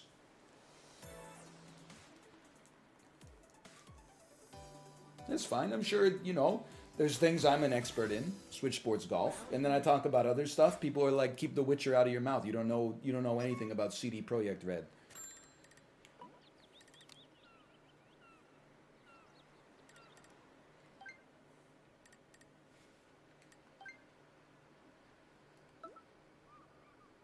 Backspin.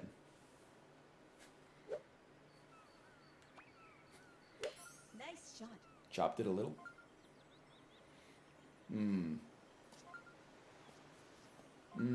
bad. I touched the green, the fringe, the fairway, and the rough in the same shot.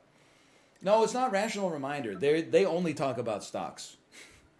That's why it's a great podcast, but it's not that entertaining. I'm sorry. It's probably the best podcast for actual like economic data and stuff, but they stick to the topic at hand.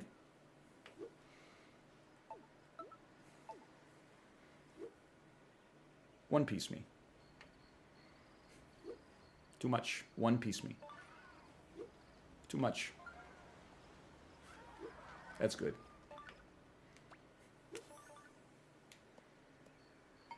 Told you.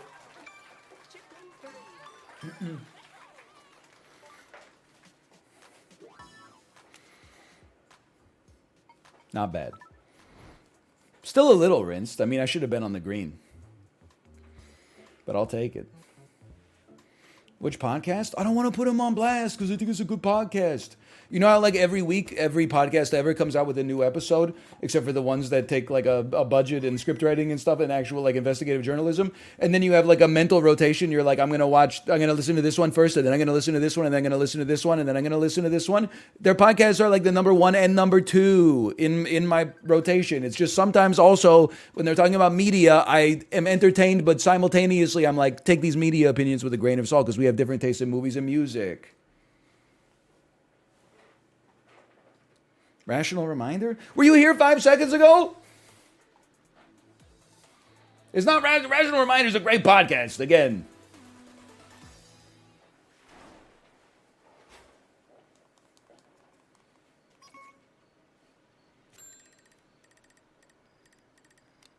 But they do not, they talk about books a lot on Rational Reminder.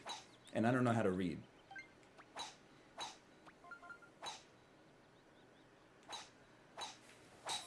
Ooh. What's wrong with my resin?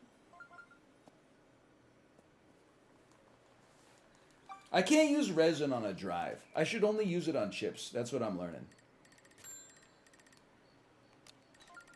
Oh, this is a new one.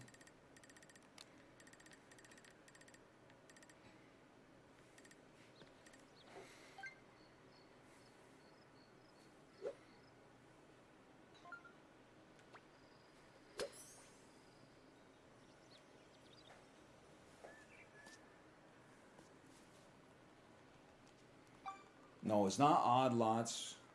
Odd Lots is good too. Joe Weisenthal, definitely one of the all-time great Twitter follows.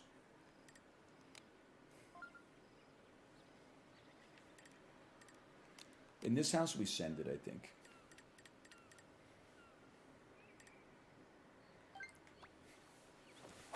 Nice shot.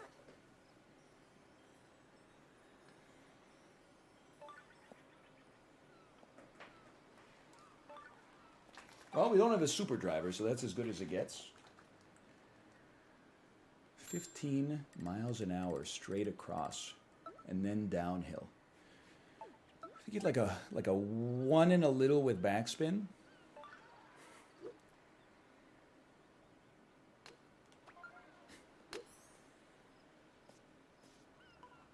Little off.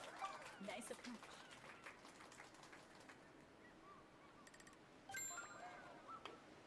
Well, everything that could have gone wrong did, and we got par. It's not that bad. I'm very glad we chipped in on the last one. Otherwise, we'd be on the bubble here, but I think we're safe in the semis.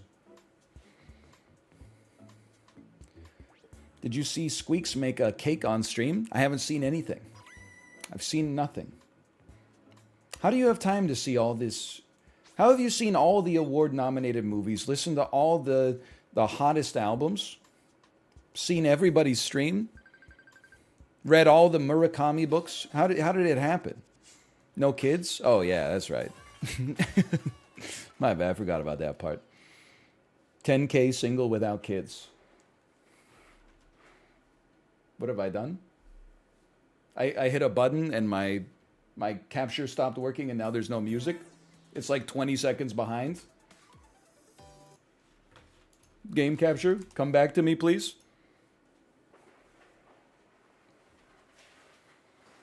My game capture? I can't golf on this tiny screen. Oh, it's working again. Okay.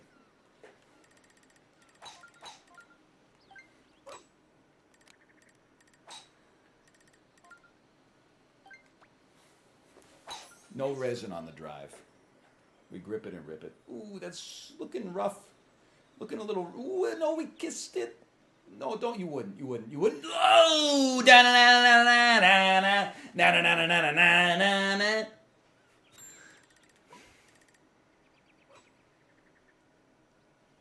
I think we're clubbing up. It's uphill, little wind.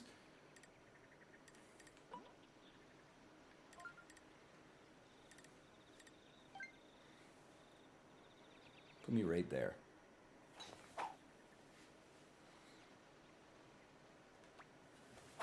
Nice shot. Heavily overestimated the wind. Considering we were using the driver, though, the power was spot on. Nice on.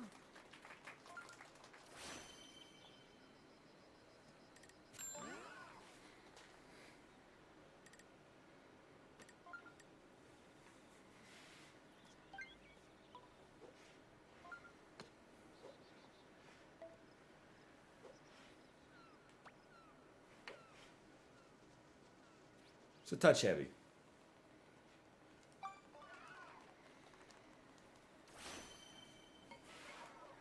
It's okay. It's a tough putt. It's not an easy one. If it was easy, they'd call it Genshin Impact. Ooh. Nice birdie. We need you, gamer. You're the strongest warrior in the land. We need you to go ask your mom for the 3 digits on the back of her credit card number.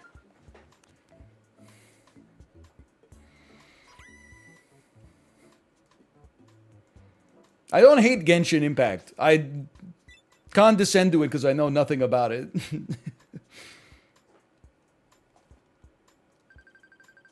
Keep in pace, keep in pace, keep in pace. Same, brother. How many years has it been that like the same 5 games have been nominated for best ongoing game at the Game Awards? Like we get it, okay? Overwatch, Rainbow Six Siege, Genshin Impact. We just got. We need. Thank you for the gifted subscriptions, Ithingar. Thank you, thank you. Apex Legends.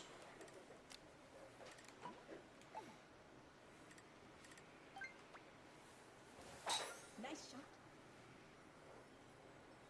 Nah, wouldn't catch me dead in the bunker.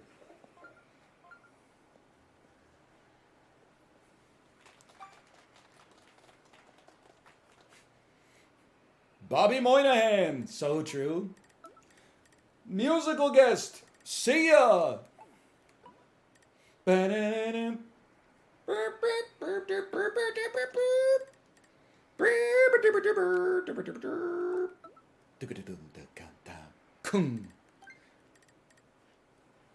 What's up, guys? Hey, the weather out there kind of reminds me of current political scandal, am I right? I haven't seen a storm like that since I last peeked at Anthony Weiner's Gmail inbox. Musical guest.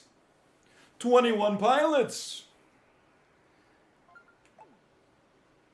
Like a 3.3 with none backspin.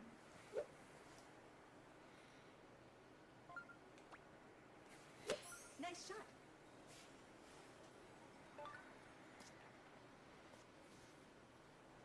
I was hoping Nature's backspin would kick in a little more, but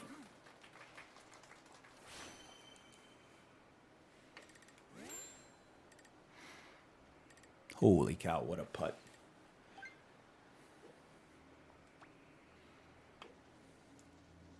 Oh, even if the gods are crazy, even if the stars are blind, if you show me real love, baby, I'll show you mine. What a putt.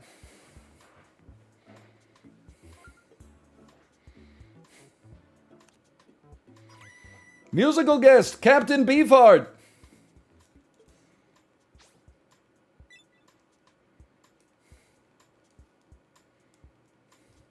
Ooh. Ooh, 4-way tie. We did make the finals. Will we win the finals? I mean, it's a four-way tie. If not us, then who?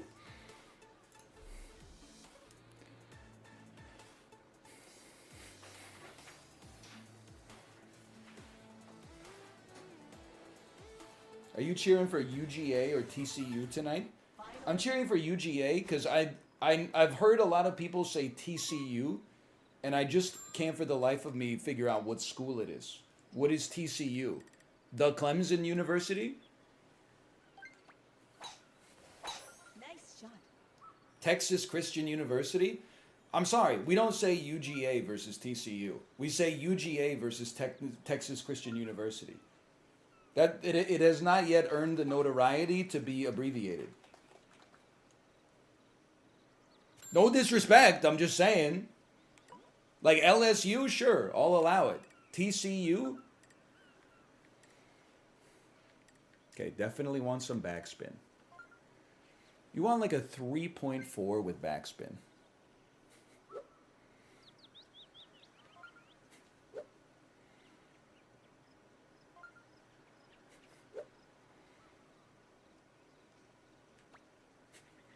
Nice shot. 3.6, it's a touch heavy. But you know what? It's roughly where we wanted it. Nice on. Happy to have the backspin at least.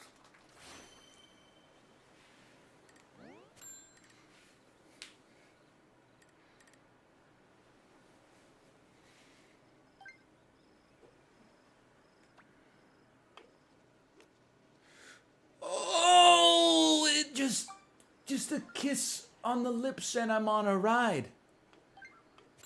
You're toxic. I'm slipping up. I see a birdie. Congratulations. I don't think it was Joe Flacco, but congratulations. 3 pars and a birdie. That's enough.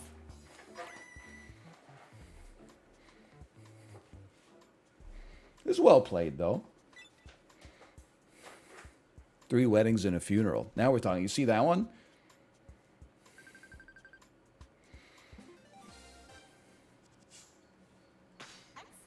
You talking about that guy from Sweden who wrote all those pop songs? I don't know. Is that one of the members of ABBA? I don't know if it's one of the As or one of the Buzz. Ooh!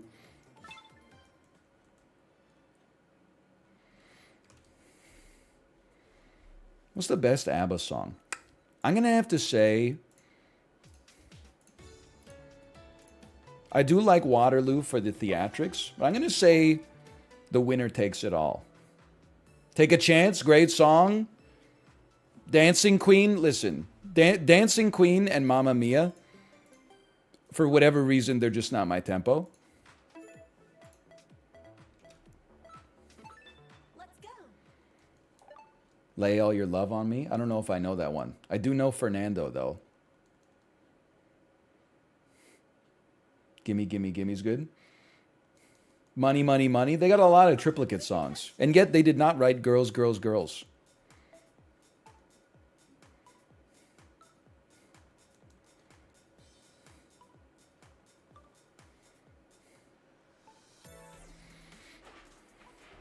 Well, it's because it's not Money, Money, Money. It's just called Money, Money, right?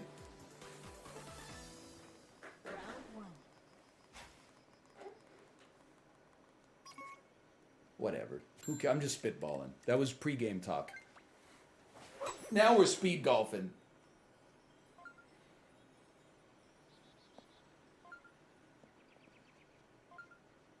Saved. Saved, saved, saved, saved, saved. Whoo.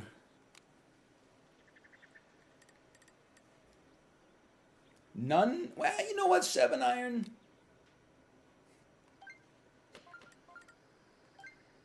I would not backspin because we're already downhill. And land me at like a 3.8.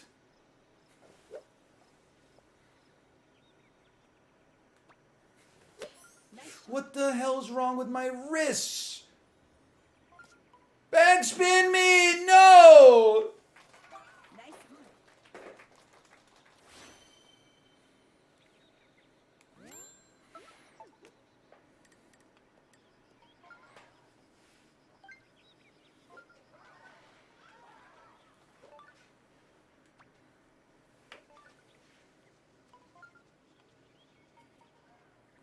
nice.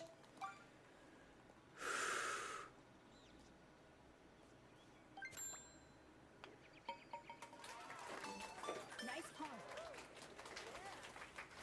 They should put like a little magnet on the ball. I'm not saying like a huge magnet, but they should put like a little magnet on the ball so it's like 5% easier to get putts.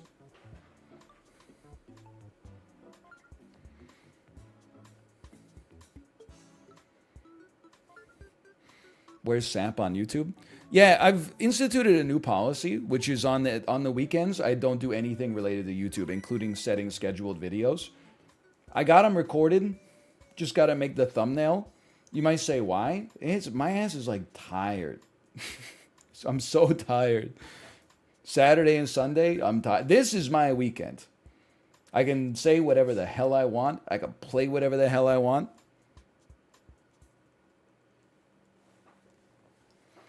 Saturday, Sunday, by the time I get my kid to bed, I eat like, I know I'm going to be good. I'm not going to have any toast. Then catch my ass 15 minutes later eating toast. Then I go to sleep.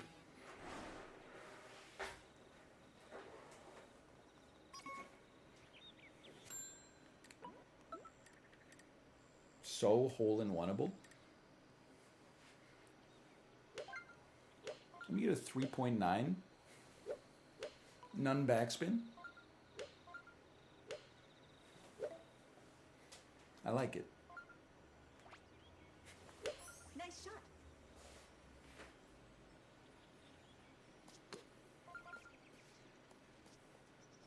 Oh, it was in the ballpark. Nice approach. It was in the ballpark.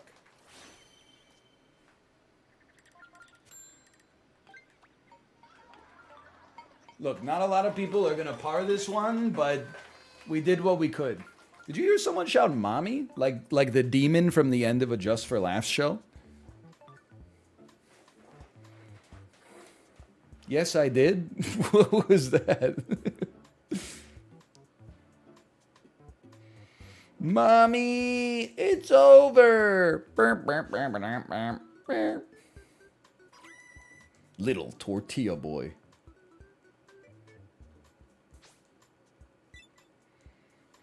Put that tortilla down.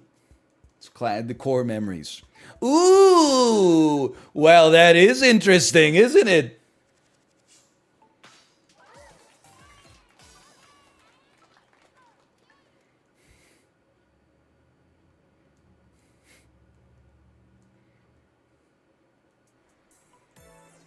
Tie, 7-way tie for first, and then one person in eighth.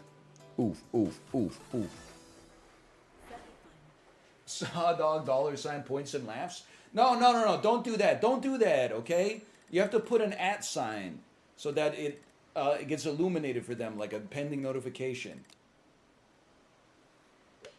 Chib told me this is a 7-iron. Even with a little backwind, I think he's right. Just a little backwind. How dare you break wind before me? I'm sorry, baby. I didn't know it was your turn. I did not mean to be so rude. It was not me. It was my food. It just popped up to say hello, and now it's going back down below. Nice on.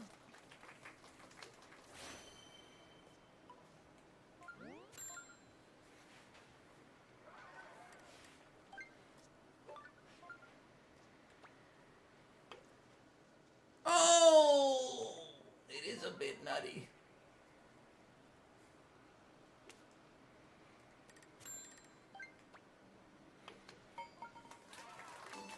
Nice pawn.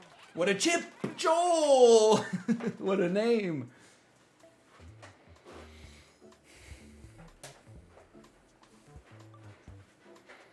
I miss when you were god at putting. Well, it's true. Like, it does. Like, it gets worse. Let me put it this way. For something to get better, something else has to get worse for a little bit. I don't know why that seems to be the case all the time, but it appears to be. And then eventually you hope to just put in the effort that it could all be good at the same time. But we're not there yet. We're mostly just having fun. That's why having fun is so important. If your self-esteem is entirely dictated by how good you're doing on the course, enjoy having some miserable days. If you can put a smile on your face and say, hey, at least, hey, we got out of the house for a little bit. We had a nice walk, couple of brewskis, friendly faces. Maybe the balls didn't roll the way we wanted, but we had a great day.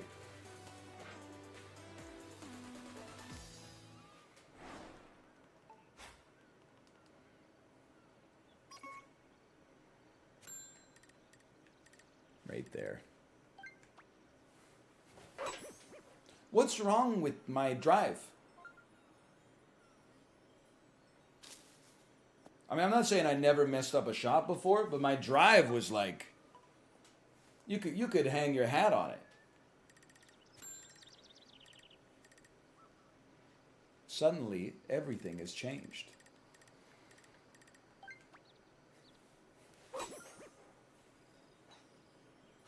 Ooh, you've heard of Betwixt? If you love Betwixt, you'll love Bathunder.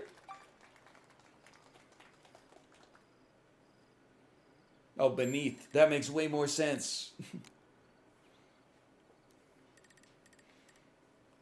From the creative minds who brought you Betwixt and the executive producer of Apocalypse Now. Musical guest, Chance the Rapper. None backspin. I'm going to be around a 3-piece, honestly. I mean, that's a 4-piece, now that I think about it.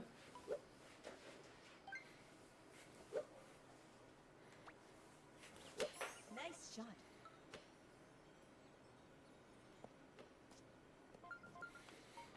Okay, we're going back to brass tacks.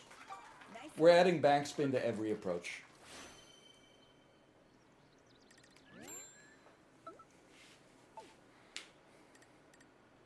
Even when it's inappropriate.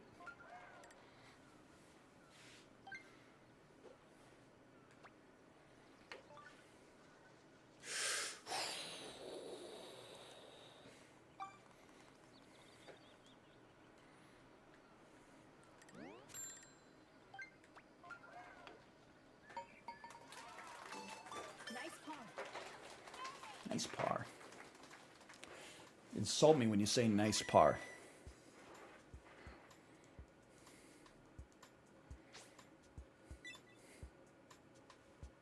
You insult me.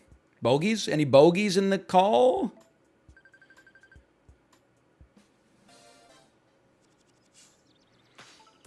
Nope. Goodbye. I mean, 31 is not that good. That's a reasonable score to be eliminated on in the semis for sure. I'm not afraid to admit it. We've been a little washed today. Finish. But even Tiger Woods misses the cut now and then. Maybe like 80% of the time. Always bet no for the semis and yes in the finals. You're like so close to figuring out gambling. The correct thing to do is to not gamble. The second, actually, I would even, maybe you're moving further away. Probably the worst thing you could do is come up with a system that you think works because it worked 2 times in a row and then just repeat it in the face of contrary evidence over and over again until you go bankrupt.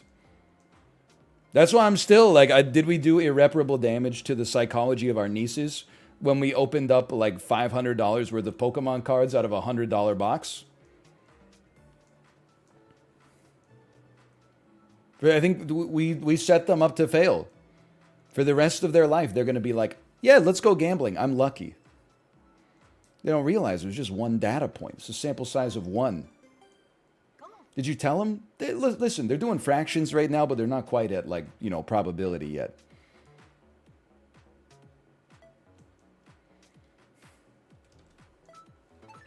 Here we go. Do they know?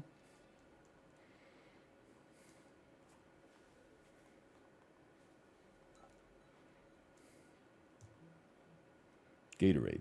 Is it in you? Gatorade. What was he cooking? Hello, Chibley, by the way. Tiger Woods is not a bad role model. if you want to be a golfer.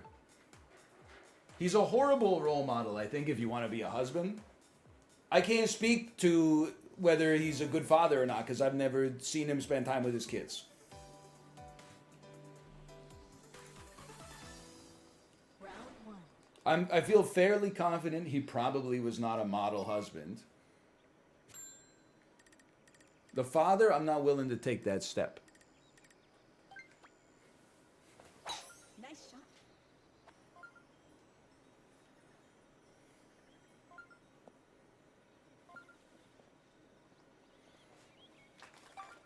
He's golfing with his son right now? What do you mean right now?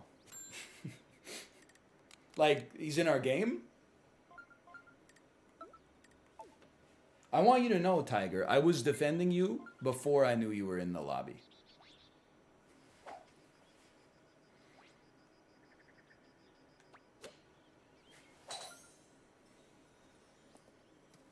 Ooh, okay. Could have used a little more juice, but not too bad. None wind, slight lilt. None backspin, but the hill's a little spooky. What a chip. I want to be at like a 1.9.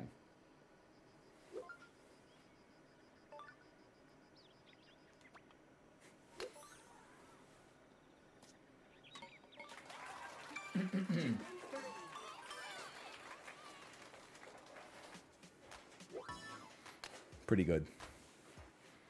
Straight on the first bounce. Ooh.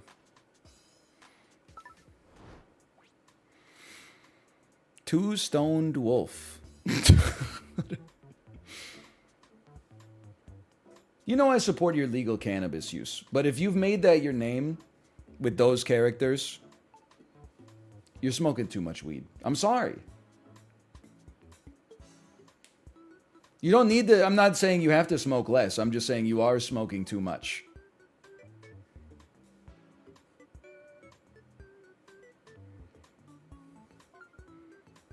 So judgy? I'm not judging. I'm assessing.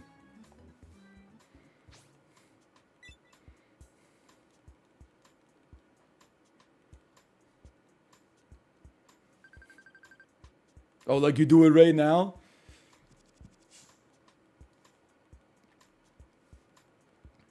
Chib, by the way, you know your tweet about so what if it is P? Is that a big deal? That's how I feel about your lies about Germa being a landlord. At first I was like, Germa's a landlord. Then after that, I was like, first off, you made it up. Secondly, I was like, I don't care, he's funny. He's funny enough that he can own like a few houses.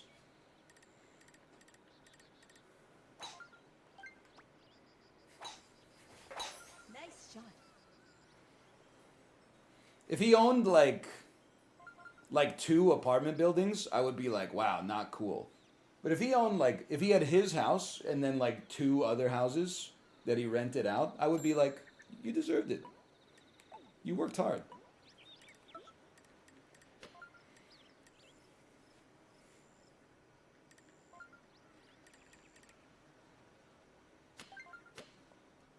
I just want a 3-piece.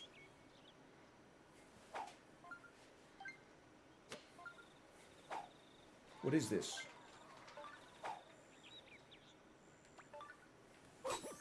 What? The practice was nearly perfect, like 3 times in a row that I did the exact motion. Do you think this is funny, Nintendo?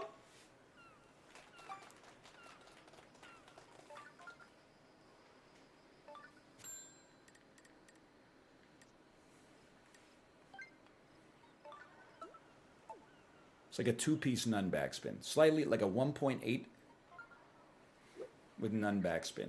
No. Like a 1.6 with nun backspin.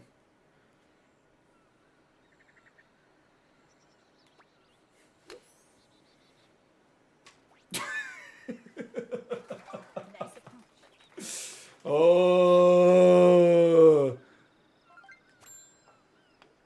In many ways, that's more impressive than getting it in the hole.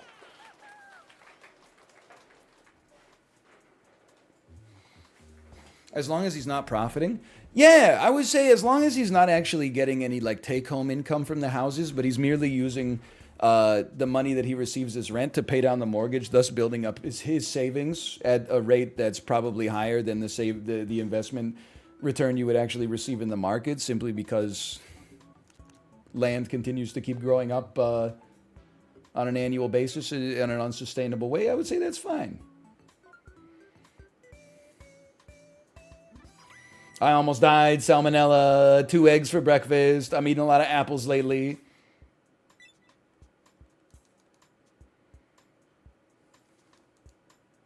Someone got a damn albatross.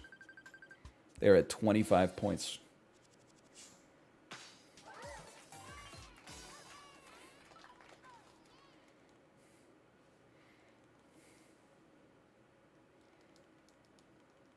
Samuel, Dennis Morton, Emma Lovewell.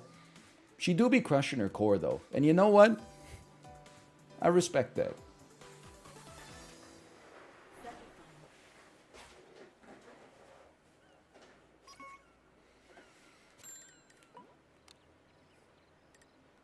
I think we got to embrace that we want to hit this at a 3.2. We can't get full power on a club. We want 3.2 with none backspin.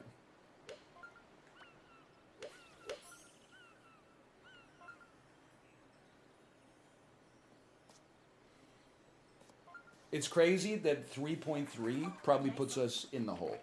3.2 puts us 50 feet away. Can't even see this shit. It's over the horizon.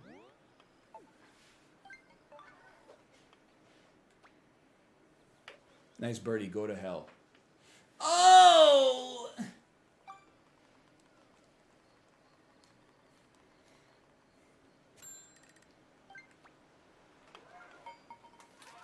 Par.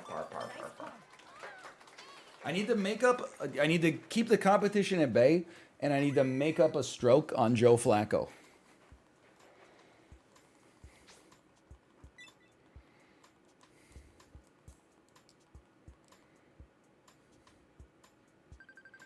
I mean, it's that simple. I got to beat him on this one. I got to beat him by 1. A tie is not acceptable.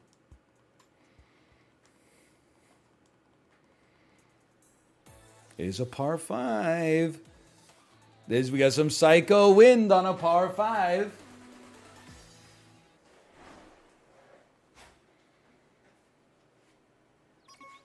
I hate this hole. And the wind isn't even that psycho.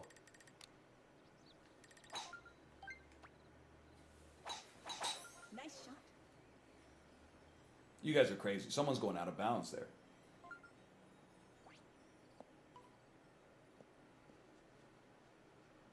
Oh!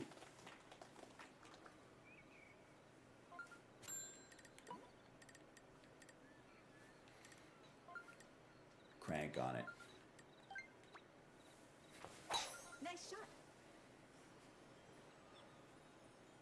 No. Terrain, it's okay. We don't need the 3-piece to get to the hole anyway. That's fine. Or we do need a 3-piece, but that's okay. And you're on top of a hill. So this is definitely a none backspin. I would say like 2-piece none backspin. I would say like 2.1 piece none backspin.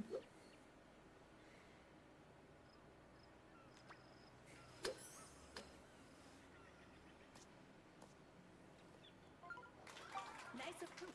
I'm upset. 2.2 might have been in there. Where's Joe Flacco? You will not make this putt. As Brian. Joe Flacco with a birdie, but Brian with the bogey. Please. Nice birdie. We made up 6 points on Brian. Please tell me he was the one that was 5 points ahead of me.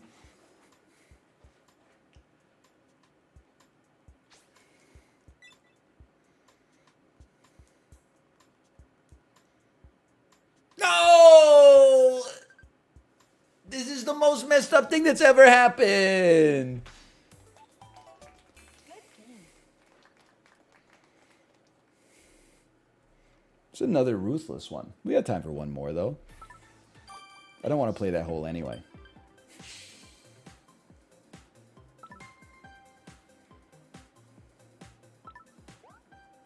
Hey! I think tomorrow we're going to be incredible. Just today we're working out the kinks. I think tomorrow we're going to the moon. It just feels like all the pieces of the game were not clicking today, but tomorrow, oh man.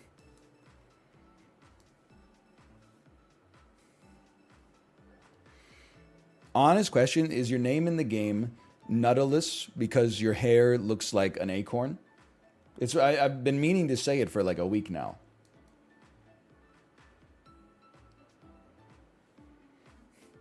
That is acorn hair. Go.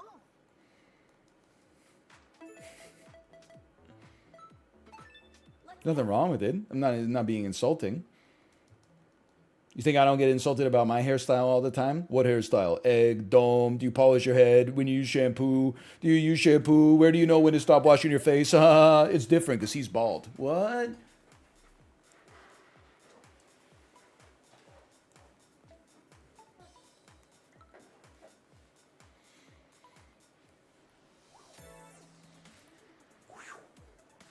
Tackle and fuel. Chip and fuel. We've only had like 2 chip-ins today, too. I would love to just get one, like, ESPN, Sports Center, best of.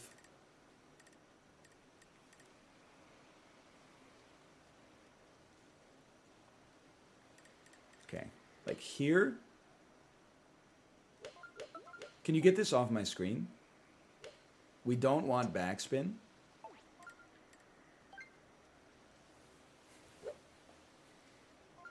I think we... Put me at the 3.8. I just like the 3.8. Oh, you piece of junk. That actually, without any copium, that could have been in the hole. Without the hook.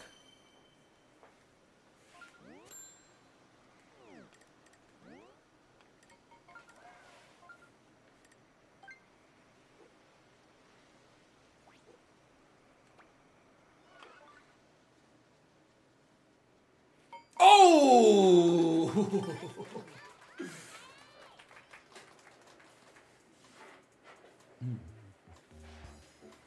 Feels good. Feels good. This, even if it's not the toughest putt in the world, feels good.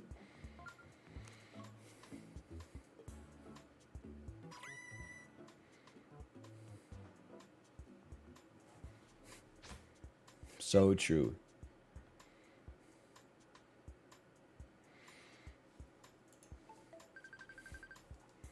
Bald head equals better at golf. Some of the best golfers are bald. Tiger Woods, Phil Mickelson, Rory McIlroy, John Daly, Colin Morikawa, Michelle Wie.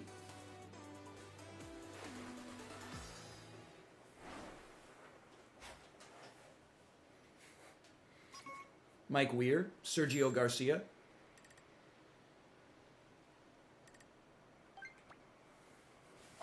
Nice shot. Beautiful. How crazy is it that Mike Weir won the Masters? No, I mean, I literally don't know anything about golf. How crazy is it? Wow, that's crazy. Don't do that to me. I invented wow, that's crazy. We want backspin. Remember, we learned. We put backspin on every shot now.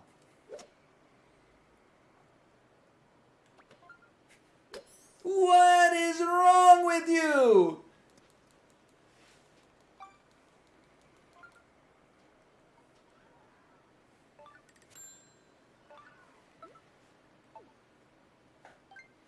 This is a 2-piece.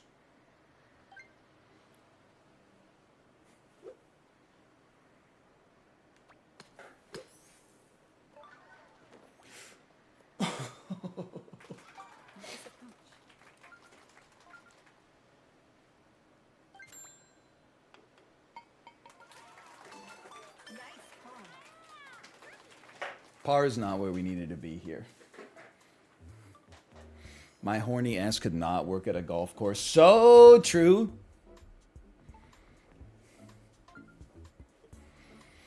My horny ass could not work at a Dick's Sporting Goods.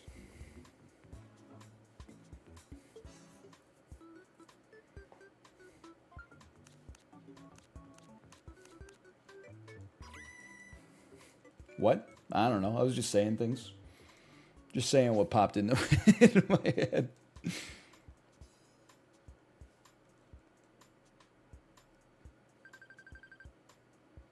We're still in the running.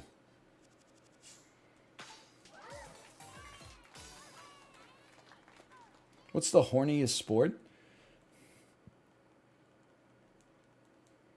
They gotta fuck after mixed martial arts, right? You're dripping on each other, you're getting up close and personal, you're stretching out each other's tendons and muscles and stuff like that, you're choking each other out, you're breathing in each other's faces.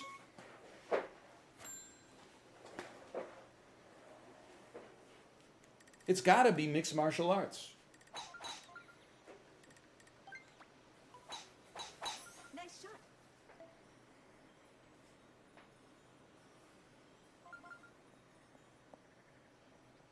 You're breathing in the chemicals, exactly. Every single fighter is my enemy.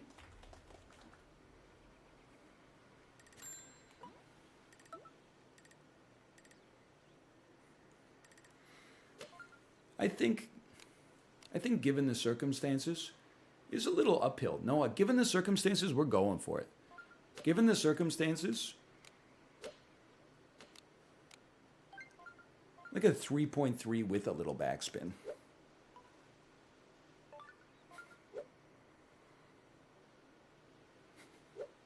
You got to follow through. Yeah, give it a little of that.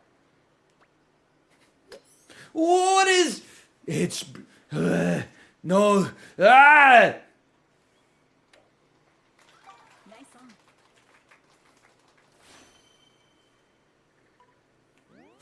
There's not a tumor. My knees. Wait, correct for eyes being crossed?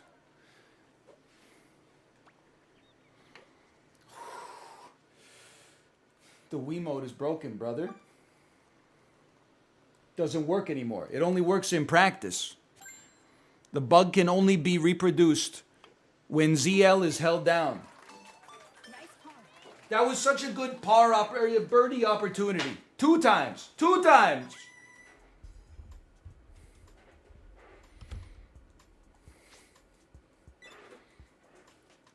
The files are in the computer. I did watch Wedding Crashers. I know I said I haven't seen anything.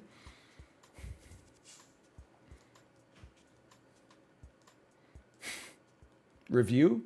It's pretty funny. Does it age well? I don't know. Who cares?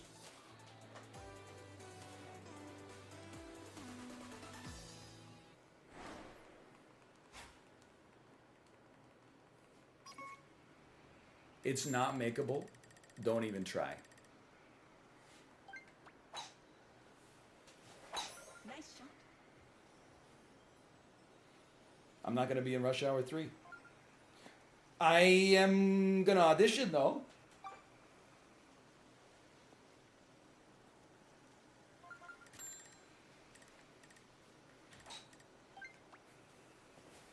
What was I thinking?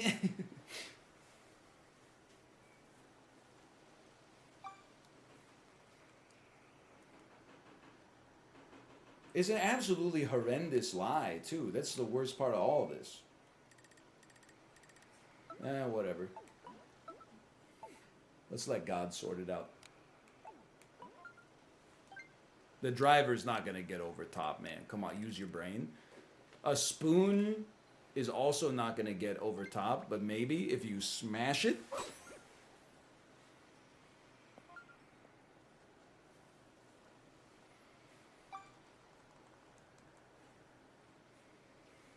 Par 5, right?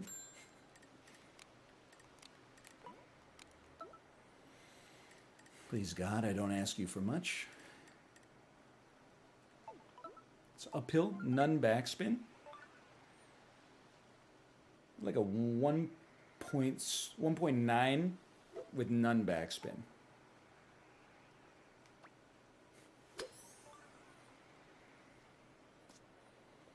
He's washed.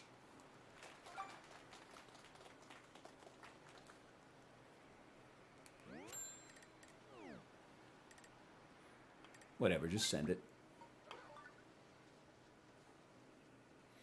It's a cruel game we play. You gotta wonder what kind of crazy person would wait till a Saturday, set their alarm clock for 5:45, go take a shower, put on their nicest polo shirt, tuck it into some slacks, put on cleats, drive their Mercedes coupe down to the golf course and say, excuse me, 7:15 a.m. tea time, and then line up with their friends like this for 4 hours, and then, here's the kicker. Same time next Saturday. You gotta be a little nuts to golf, okay? You gotta be a little crazy. Nice game. Anyway, that was not a good performance today. But you know what? I had fun.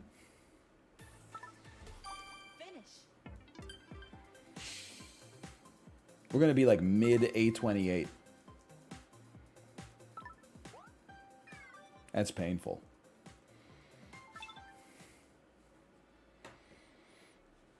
Okay, let me message my wife. Hello. Are you ready to go live? And slash marker.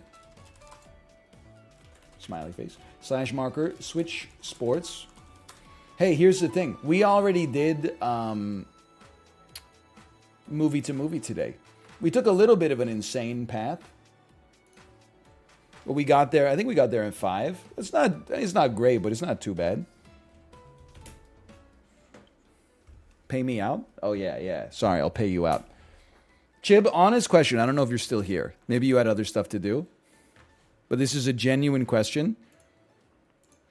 When you're done playing Switch Sports, do you immediately put your Joy-Cons back onto the console so they charge? Or do you just leave them on your desk so that like the next time you want to play Switch Sports, you pick them up and it's like low battery?